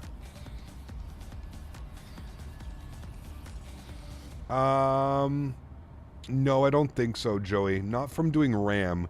The one thing you'll notice is maybe like you may get less stutters, the simulator may run smoother, but I don't think you'll see like an FPS gain from RAM. It'll load faster. Like I said, it may be smoother all around in general, but yeah. Do you know that my Eric is out of date? I'm probably just guessing. I verified my game files and it made Steam clear out my entire packages folder. Now I have to re-download. Yes. Do not do that, Eric. I could have told you not to do that. I made that mistake about 1.5 years ago, Eric. And it reinstalled everything. Louis, thanks so much, my man. 3 months. Appreciate you, dude. Says thanks for the great content. Thanks for being here, Louis. Appreciate you, man. Thanks for being an awesome viewer. And thank you for the last 3 months of support, man. Appreciate that. Hey, Cap, in the real world, does the cabin ding mean, what does the cabin ding mean straight after takeoff? It's usually just the flight attendants reminding you to keep your seatbelt on.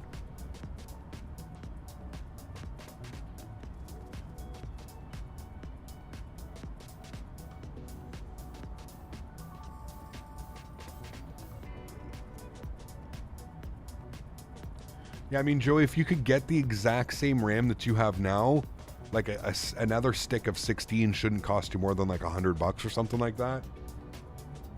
I would do that, and then I would save up for the 5000 series as well.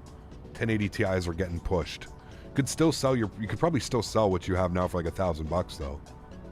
Shit, dude, I sold my 1080 Ti for $700.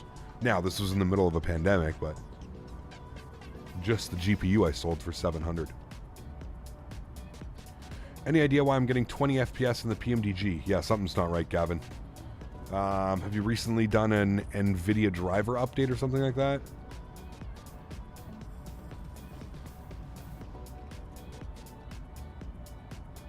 Yeah, they're great cards, Joey. Zach, my man, thanks so much for your support, dude. I appreciate you. Welcome up into first class. Huge no floaties to you, my man. Thanks so much for supporting the streams, dude. Appreciate that. Thank you, thank you, thank you. Where did you know I'm Navigraph and your sim is still crashing? I'm wondering if that's the problem, though, Louis.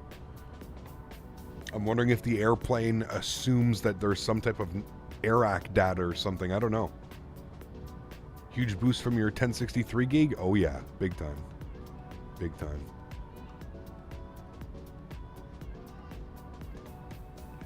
I'm waiting for reviews on the 7900 XTX before getting either that card or the 4080. Nice, viewer. I'd still go with the 4080, but yeah. Maybe, Dan, yeah. Kevin, have you seen the specs of the i9-1390 up to 5.8? Silly, man, what these chips are being able to do, dude. It's just crazy. Just crazy, man.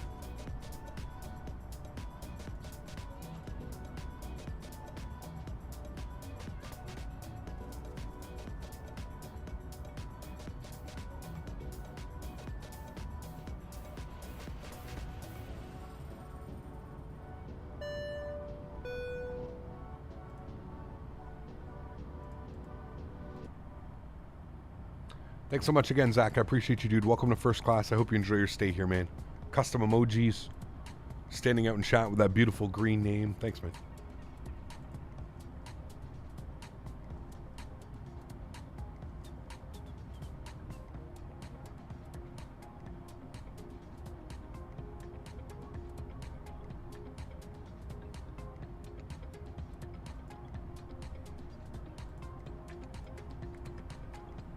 So we don't know how to set their custom views in Microsoft Flight Sim, or I hate having to manually hold the mouse down to change the view. Corey, if you Google or YouTube custom wing views, Microsoft Flight Simulator, that should be able to help. Yeah. Do you use Vaspy or Volanta? I don't. I use Sim Toolkit Pro, Joey. Sim Toolkit Pro. Okay, I'm thinking about getting the iniBuilds Ibiza scenery. If you've flown there, do you recommend? Absolutely, Zach. Beautiful scenery, dude. Beautiful, beautiful scenery.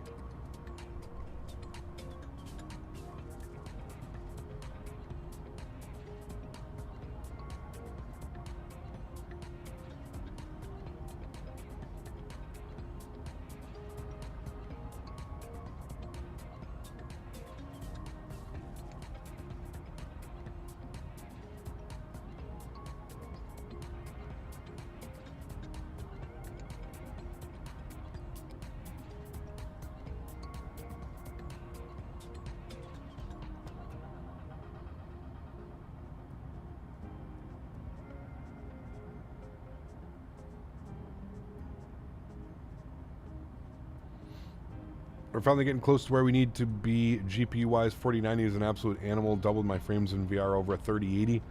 Yeah, I've heard for VR and 4K applications, it's pretty damn good. Just getting some FPS and stutters issues with the 2060 switch to DX12 and got rid of a problematic scenery. So far, so good. Hope DX12 holds well. Nice. Awesome.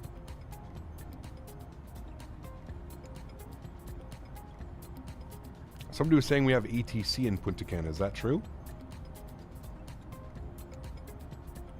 Havana radar. Oh, yeah, we do have Santo Domingo control. Hey. You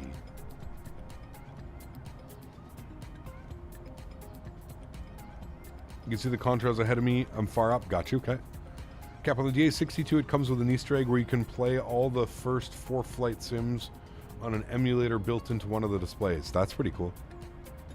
Pretty cool indeed. How do you get the flight info showing at the top of the screen? Jenya, that's Sim Toolkit Pro. You can put ! banner in chat and it should provide you with a link. Is X-Plane 12 worth it if I've been using X-Plane 11 my whole life? I don't know, Evan. That's something... it's a tough call, dude. That's something I think like you're going to have to ask yourself, man. I would say go watch some videos. See if X-Plane 12, you know... See if it interests you. That would be my best bet.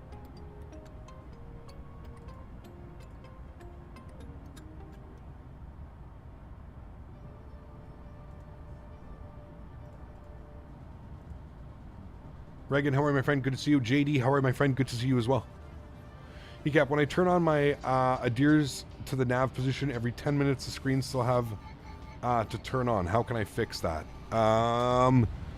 Tyler, come down here, go to the settings, and IRS alignment, move it to short instead of realistic. Because depending on where you are in the world, realistic could take up to like 10 or 15 minutes. So yeah. I really hate these. I really thought they could have fixed those.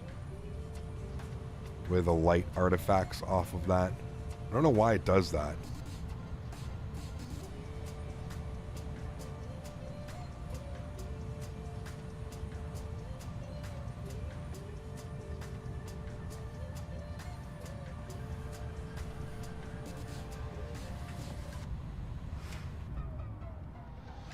You're installing Microsoft Flight Sim. Nice.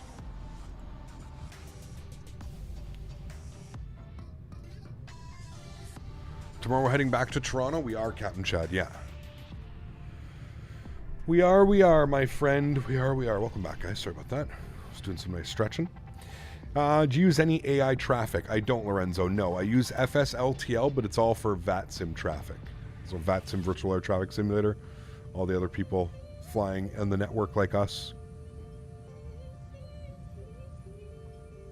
Letting give you XP vibes? Yeah, I don't know. It's really weird, man. It only happens sometimes. Once you switch from X-Men 11 to Microsoft Flight Simulator, never knew how much I was missing out on. I was worried that the flight modeling in Microsoft was subpar, but from what I've flown, it seems almost better. 100%. 100%, man. It definitely is. Like, if not, it's on par at this point. You know what I mean? Yeah. So I'll be doing nothing for the next month while it installs. Shouldn't take you that long. Thank you. I also, when I disengage the autopilot, it makes disengage noise until I shut down the plane. So Tyler, yeah. So when you disengage the autopilot, you have to make sure that you hit this again. So this is the actual disconnect. So I'm going to disconnect the autopilot here for you. Keeps making that noise. If you hit this again, it stops it, and you're good to go. All right, so hope that helps. So whenever you do that, just make sure that you press that button once again. That's it, man.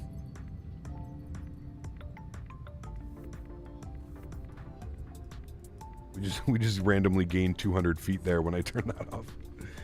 All we need now is a good Q400. I agree, yeah. Just did EGGB to EHAM A310X in the dark. Very nice, but only cruised for like 10 minutes. Hey, nothing wrong with that. He kept another wind gust better. Yes, absolutely, Mohammed. This is the second flight we've done. Third flight we've done on stream. No crazy wind gusts, man. Yeah, no crazy wind gusts.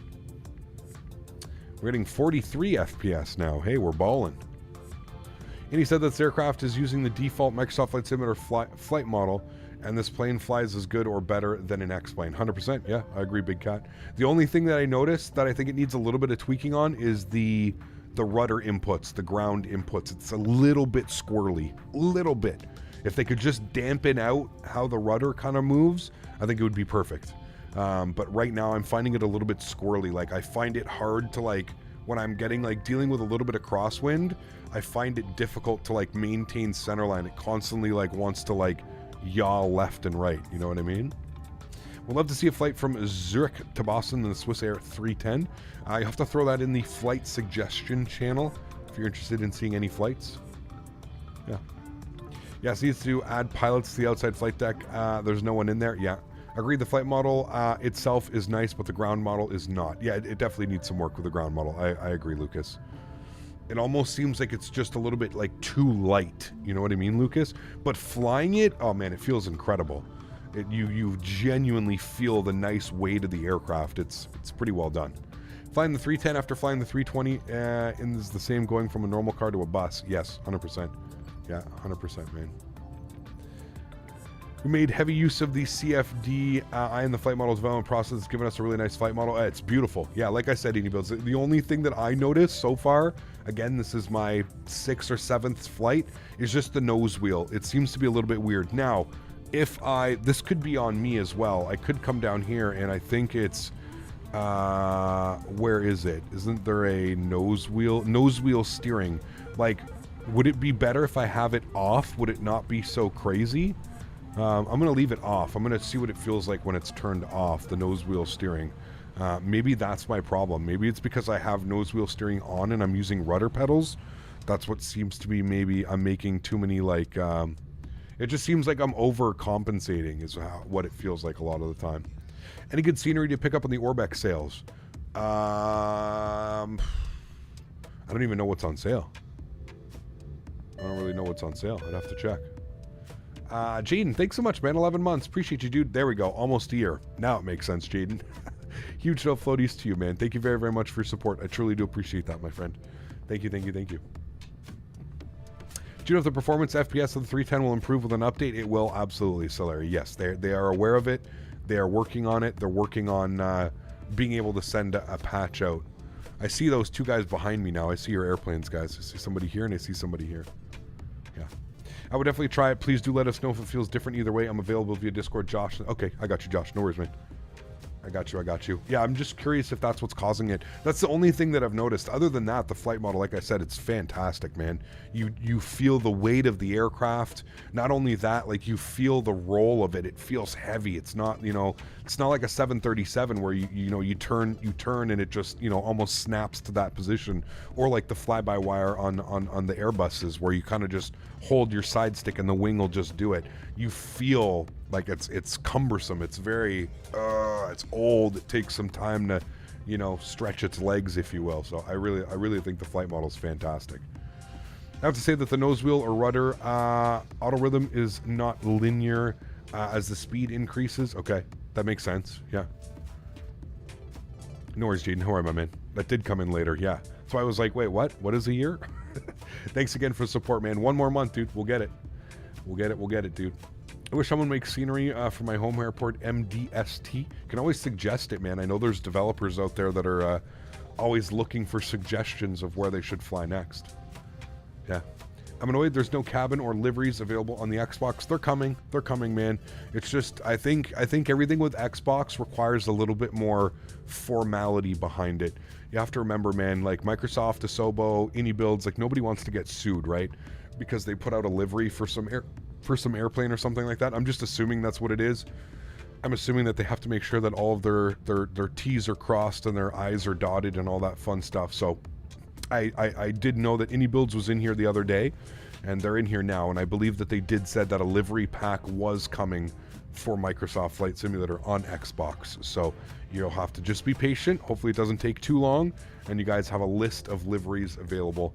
But I'm assuming it has something to do with the legalities of things, man. I just downloaded your views, but I have a wide monitor, so on some of your views, the fuselage takes up some of my left and right side of my screen. Interesting. I mean, you can always as long as you've got the basics down of the views, Bennett, you can always change them up and switch them up, right? So Online services unreachable. Successful connection. Jesus, dude, their servers are going out to lunch today, aren't they? ETC Swede, thanks so much, man. Coming up with a 65 Swedish kronen. Appreciate you, my friend. Not sure if I'm in your Discord. Will you add me? Exclamation point Discord in chat, and you can join the Discord, sir. There's about, I think, another 5,000 people. Huge no floaties to you, my friend. Thanks so much for supporting the streams. Really do appreciate you, man. Thank you, thank you, thank you. Chat, is it going to try and reconnect automatically? Usually you get that big message down here. Hopefully it's going to try and reconnect by itself. We don't have any issues with that. Fingers crossed. I don't want to have to open up the menu, or am I going to have to go into the menu and re-enable it? How does it work?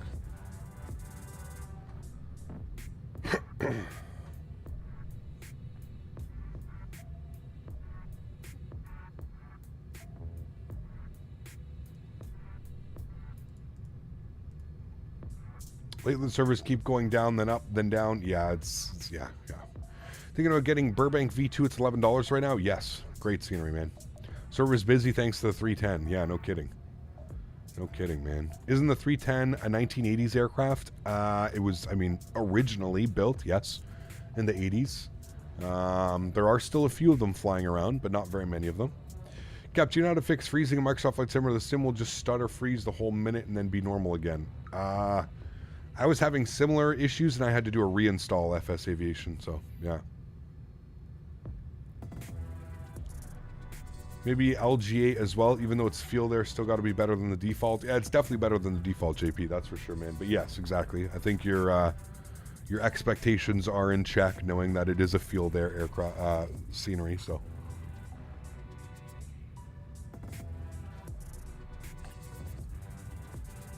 I don't know if I've ever seen that, Andreas. Yeah. Did reinstalling mean losing all your views, presets, GSX profiles? No.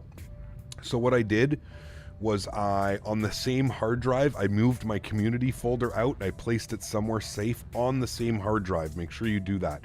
If you start moving hard drives, it's going to take hours of copying data over. So make sure you move your community folder out of the install path just to somewhere else on the same hard drive.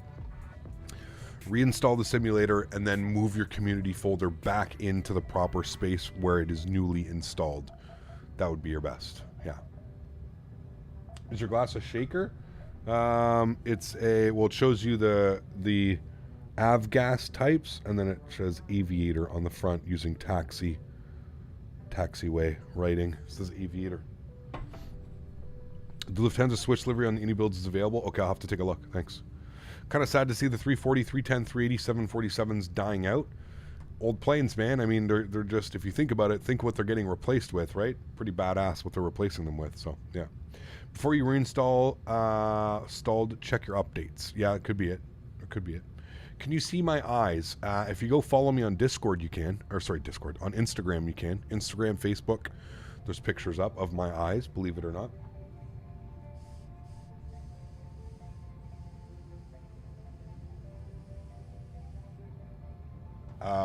Sure, Blue Crayon. I mean, I can look at it right now very quickly.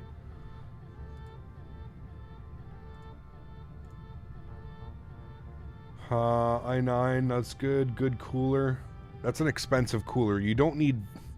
Here's the thing with coolers. You could probably get a cooler for half that price. I'm just going to throw that out there. That is a great cooler, but I feel like you can get a much better cooler at like half that price. Look at maybe...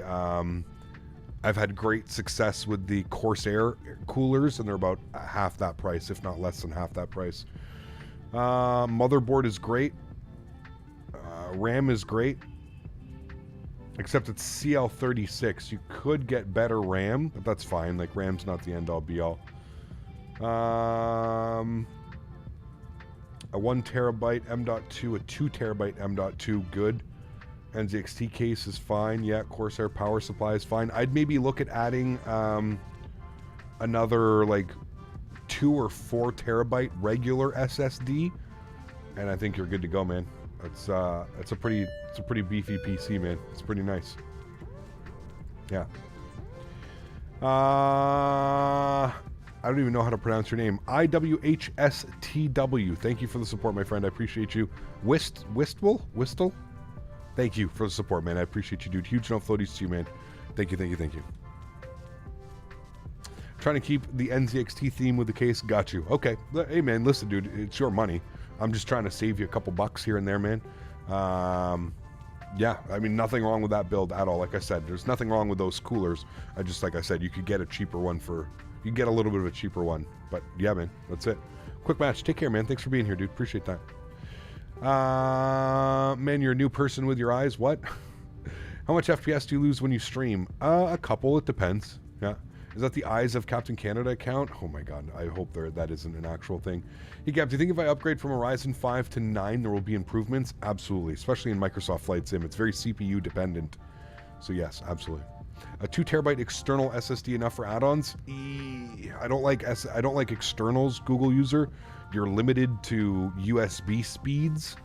I would always say if you can, always go with a SATA drive, a SATA USB. You should have enough room on your motherboard. But yeah. Are we descending? Not yet. We shouldn't be. Nope, 37,000 feet. Top of descent is in, 200 miles or so, I guess, is what that's looking like to me. Yeah, about 200 miles. Till top of drop. We're feeding center tanks now. So we've got, what do we got? 6,000 kilograms of fuel. We've burned a lot of fuel. Holy hell. We've burned about 17,000 kilograms of fuel. Yeah. I'll look into the RAM for sure. Thank you, Cap. Do you think the 3080 Ti is going to fit those new parts? Absolutely. Yeah, that'll be good, man. Yeah, that'll be a beast PC, dude. For sure. Cap, is this aircraft for free? It is, Cap Muhammad. Yeah, completely free, man. You have a 3080 with 16 gigs. I want to get a bit more FPS because at some airports like JFK, there's some stuff around, get around 25-ish. Should I get more RAM? So again, RAM's not going to increase your performance. RAM will increase maybe less stutters and smoothness of the simulator, but it's never going to give you more frames. If you want better frames, there's really only two things that are going to do that: CPU or GPU. So graphics card or your processor. Those are really the only two things that are going to boost performance. Yeah. Is this a round trip? No.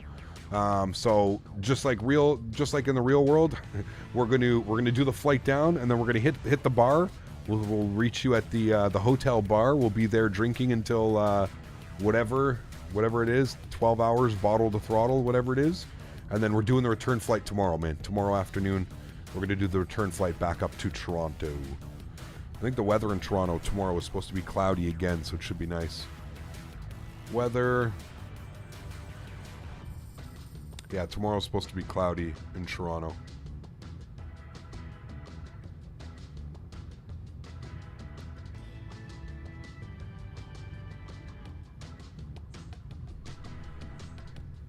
Eight hours bottle the throttle. There we go. Cool. It's not a real account. Okay, good.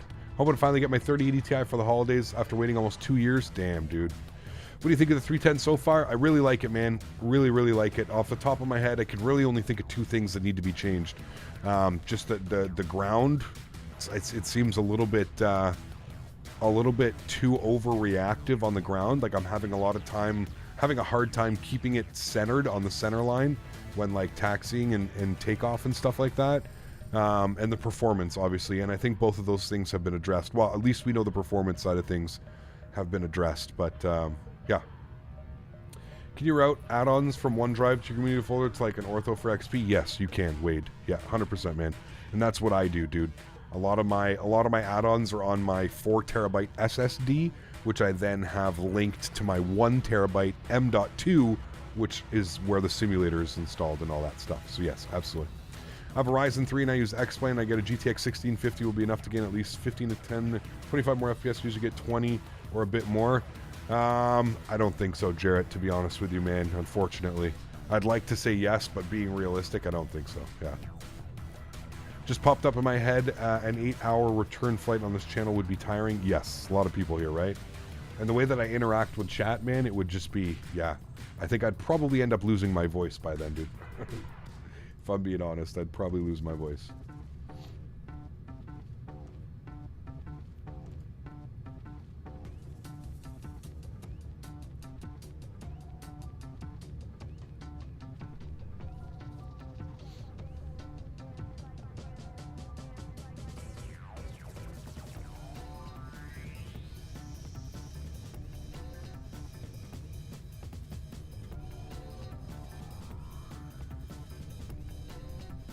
Hey bro, how's the flight going? Doing well, man. Doing well. We're going to start our descent here probably in the next 15, 20 minutes. We're going to be starting our descent, I would assume. So yeah, 90% done installing the update. Awesome. This company requires our pilots to sleep after 3 hours of flights. There you go. I think the external model is one of the best I've seen. It's absolutely beautiful. I agree. Yeah, the modeling is phenomenal, man. Yeah. Quick question. How do you know when top of descent is? Tyrone, it should show you, man. So if you've set everything up correctly, you should see this little thing. See that little, it almost looks like a down arrow? That's your top of descent. And remember what I went over. So when you're ready for your top of descent, you're going to reset your altitude to whatever you would like. Let's say 20, or, you know, let's say, oh, I need to intercept at 5,000 feet. So you put it to 5,000 feet, and then you push the button so you see the little down arrow underneath the button. You make it so it has a little down arrow, and you just push that once. And then it's going to change to, you'll see a P descent in blue right here. And then when you're ready to start your descent, it'll move up. Instead of it saying P out, which stands for profile altitude, it'll switch to profile descent, which is essentially managed descent, which if you're coming from the Boeing world means essentially VNAV descent is basically what that is. Yeah. How to get the altitude to dial to go by thousands? Bennett, go hit the up button. The up button. See how there's an up arrow? Hit the up arrow, and if you do it after the thousands, it'll go back to hundreds, and vice versa. So if you hit the up button, now it's in hundreds. If you hit the up button again, now it's in thousands. Tips and tricks with Captain Canada. Hello, how are you?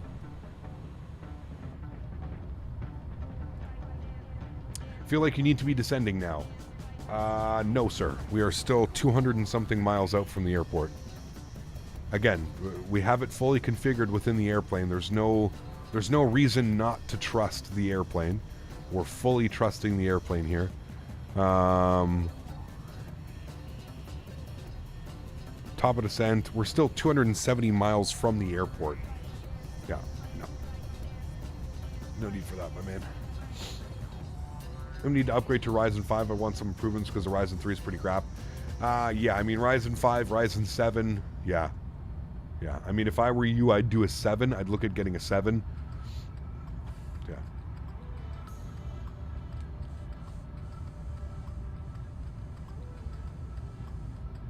This guy, Hero, gifted 5 memberships to the channel. Guys, quickly please get some love in chat for my good friend, my COD buddy, Mr. Anti-Hero. Here, I'm going to be on tonight, probably like 9. I got to go get my winter tires. I'm putting my winter tires on and having dinner with Mother. But I should be home by like 9 o'clock if you wanted to play for a couple hours. Appreciate you, my man. Huge no floaties to you guys. If you did just receive a gifted membership from my good friend Anti-Hero, please make sure you say thank you in chat. That is extremely kind to you, man. Thank you, dude. Have the money I just saved on dinner. Hey, nice. Thanks, man. Appreciate you, dude. You love the wear and tear on the plane? Dude, I love it. The wings are like so old and dirty, and yeah. They did a really good job, man. They did. How's the new car? Hey, man, no complaints at all, dude. The one thing that I will say, and I mean this wholeheartedly because I literally almost got into a fight the other day. I truly mean this. The lights are incredibly bright, dude. So they have Toyota here in Canada, they have like a lights package that you can get, and the people that leased the vehicle, so remember it was a lease return and then I bought it, the people that leased the vehicle got like the upgraded lights package, so they're LED projection headlights. And anybody that knows cars or knows newer cars, LED projection headlights are stupid bright. Like I'm the first person to agree, man, that they are very bright lights. But that being said, they're legal. It's not like they're illegal lights, you know what I mean? Like they came stock with the vehicle. Anyways, people are going crazy, man. Like every time I drive at night, people are just flicking their high beams at me nonstop. I'll be like driving head on, like they're coming this way, I'm coming this way. They'll just leave their high beams on at me as I'm like driving by. It's insane, dude. It's insane, man. It's insane. And yesterday I was driving yesterday I was driving to the farm, and I was on some country road, and it's a small 2-lane road, and there was an SUV in front of me, quite a distance in front of me. All of a sudden, we're driving down this road. Keep in mind, like, we're in the middle of nowhere, country road, like nothing, just farm fields on every which way. The guy slams on his brakes, puts his right turn signal over, and pulls over to the side of the road. So I casually slow down a little bit. I put my left blinker on. I go around him. As soon as I go around him, he speeds up to go right behind me and literally just sits there for 5 minutes flicking his high beams at me because he thought my high beams were on. So anyways, I slow all the way down to like 15 miles an hour on like a 60 mile an hour road. I slow all the, it's just him and I, by the way, like there's nobody else around, it's just him and I literally slow down and I put my 4-ways on because I want him to pass and go through. And anyways, he just sits behind me and keeps flicking his high beams at me.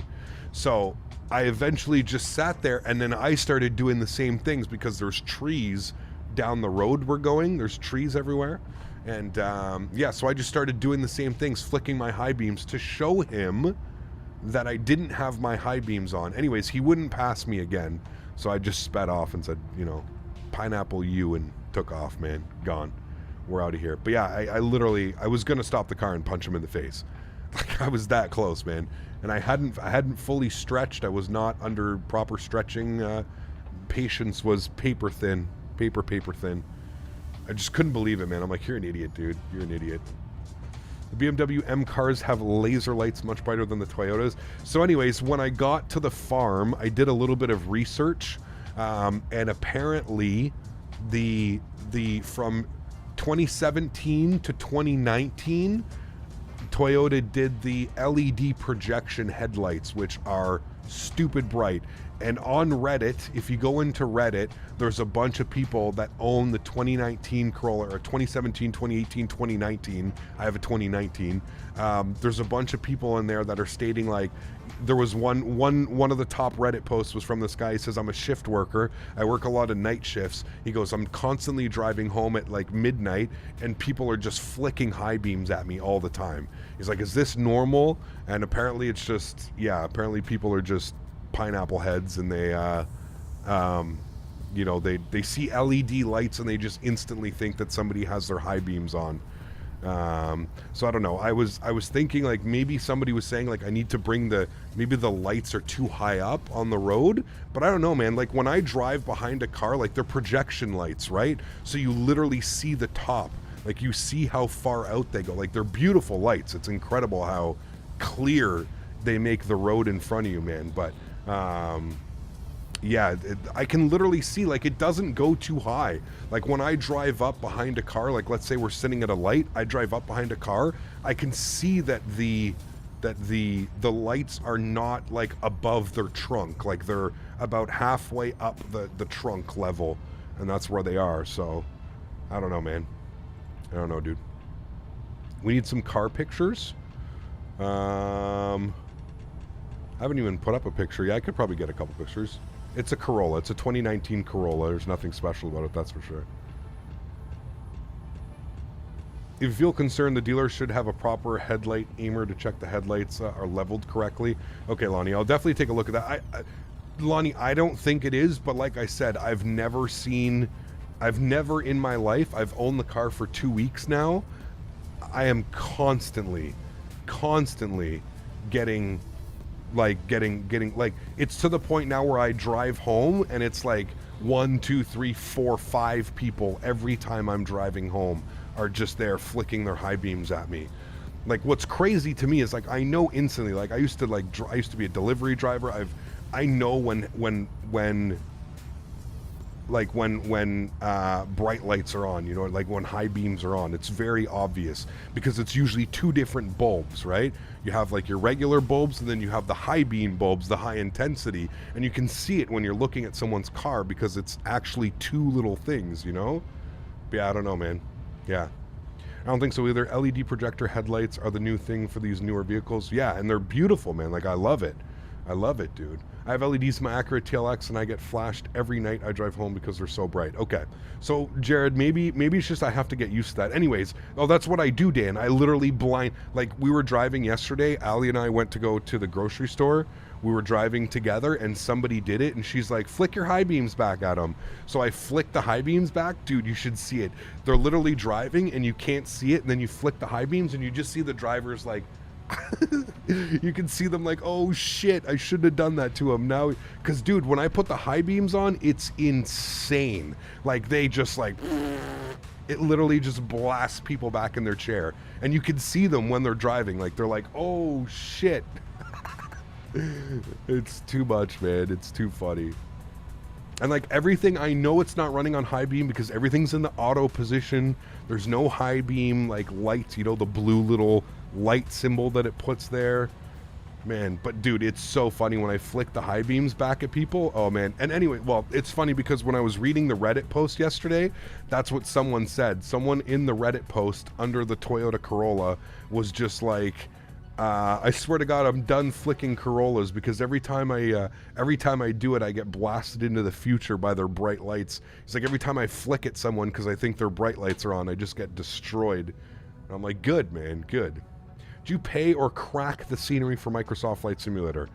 Ricky, I'm going to let you use your brain for 2 seconds, and I'm going to let you think about what you just asked. A content creator who is sponsored by numerous developers. I'm going to let you think about that question. And you let me know what you think I do, okay? Use your head, my friend. Use your head.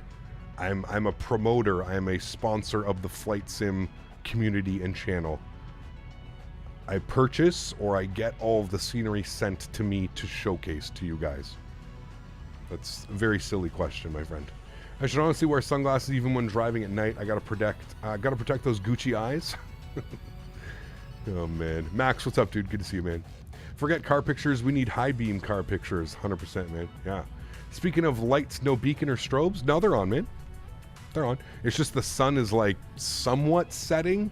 The sun is really low in the sky right now, so it's blasting. Wow. We are 80 miles to top of descent, friends. 80 miles to top of drop.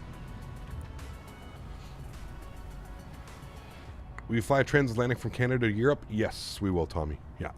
The high beam car pictures are just would be all white. Exactly. Yeah. Does your Corolla have auto high beams? It does, Lonnie. Yeah, it does. Only when they're on the auto position. I was kind of like, I kind of liked the idea of it, Lonnie, at the beginning, but yeah, the more I use it, the more it's a little bit crazy. Usually it works fine half the time, Lonnie. Well, I'd say 75% of the time there's no issues. But like one thing I've noticed is, especially when I drive out in the country, Lonnie, everybody at the end of their runways, Jesus Christ. Everybody at the end of their driveways have like lights, you know what I mean? Because we're in the middle of the country, we're in the middle of nowhere. They have lights at the end of their driveways. And I've noticed that the car likes to think that those are headlights and it turns off the high beams. That's one thing that I have noticed that the car does quite a bit. There's a specific little section too that I'm always driving down and it's doing the same thing.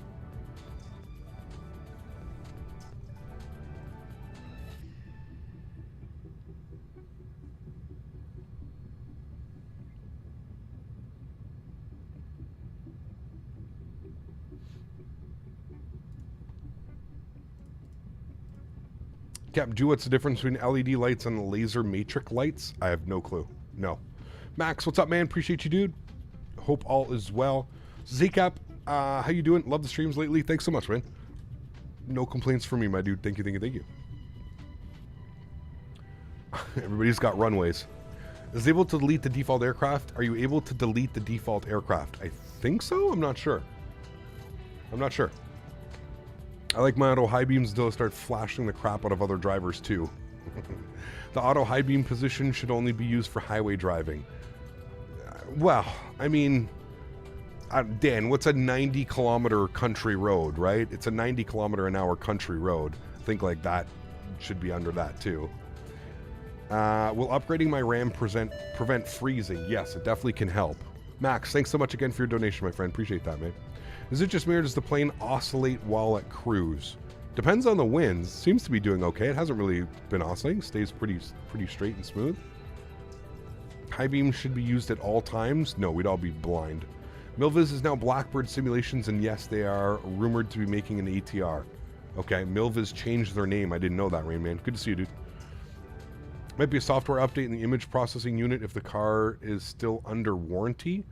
I don't know. Maybe image processing, though, for the headlights? Because they're, like, changeable LED little bulb things. I don't think there's anything to do with the software update. I don't know. All this talk about high beams reminds me of a few ex-girlfriends that I'll be freeing. Jesus Christ. Oh, man. Who is that? That is Santo Domingo Control, chat. 124.3. Let's do it. 124.3. Santo Domingo Control. All right. AlexSiu, 801, Roger. Let me know, throw some more and fill them more. Cap. Have your custom, your FS realistic for this plane yet? I just imported my 737, Matthew. Yeah. 90 is a highway road, but I should have said only used on divided highways. I mean, I guess. I still don't like using those on divided highways. Top of descents in about 60 miles, chat. AlexSiu, 801, taxi to holding point Alpha, runway 07. Taxi, runway, holding point runway 07, Alpha. Charlie Sierra 801. Santo Domingo Control, very good afternoon. Transat 186, flight level 370. Transat 186, Santo Domingo, squad 4163. 4163, Transat 186. Santo Domingo Center, United 286, flight level 370. United 286, Santo Domingo, squad 4101. 4163, is there an ident? For 286. Ident. 4101. There we go. Now you should see us. For 286. Do I vape? I do, yes. 186, ready contact over Koch, flight level 370. Flight direct Burrell, join the Burrell 1 Whiskey arrival. Expect on approach on May 08.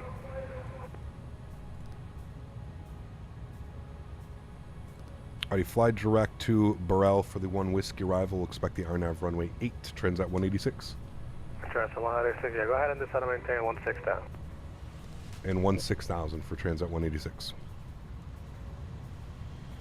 All right, 16,000, chat. We're just going to hold off on that until we get our descent profile. We're direct barreled now, so he gave us a little bit of a shortcut. There we go. Looking good.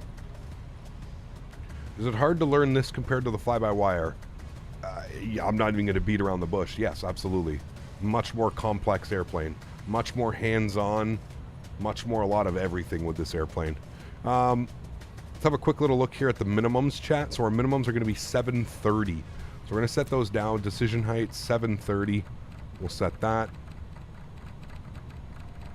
Ecam, been having so much fun with the 310 so far. Great stream. Awesome, Mateo. Glad you're enjoying it, man. Glad you are enjoying it, dude. What did I say? 730? Yeah, 730. 730. Cool. And then that number 687 in here. So we'll come down here. 687. Populate that. And then we need a wind correction. I always like to put 5 knots. So 141 on the approach speed. A little bit chunky and heavy still. Microsoft needs to fix that flicker. Yes, I do agree. 64 miles west of Punta, I do agree. All right, we're going to go profile, descent. Should be in descent mode now. We just hit our top of descent. And there it goes. The engines have started their descent process. American 1250, and we are now descending. Wind 040 degrees 6 knots. PR9 runner 08, American 1250. It's weird though, I'm not getting a path. It's just descending. Control was Transat 990, flight level 350. Transat 990, Santo Domingo, 4133. There we go. There's the descent path. There is the path. Cool. Hello, Transat 982. Would you say that Navigraph is worth it, or is a similar alternative? Navigraph is definitely worth it. Yeah. Definitely worth it. 4155. There's the DR, chat. Right down there. I think that's actually Dominican, isn't it? Yeah. There we go. You can just see the coastline. We were coming this way. He sent us direct to Barrel. 500 feet for flight level 160. Got a Sunwing. Sunwing 9162, Santo Domingo, squawk 4130. Squawk 4130, Sunwing 98162. Sorry, 286, descent to 16,000, QNH 1011. So 16,000 and 1011 for United 286. Navigraph is a 4-flight of the SimWorld. Honestly, with the new update, it's getting pretty close to as good as 4-flight. I would agree. Yeah. Let's see, fly direct Barrel. Join the Barrel 1. How long do you usually take to familiarize yourself with the new aircraft? At this point, Eric, it doesn't take me very long. It really depends, man. And especially like the way that content is nowadays, there's always tons of content out right for me to like kind of. Yeah. Got to get in some Sunwing ops one day? Yes, absolutely. Has it snowed in Ottawa yet? No, it hasn't been, thankfully. Transat 982. Not yet, man. Someone 9162, what a contact over here, Falabo 200. 16 with you, 350. Strictly on upper approach on my 08, descent to... It's weird, I'm trying to see what it's got us at. It doesn't have an altitude at Barrel.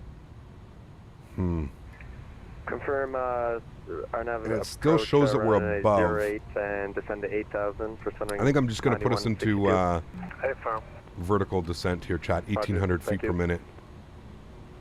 Santo Domingo Center, buenas tardes, Emirates 916 with you, 350. Emirates 9916, Santo Domingo, squawk 4141. 4141, Emirates 916. Santo Domingo Center, Charlie Sierra 200, holding front runway 07. Charlie Sierra 01, runway 07, line up and wide. Line up and wide, Charlie Sierra 01. Good, cool. Descending. 2-3 centimeters on the ground in London. Airport triple latitude 40, runway 35. Lake effect, yeah, exactly. Hello from Juneau, Alaska now. Jesus. All right, my friend. This game never ceases to amaze me, honestly, with the sceneries. It's crazy, man. I agree. Clear to line runway 35, airport triple latitude 40. Transat 982, descent to Falabo 300. Had some flurries here last night? Oh, damn. Would you like to know a Dominican phrase? Probably not, just because I don't know. I don't know the language. So probably refrain from saying it. Dude, look how beautiful that is down there. Wow. Emirates 916 for the contact, 125 miles south of Punta Costello, Falabo 350. Right, Crystal the Wolf? Crazy, man. Thank you. Pretty crazy. I do agree, though. That flickering is driving me a little bit crazy. I hope they can figure out what's causing that. Emirates 9916 cross Mega, I maintain Falabo 150. The new default TNCM is actually pretty decent. Just completed Boston at TNCM. There you go.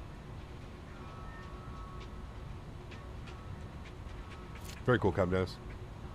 Where's Punta Cana located? It's in the Dominican Republic.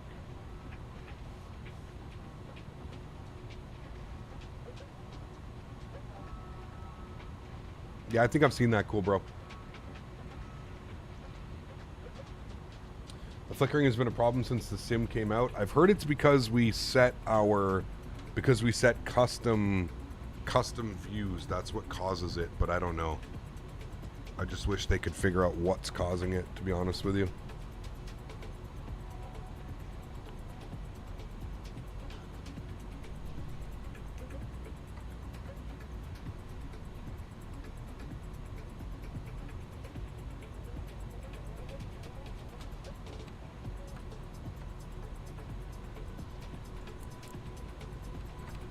Switch the speed over to 310. You know, if custom views and mine doesn't do that flickering. I don't have custom views and yours doesn't do that. Yeah, they're saying it's because the custom wing views.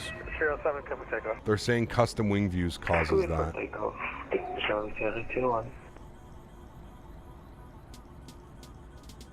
I have not, Crystal Wolf. No. Did you check out the new St. Martin scenery? I have not, no. There you go, Aviation JG, very cool. 310 was ahead of its time. It really was, man. Yeah, it really was. It was an absolute beast of an airplane, man. That's for damn sure. Beastly. Santo Domingo Center, good evening. Caribbean 209, looking for IFR to Santiago. What's your call sign? Charlie Alpha Lima. Have you checked out the world update to Italy and Malta yet? I don't believe so, no. Okay, we do need to do some Italian flying. I don't know. Try to reconnect. A bit of the 310 lives in every Airbus. I love it. Very cool. Welcome. Captain, do you also have the tip issue? It's annoying. What do you mean? Oh, yes, I am getting the tips. I don't know why. 310 and L1011 were two different, very ahead of their time. Yes, they were. Descend to 4,000, centering 9162. Someone 9162, fly direct Axel. Direct Agnal, centering 9162. Okay, I had two aircraft respond to that just to confirm that was for Sunwind 9162. Very cool, Cap Denis. Very cool, man. 310 is nice. Its predecessor, the 300, is more beautiful. Yes, I do like the A300. Yeah. We'll go direct Agnal. On my way to TNCM, if I see these handcrafted airports are any better, nice. Did you guys have to install any of these, like, through the marketplace, or were they just installed already, chat?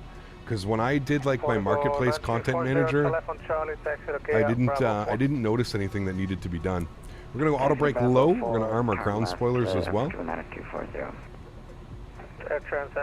It's installed already? Okay. Cool. So if I own the, I forget what the scenery is called, but if I own the St. Martin scenery, I just have to go and uninstall it from my community folder, correct? That's what we're basically saying. Also, transition altitude. 4,000 Transat 186. All right, 4,000 is in.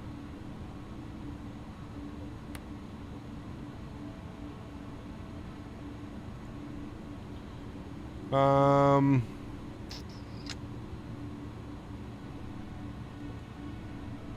there. What approach did you file? I filed the Berry 1 whiskey, which is what he gave us, the Berry 1 whiskey. Proceed on course, report 10 miles out of Punta flight. Charlie Sierra 2 on, thank you. The payware is better, apparently? Okay, interesting. Transition for the DR is 170. Okay, thank you. Yeah, you're right. Transat right here, 170. Cool. And if we update the weather here one more time, we go back, we go here, we go weather. We'll pull up the most recent weather. 030 at 6 knots, few at 2,000, 28 degrees, altimeter 1011. There we go. Thank you. November 763 Juliet Alpha. You kept doing Montreal to St. Martin in the 310? Awesome, dude. I'm so happy to see so many people flying the 310, man. It's absolutely awesome. I love it. Actually, I don't think I gave you, Glenn. I thought you'd have called me when you're ready. I think I stepped over you. Yeah, I don't think I gave you a claim. VHHX is amazing. Not sure about the other ones, though. Okay, cool. Captain, currently in the A321X from Fly-by-Wire. Configure all the plane, learn from you, but when I take off my engines off, I'm pissed off because I can't find any solution. Any ideas? Thank you in advance. Nacho, it almost sounds like you have some conflicting controls. Yeah. St. Martin. St. Martin? Is that what I have to say? St. Martin? St. Martin? St. Martin. Then Romeo Tango 12 to San Juan. Alright. 1011 on the Q&H. Good. And stand by for the reback. Grab Flight Sim Dispatch for old routes and this and the other old airlines like the Mad Dog. Interesting. People say the TNCM handcrafted is better. They're already a mod to add people to the beach. You can see them further out with LOD. Interesting. Send to 4,000, Transat 990. About a 286, descend to 8,000. 8,000 to 86. Alright, we want to start rolling our speed back. descend 3,000, clear on approach on Missouri. 3,000 cleared, RNAV approach, runway 08, runway 9162. November 763, Julia Alpha, go ahead with the reback. Number 763 DR. to destination, route X2, Charlotte departure. Haven't been here in a while, man. Whiskey 24. Such a beautiful country. We're doing the 737-800 routes again soon. If so, can we do Sun Country? I have no clue, man. I don't know when we're going to be back in it, to be honest with you. Childerz uniform. Initial 4,000 feet at Koch 4113, November 763 Victor. Number 763 to Alpha, read back right. The QNH is 1011. All right, start to shallow that descent out here. We'll lose some speed. We need to be at 250 under 10,000. So we'll continue the descent to 2,000 feet per minute. That should allow our speed to bleed off here just a little bit. A little bit bumpy coming in today. Already came in. Did you cross Mela out of maintain 150? Look at that sunset, man. Center, good evening. I feel like Canadian Airlines are more popular in Cuba and some parts of the Caribbean, other than other airlines like American ones, for sure. Yeah. I mean, there's a lot of operators that fly down there, right? A lot. Nadya, 150, mates, 90916. Transat 982, it is 325 out. Americans, so I thought that embargo was lifted. Oh, 209, I don't have a flat plan from you. You gotta resubmit it. We'll do 209. All right, solid out even more.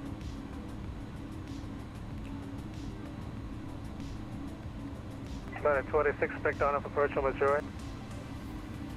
Now what's funny is I can actually throw it on to profile speed. It actually looks like we're on profile again. So we missed profile, but we came back perfectly to it. So I'm going to let the profile do its thing.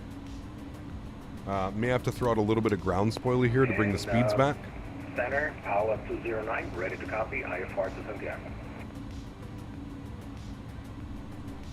And we'll ding the cabin. Let them know we're basically on final approach. And I will end up muting the music after this one, chat. We are going to test the replay today.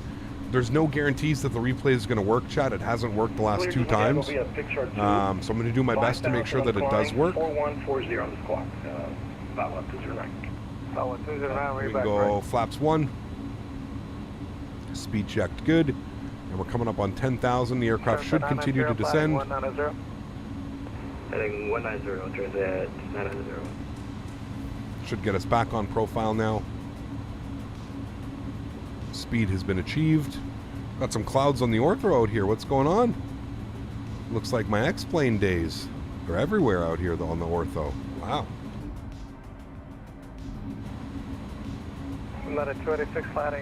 10,000 feet. 080.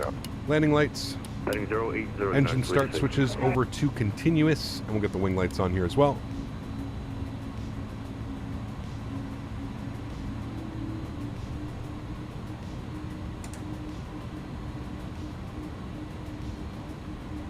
There we go, coming back up to profile. She should have kept those out here for another second. 220 knots, Transat 186. 286, we'll speed to 230. 230, 286.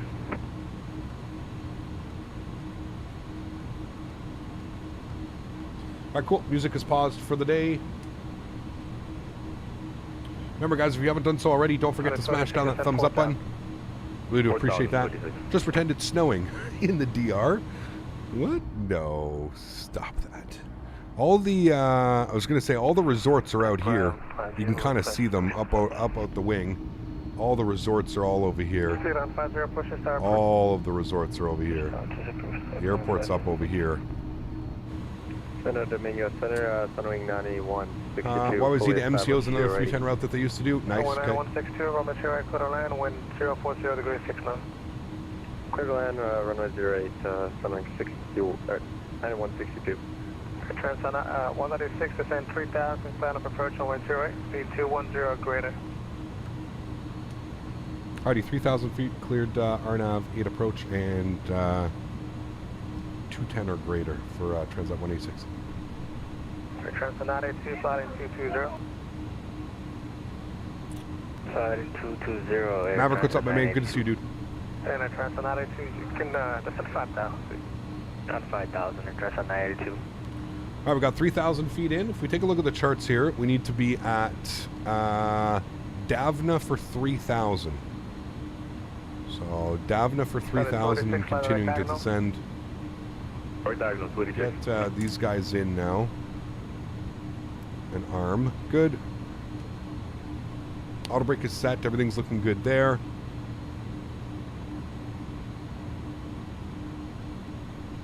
And we just have to go look at our V speeds once more, chat. So if we come down here, 140 on the approach is what they're calling for. 140 on the approach.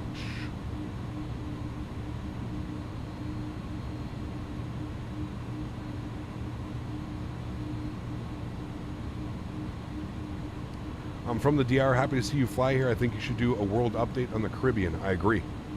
I agree, man. Is there an easy way to find the landing weight in the Phoenix?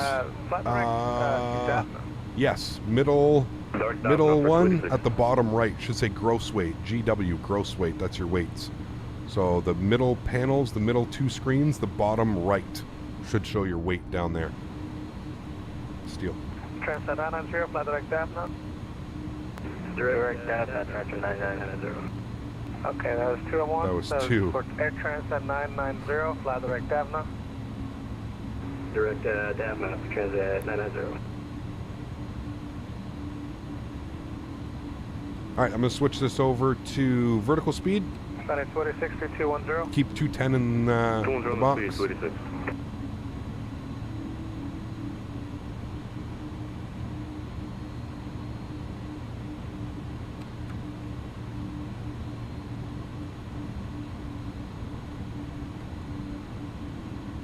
Can't believe we get to shoot an RNAV approach in this bad boy today.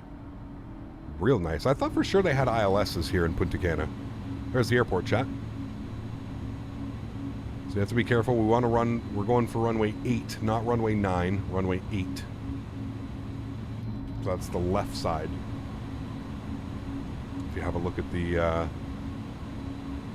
airport charts. So runway 8 is where we're going, and we're going to vacate onto Alpha. That's where we're going, Alpha. All right, I'm going to keep bringing this down to about, I don't know, 1,500 feet should be good. He wants us 210 on the speed. I'm going to start rolling that back down now to 190. This turn puts us... descent to 3,000. Let's go gear down. For the RNAV approach on my 2A. We're clear for the RNAV approach. 170 on the speed. And we'll let the aircraft line us up, and then we'll go ahead and take it visually from here, chat. Transat 186 feet, 182 equivalent to 5 DME. 180 till 5 DME, Transat 186. So that's fine. He wants 180. We'll plug in 180, no problem, till 5. Let's go flaps and slats. Somewhere 9162, taxi to position 5. And if we actually look, we should be 2 white, 2 red. So we're looking perfectly fine here, chat. We can kind of descend 1,000 feet per minute. We'll keep that in there. We can take this down to minimums were 730 feet. So let's just put in 1,000 for now. We'll worry about 1,000 feet. We'll continue to descend at 1,000 feet per minute. We should be perfectly fine. 2 white, 2 red. Looking real good on those. Direct Turn the sounds up for you guys. When are you going to do a VFR flight with staff? You mean with all the viewers? Soon. We'll do one soon. Yeah.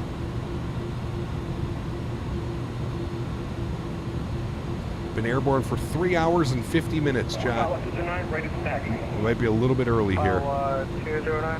Still showing 2 white, 2 red. We're looking great. Runway 08. Delta, Echo Cross, runway 90. Alright, start bringing back the speeds. And 140 on the approach speed is what we're looking for. So 140. And next stage of slots and flaps. Bring it back all the way. Replay, yep, I'm going to do that now. Replay is recording. Transat 186 on the track, clear to land, wind 040 degrees 69. 28 clear to land, Transat 186, thanks. All right, chat. Joystick cam's going on. My airport, my airplane. Jesus. I'm all over the place today, chat. 3 months crossing, 36. Cool, let's do it. Get the rest of our lights on. We have been cleared to land. for standby. 350 your stack. No. 14 knot crosswind. I didn't hear you. What's that I know? From the left. My airport. This is what happens when I stretch mid-flight, chat. Way too low, man. I can't understand what you're trying to say. My airport. Auto throttle still on? Yes, I leave my auto throttle on in the 310, sorry.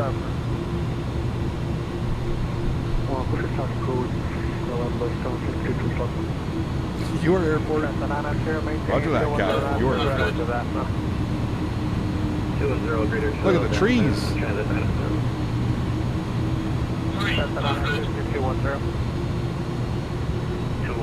and then Transat 992. Be hitting no trees over here, Cap. I feel like they need to trim the trees a little bit, chat.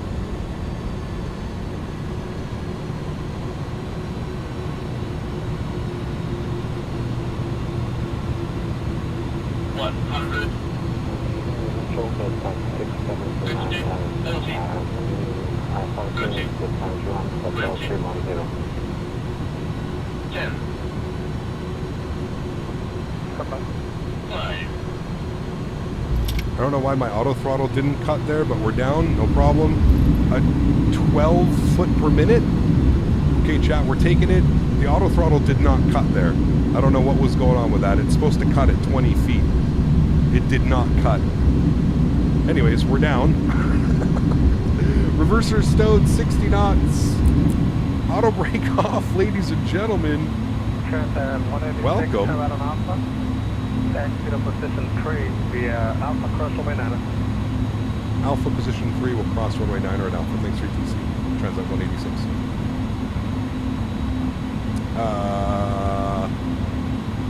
Chat? What happened there, chat? What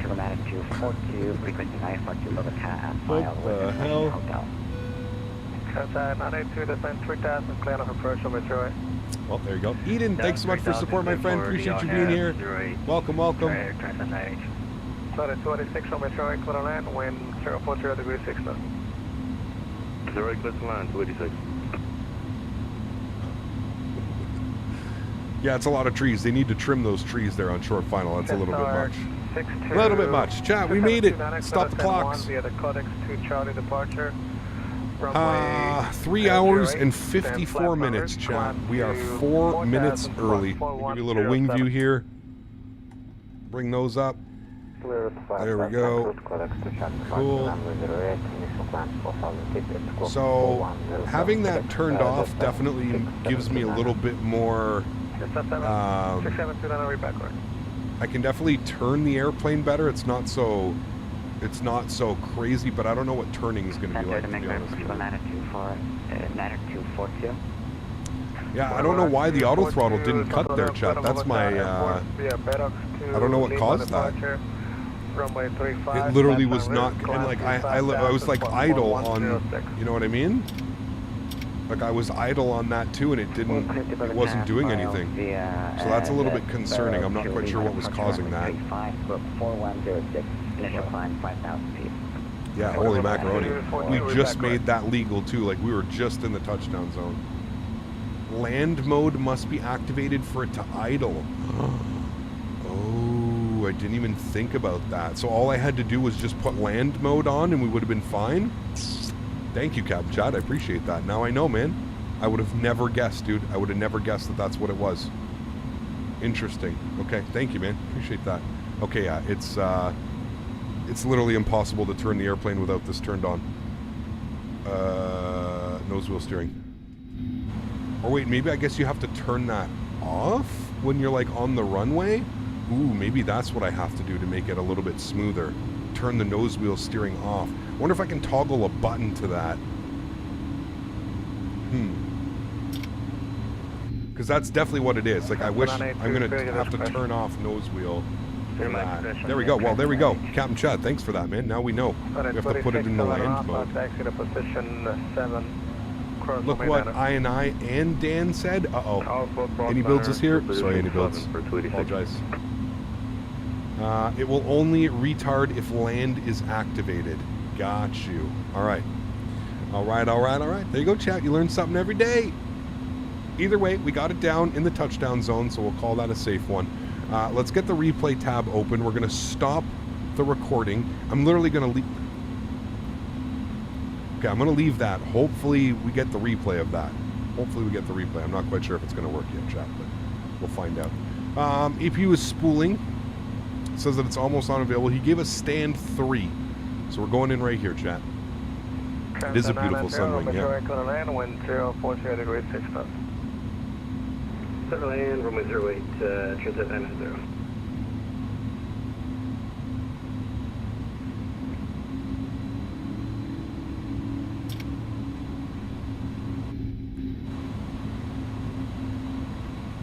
No GSX. No, I can pop open GSX. I was just, I don't know if I don't even know where we're going. Parking 3? No? Okay, there we go. I wasn't sure which one it was going to pick up. You're off.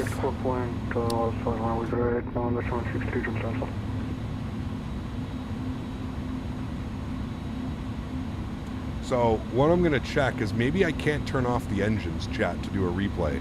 Maybe that's the thing. Maybe that's what's causing it. Man, I love this airport, dude. I wish we were flying in here real life, chat.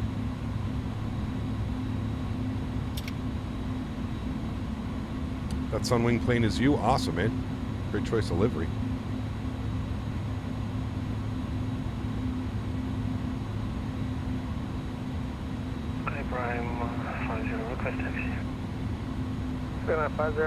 There we go. Cool. Park brake on.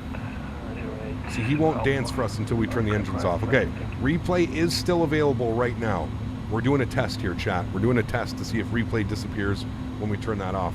APU gen is on, so that's all set. Ignition system off. Let's go ahead and kill engine number 2 and engine number 1. Is replay still here? Replay is still there. We're looking good. Very good parking. He's not dancing. He just bowed for us, chat. And then we go GSX, and we're going to go request deboarding. The boarding requested. Beautiful. And if I populate you, the replay is still there, chat. It's still there. We're all good. Everything is set. Cool. And then obviously we got to put all the flaps back down once again. And if we come upstairs, let's go ahead and work on some things. So APU is unavailable. APU bleed system comes on. Beacon light comes off. Seatbelt signs come off. No smoking comes off. I think everything looks good up there. We'll get the fuel pumps off. We'll get the probe heats off. Crew supply can come off. And window heat can come off as well. Everything looks good there. Cool. We're all set. Sweet. Oh, those need to go off as well. Cool. And there we go. Look at that.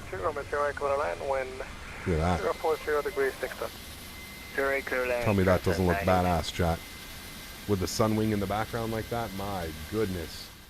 Absolutely schmexy. Arm the speed brakes, what, for replay?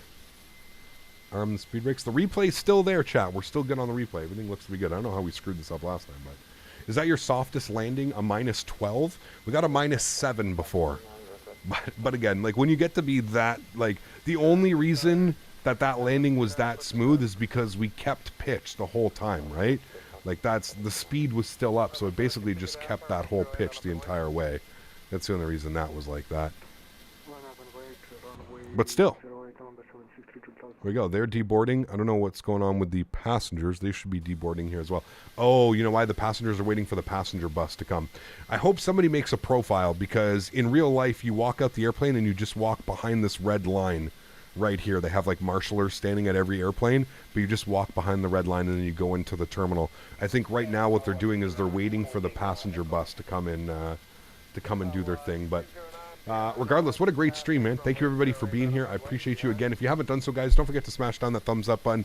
Again, can we get some no floaties in chat for iniBuilds, for Microsoft Flight Simulator, for everybody involved with this beautiful rendition of Microsoft Flight Simulator and what they've done with this update with this airplane. It's just truly special, man. Thank you guys, seriously. Again, Microsoft, iniBuilds, everybody involved with this, man. It's Just incredible, dude. Just incredible. Oof, all the lights just turned on at the airport as well. Beautiful. The next 310 Air Transat flight, Toronto to Lisbon. Tomorrow, we're doing Dominican back to Toronto. And then we'll worry about doing some long hauls and stuff in the near future, man. But yeah, what an absolutely epic stream. The nav lights are way too bright.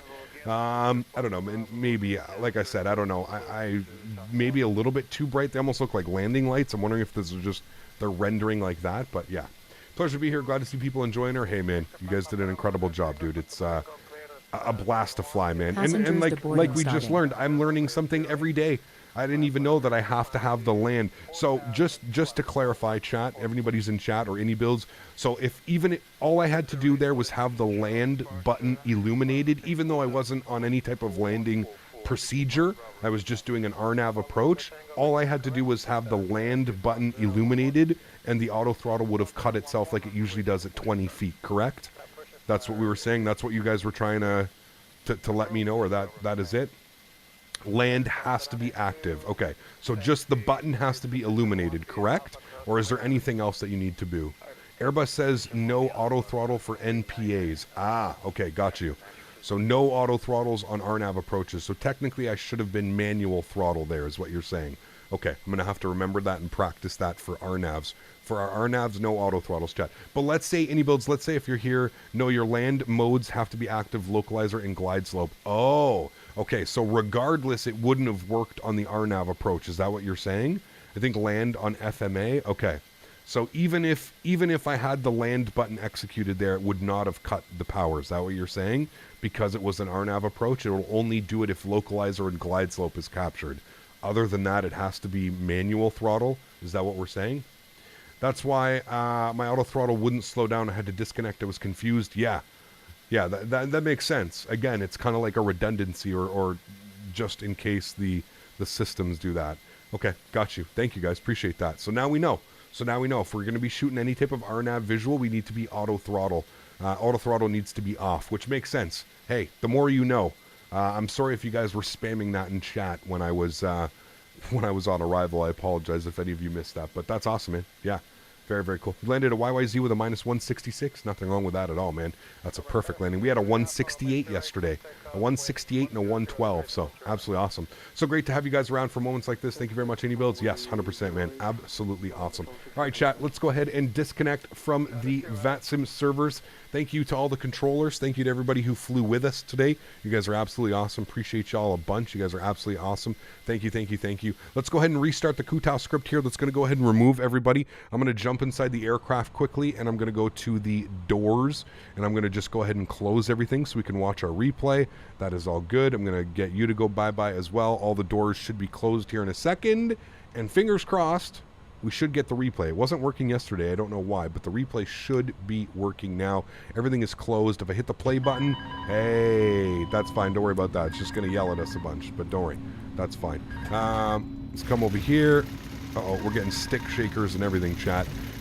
No problems. Nothing to see here, chat. Listen, all you do is you just go to a wing view and you don't see anything and you don't hear anything. See? Isn't that wonderful? But more importantly, we actually get a replay.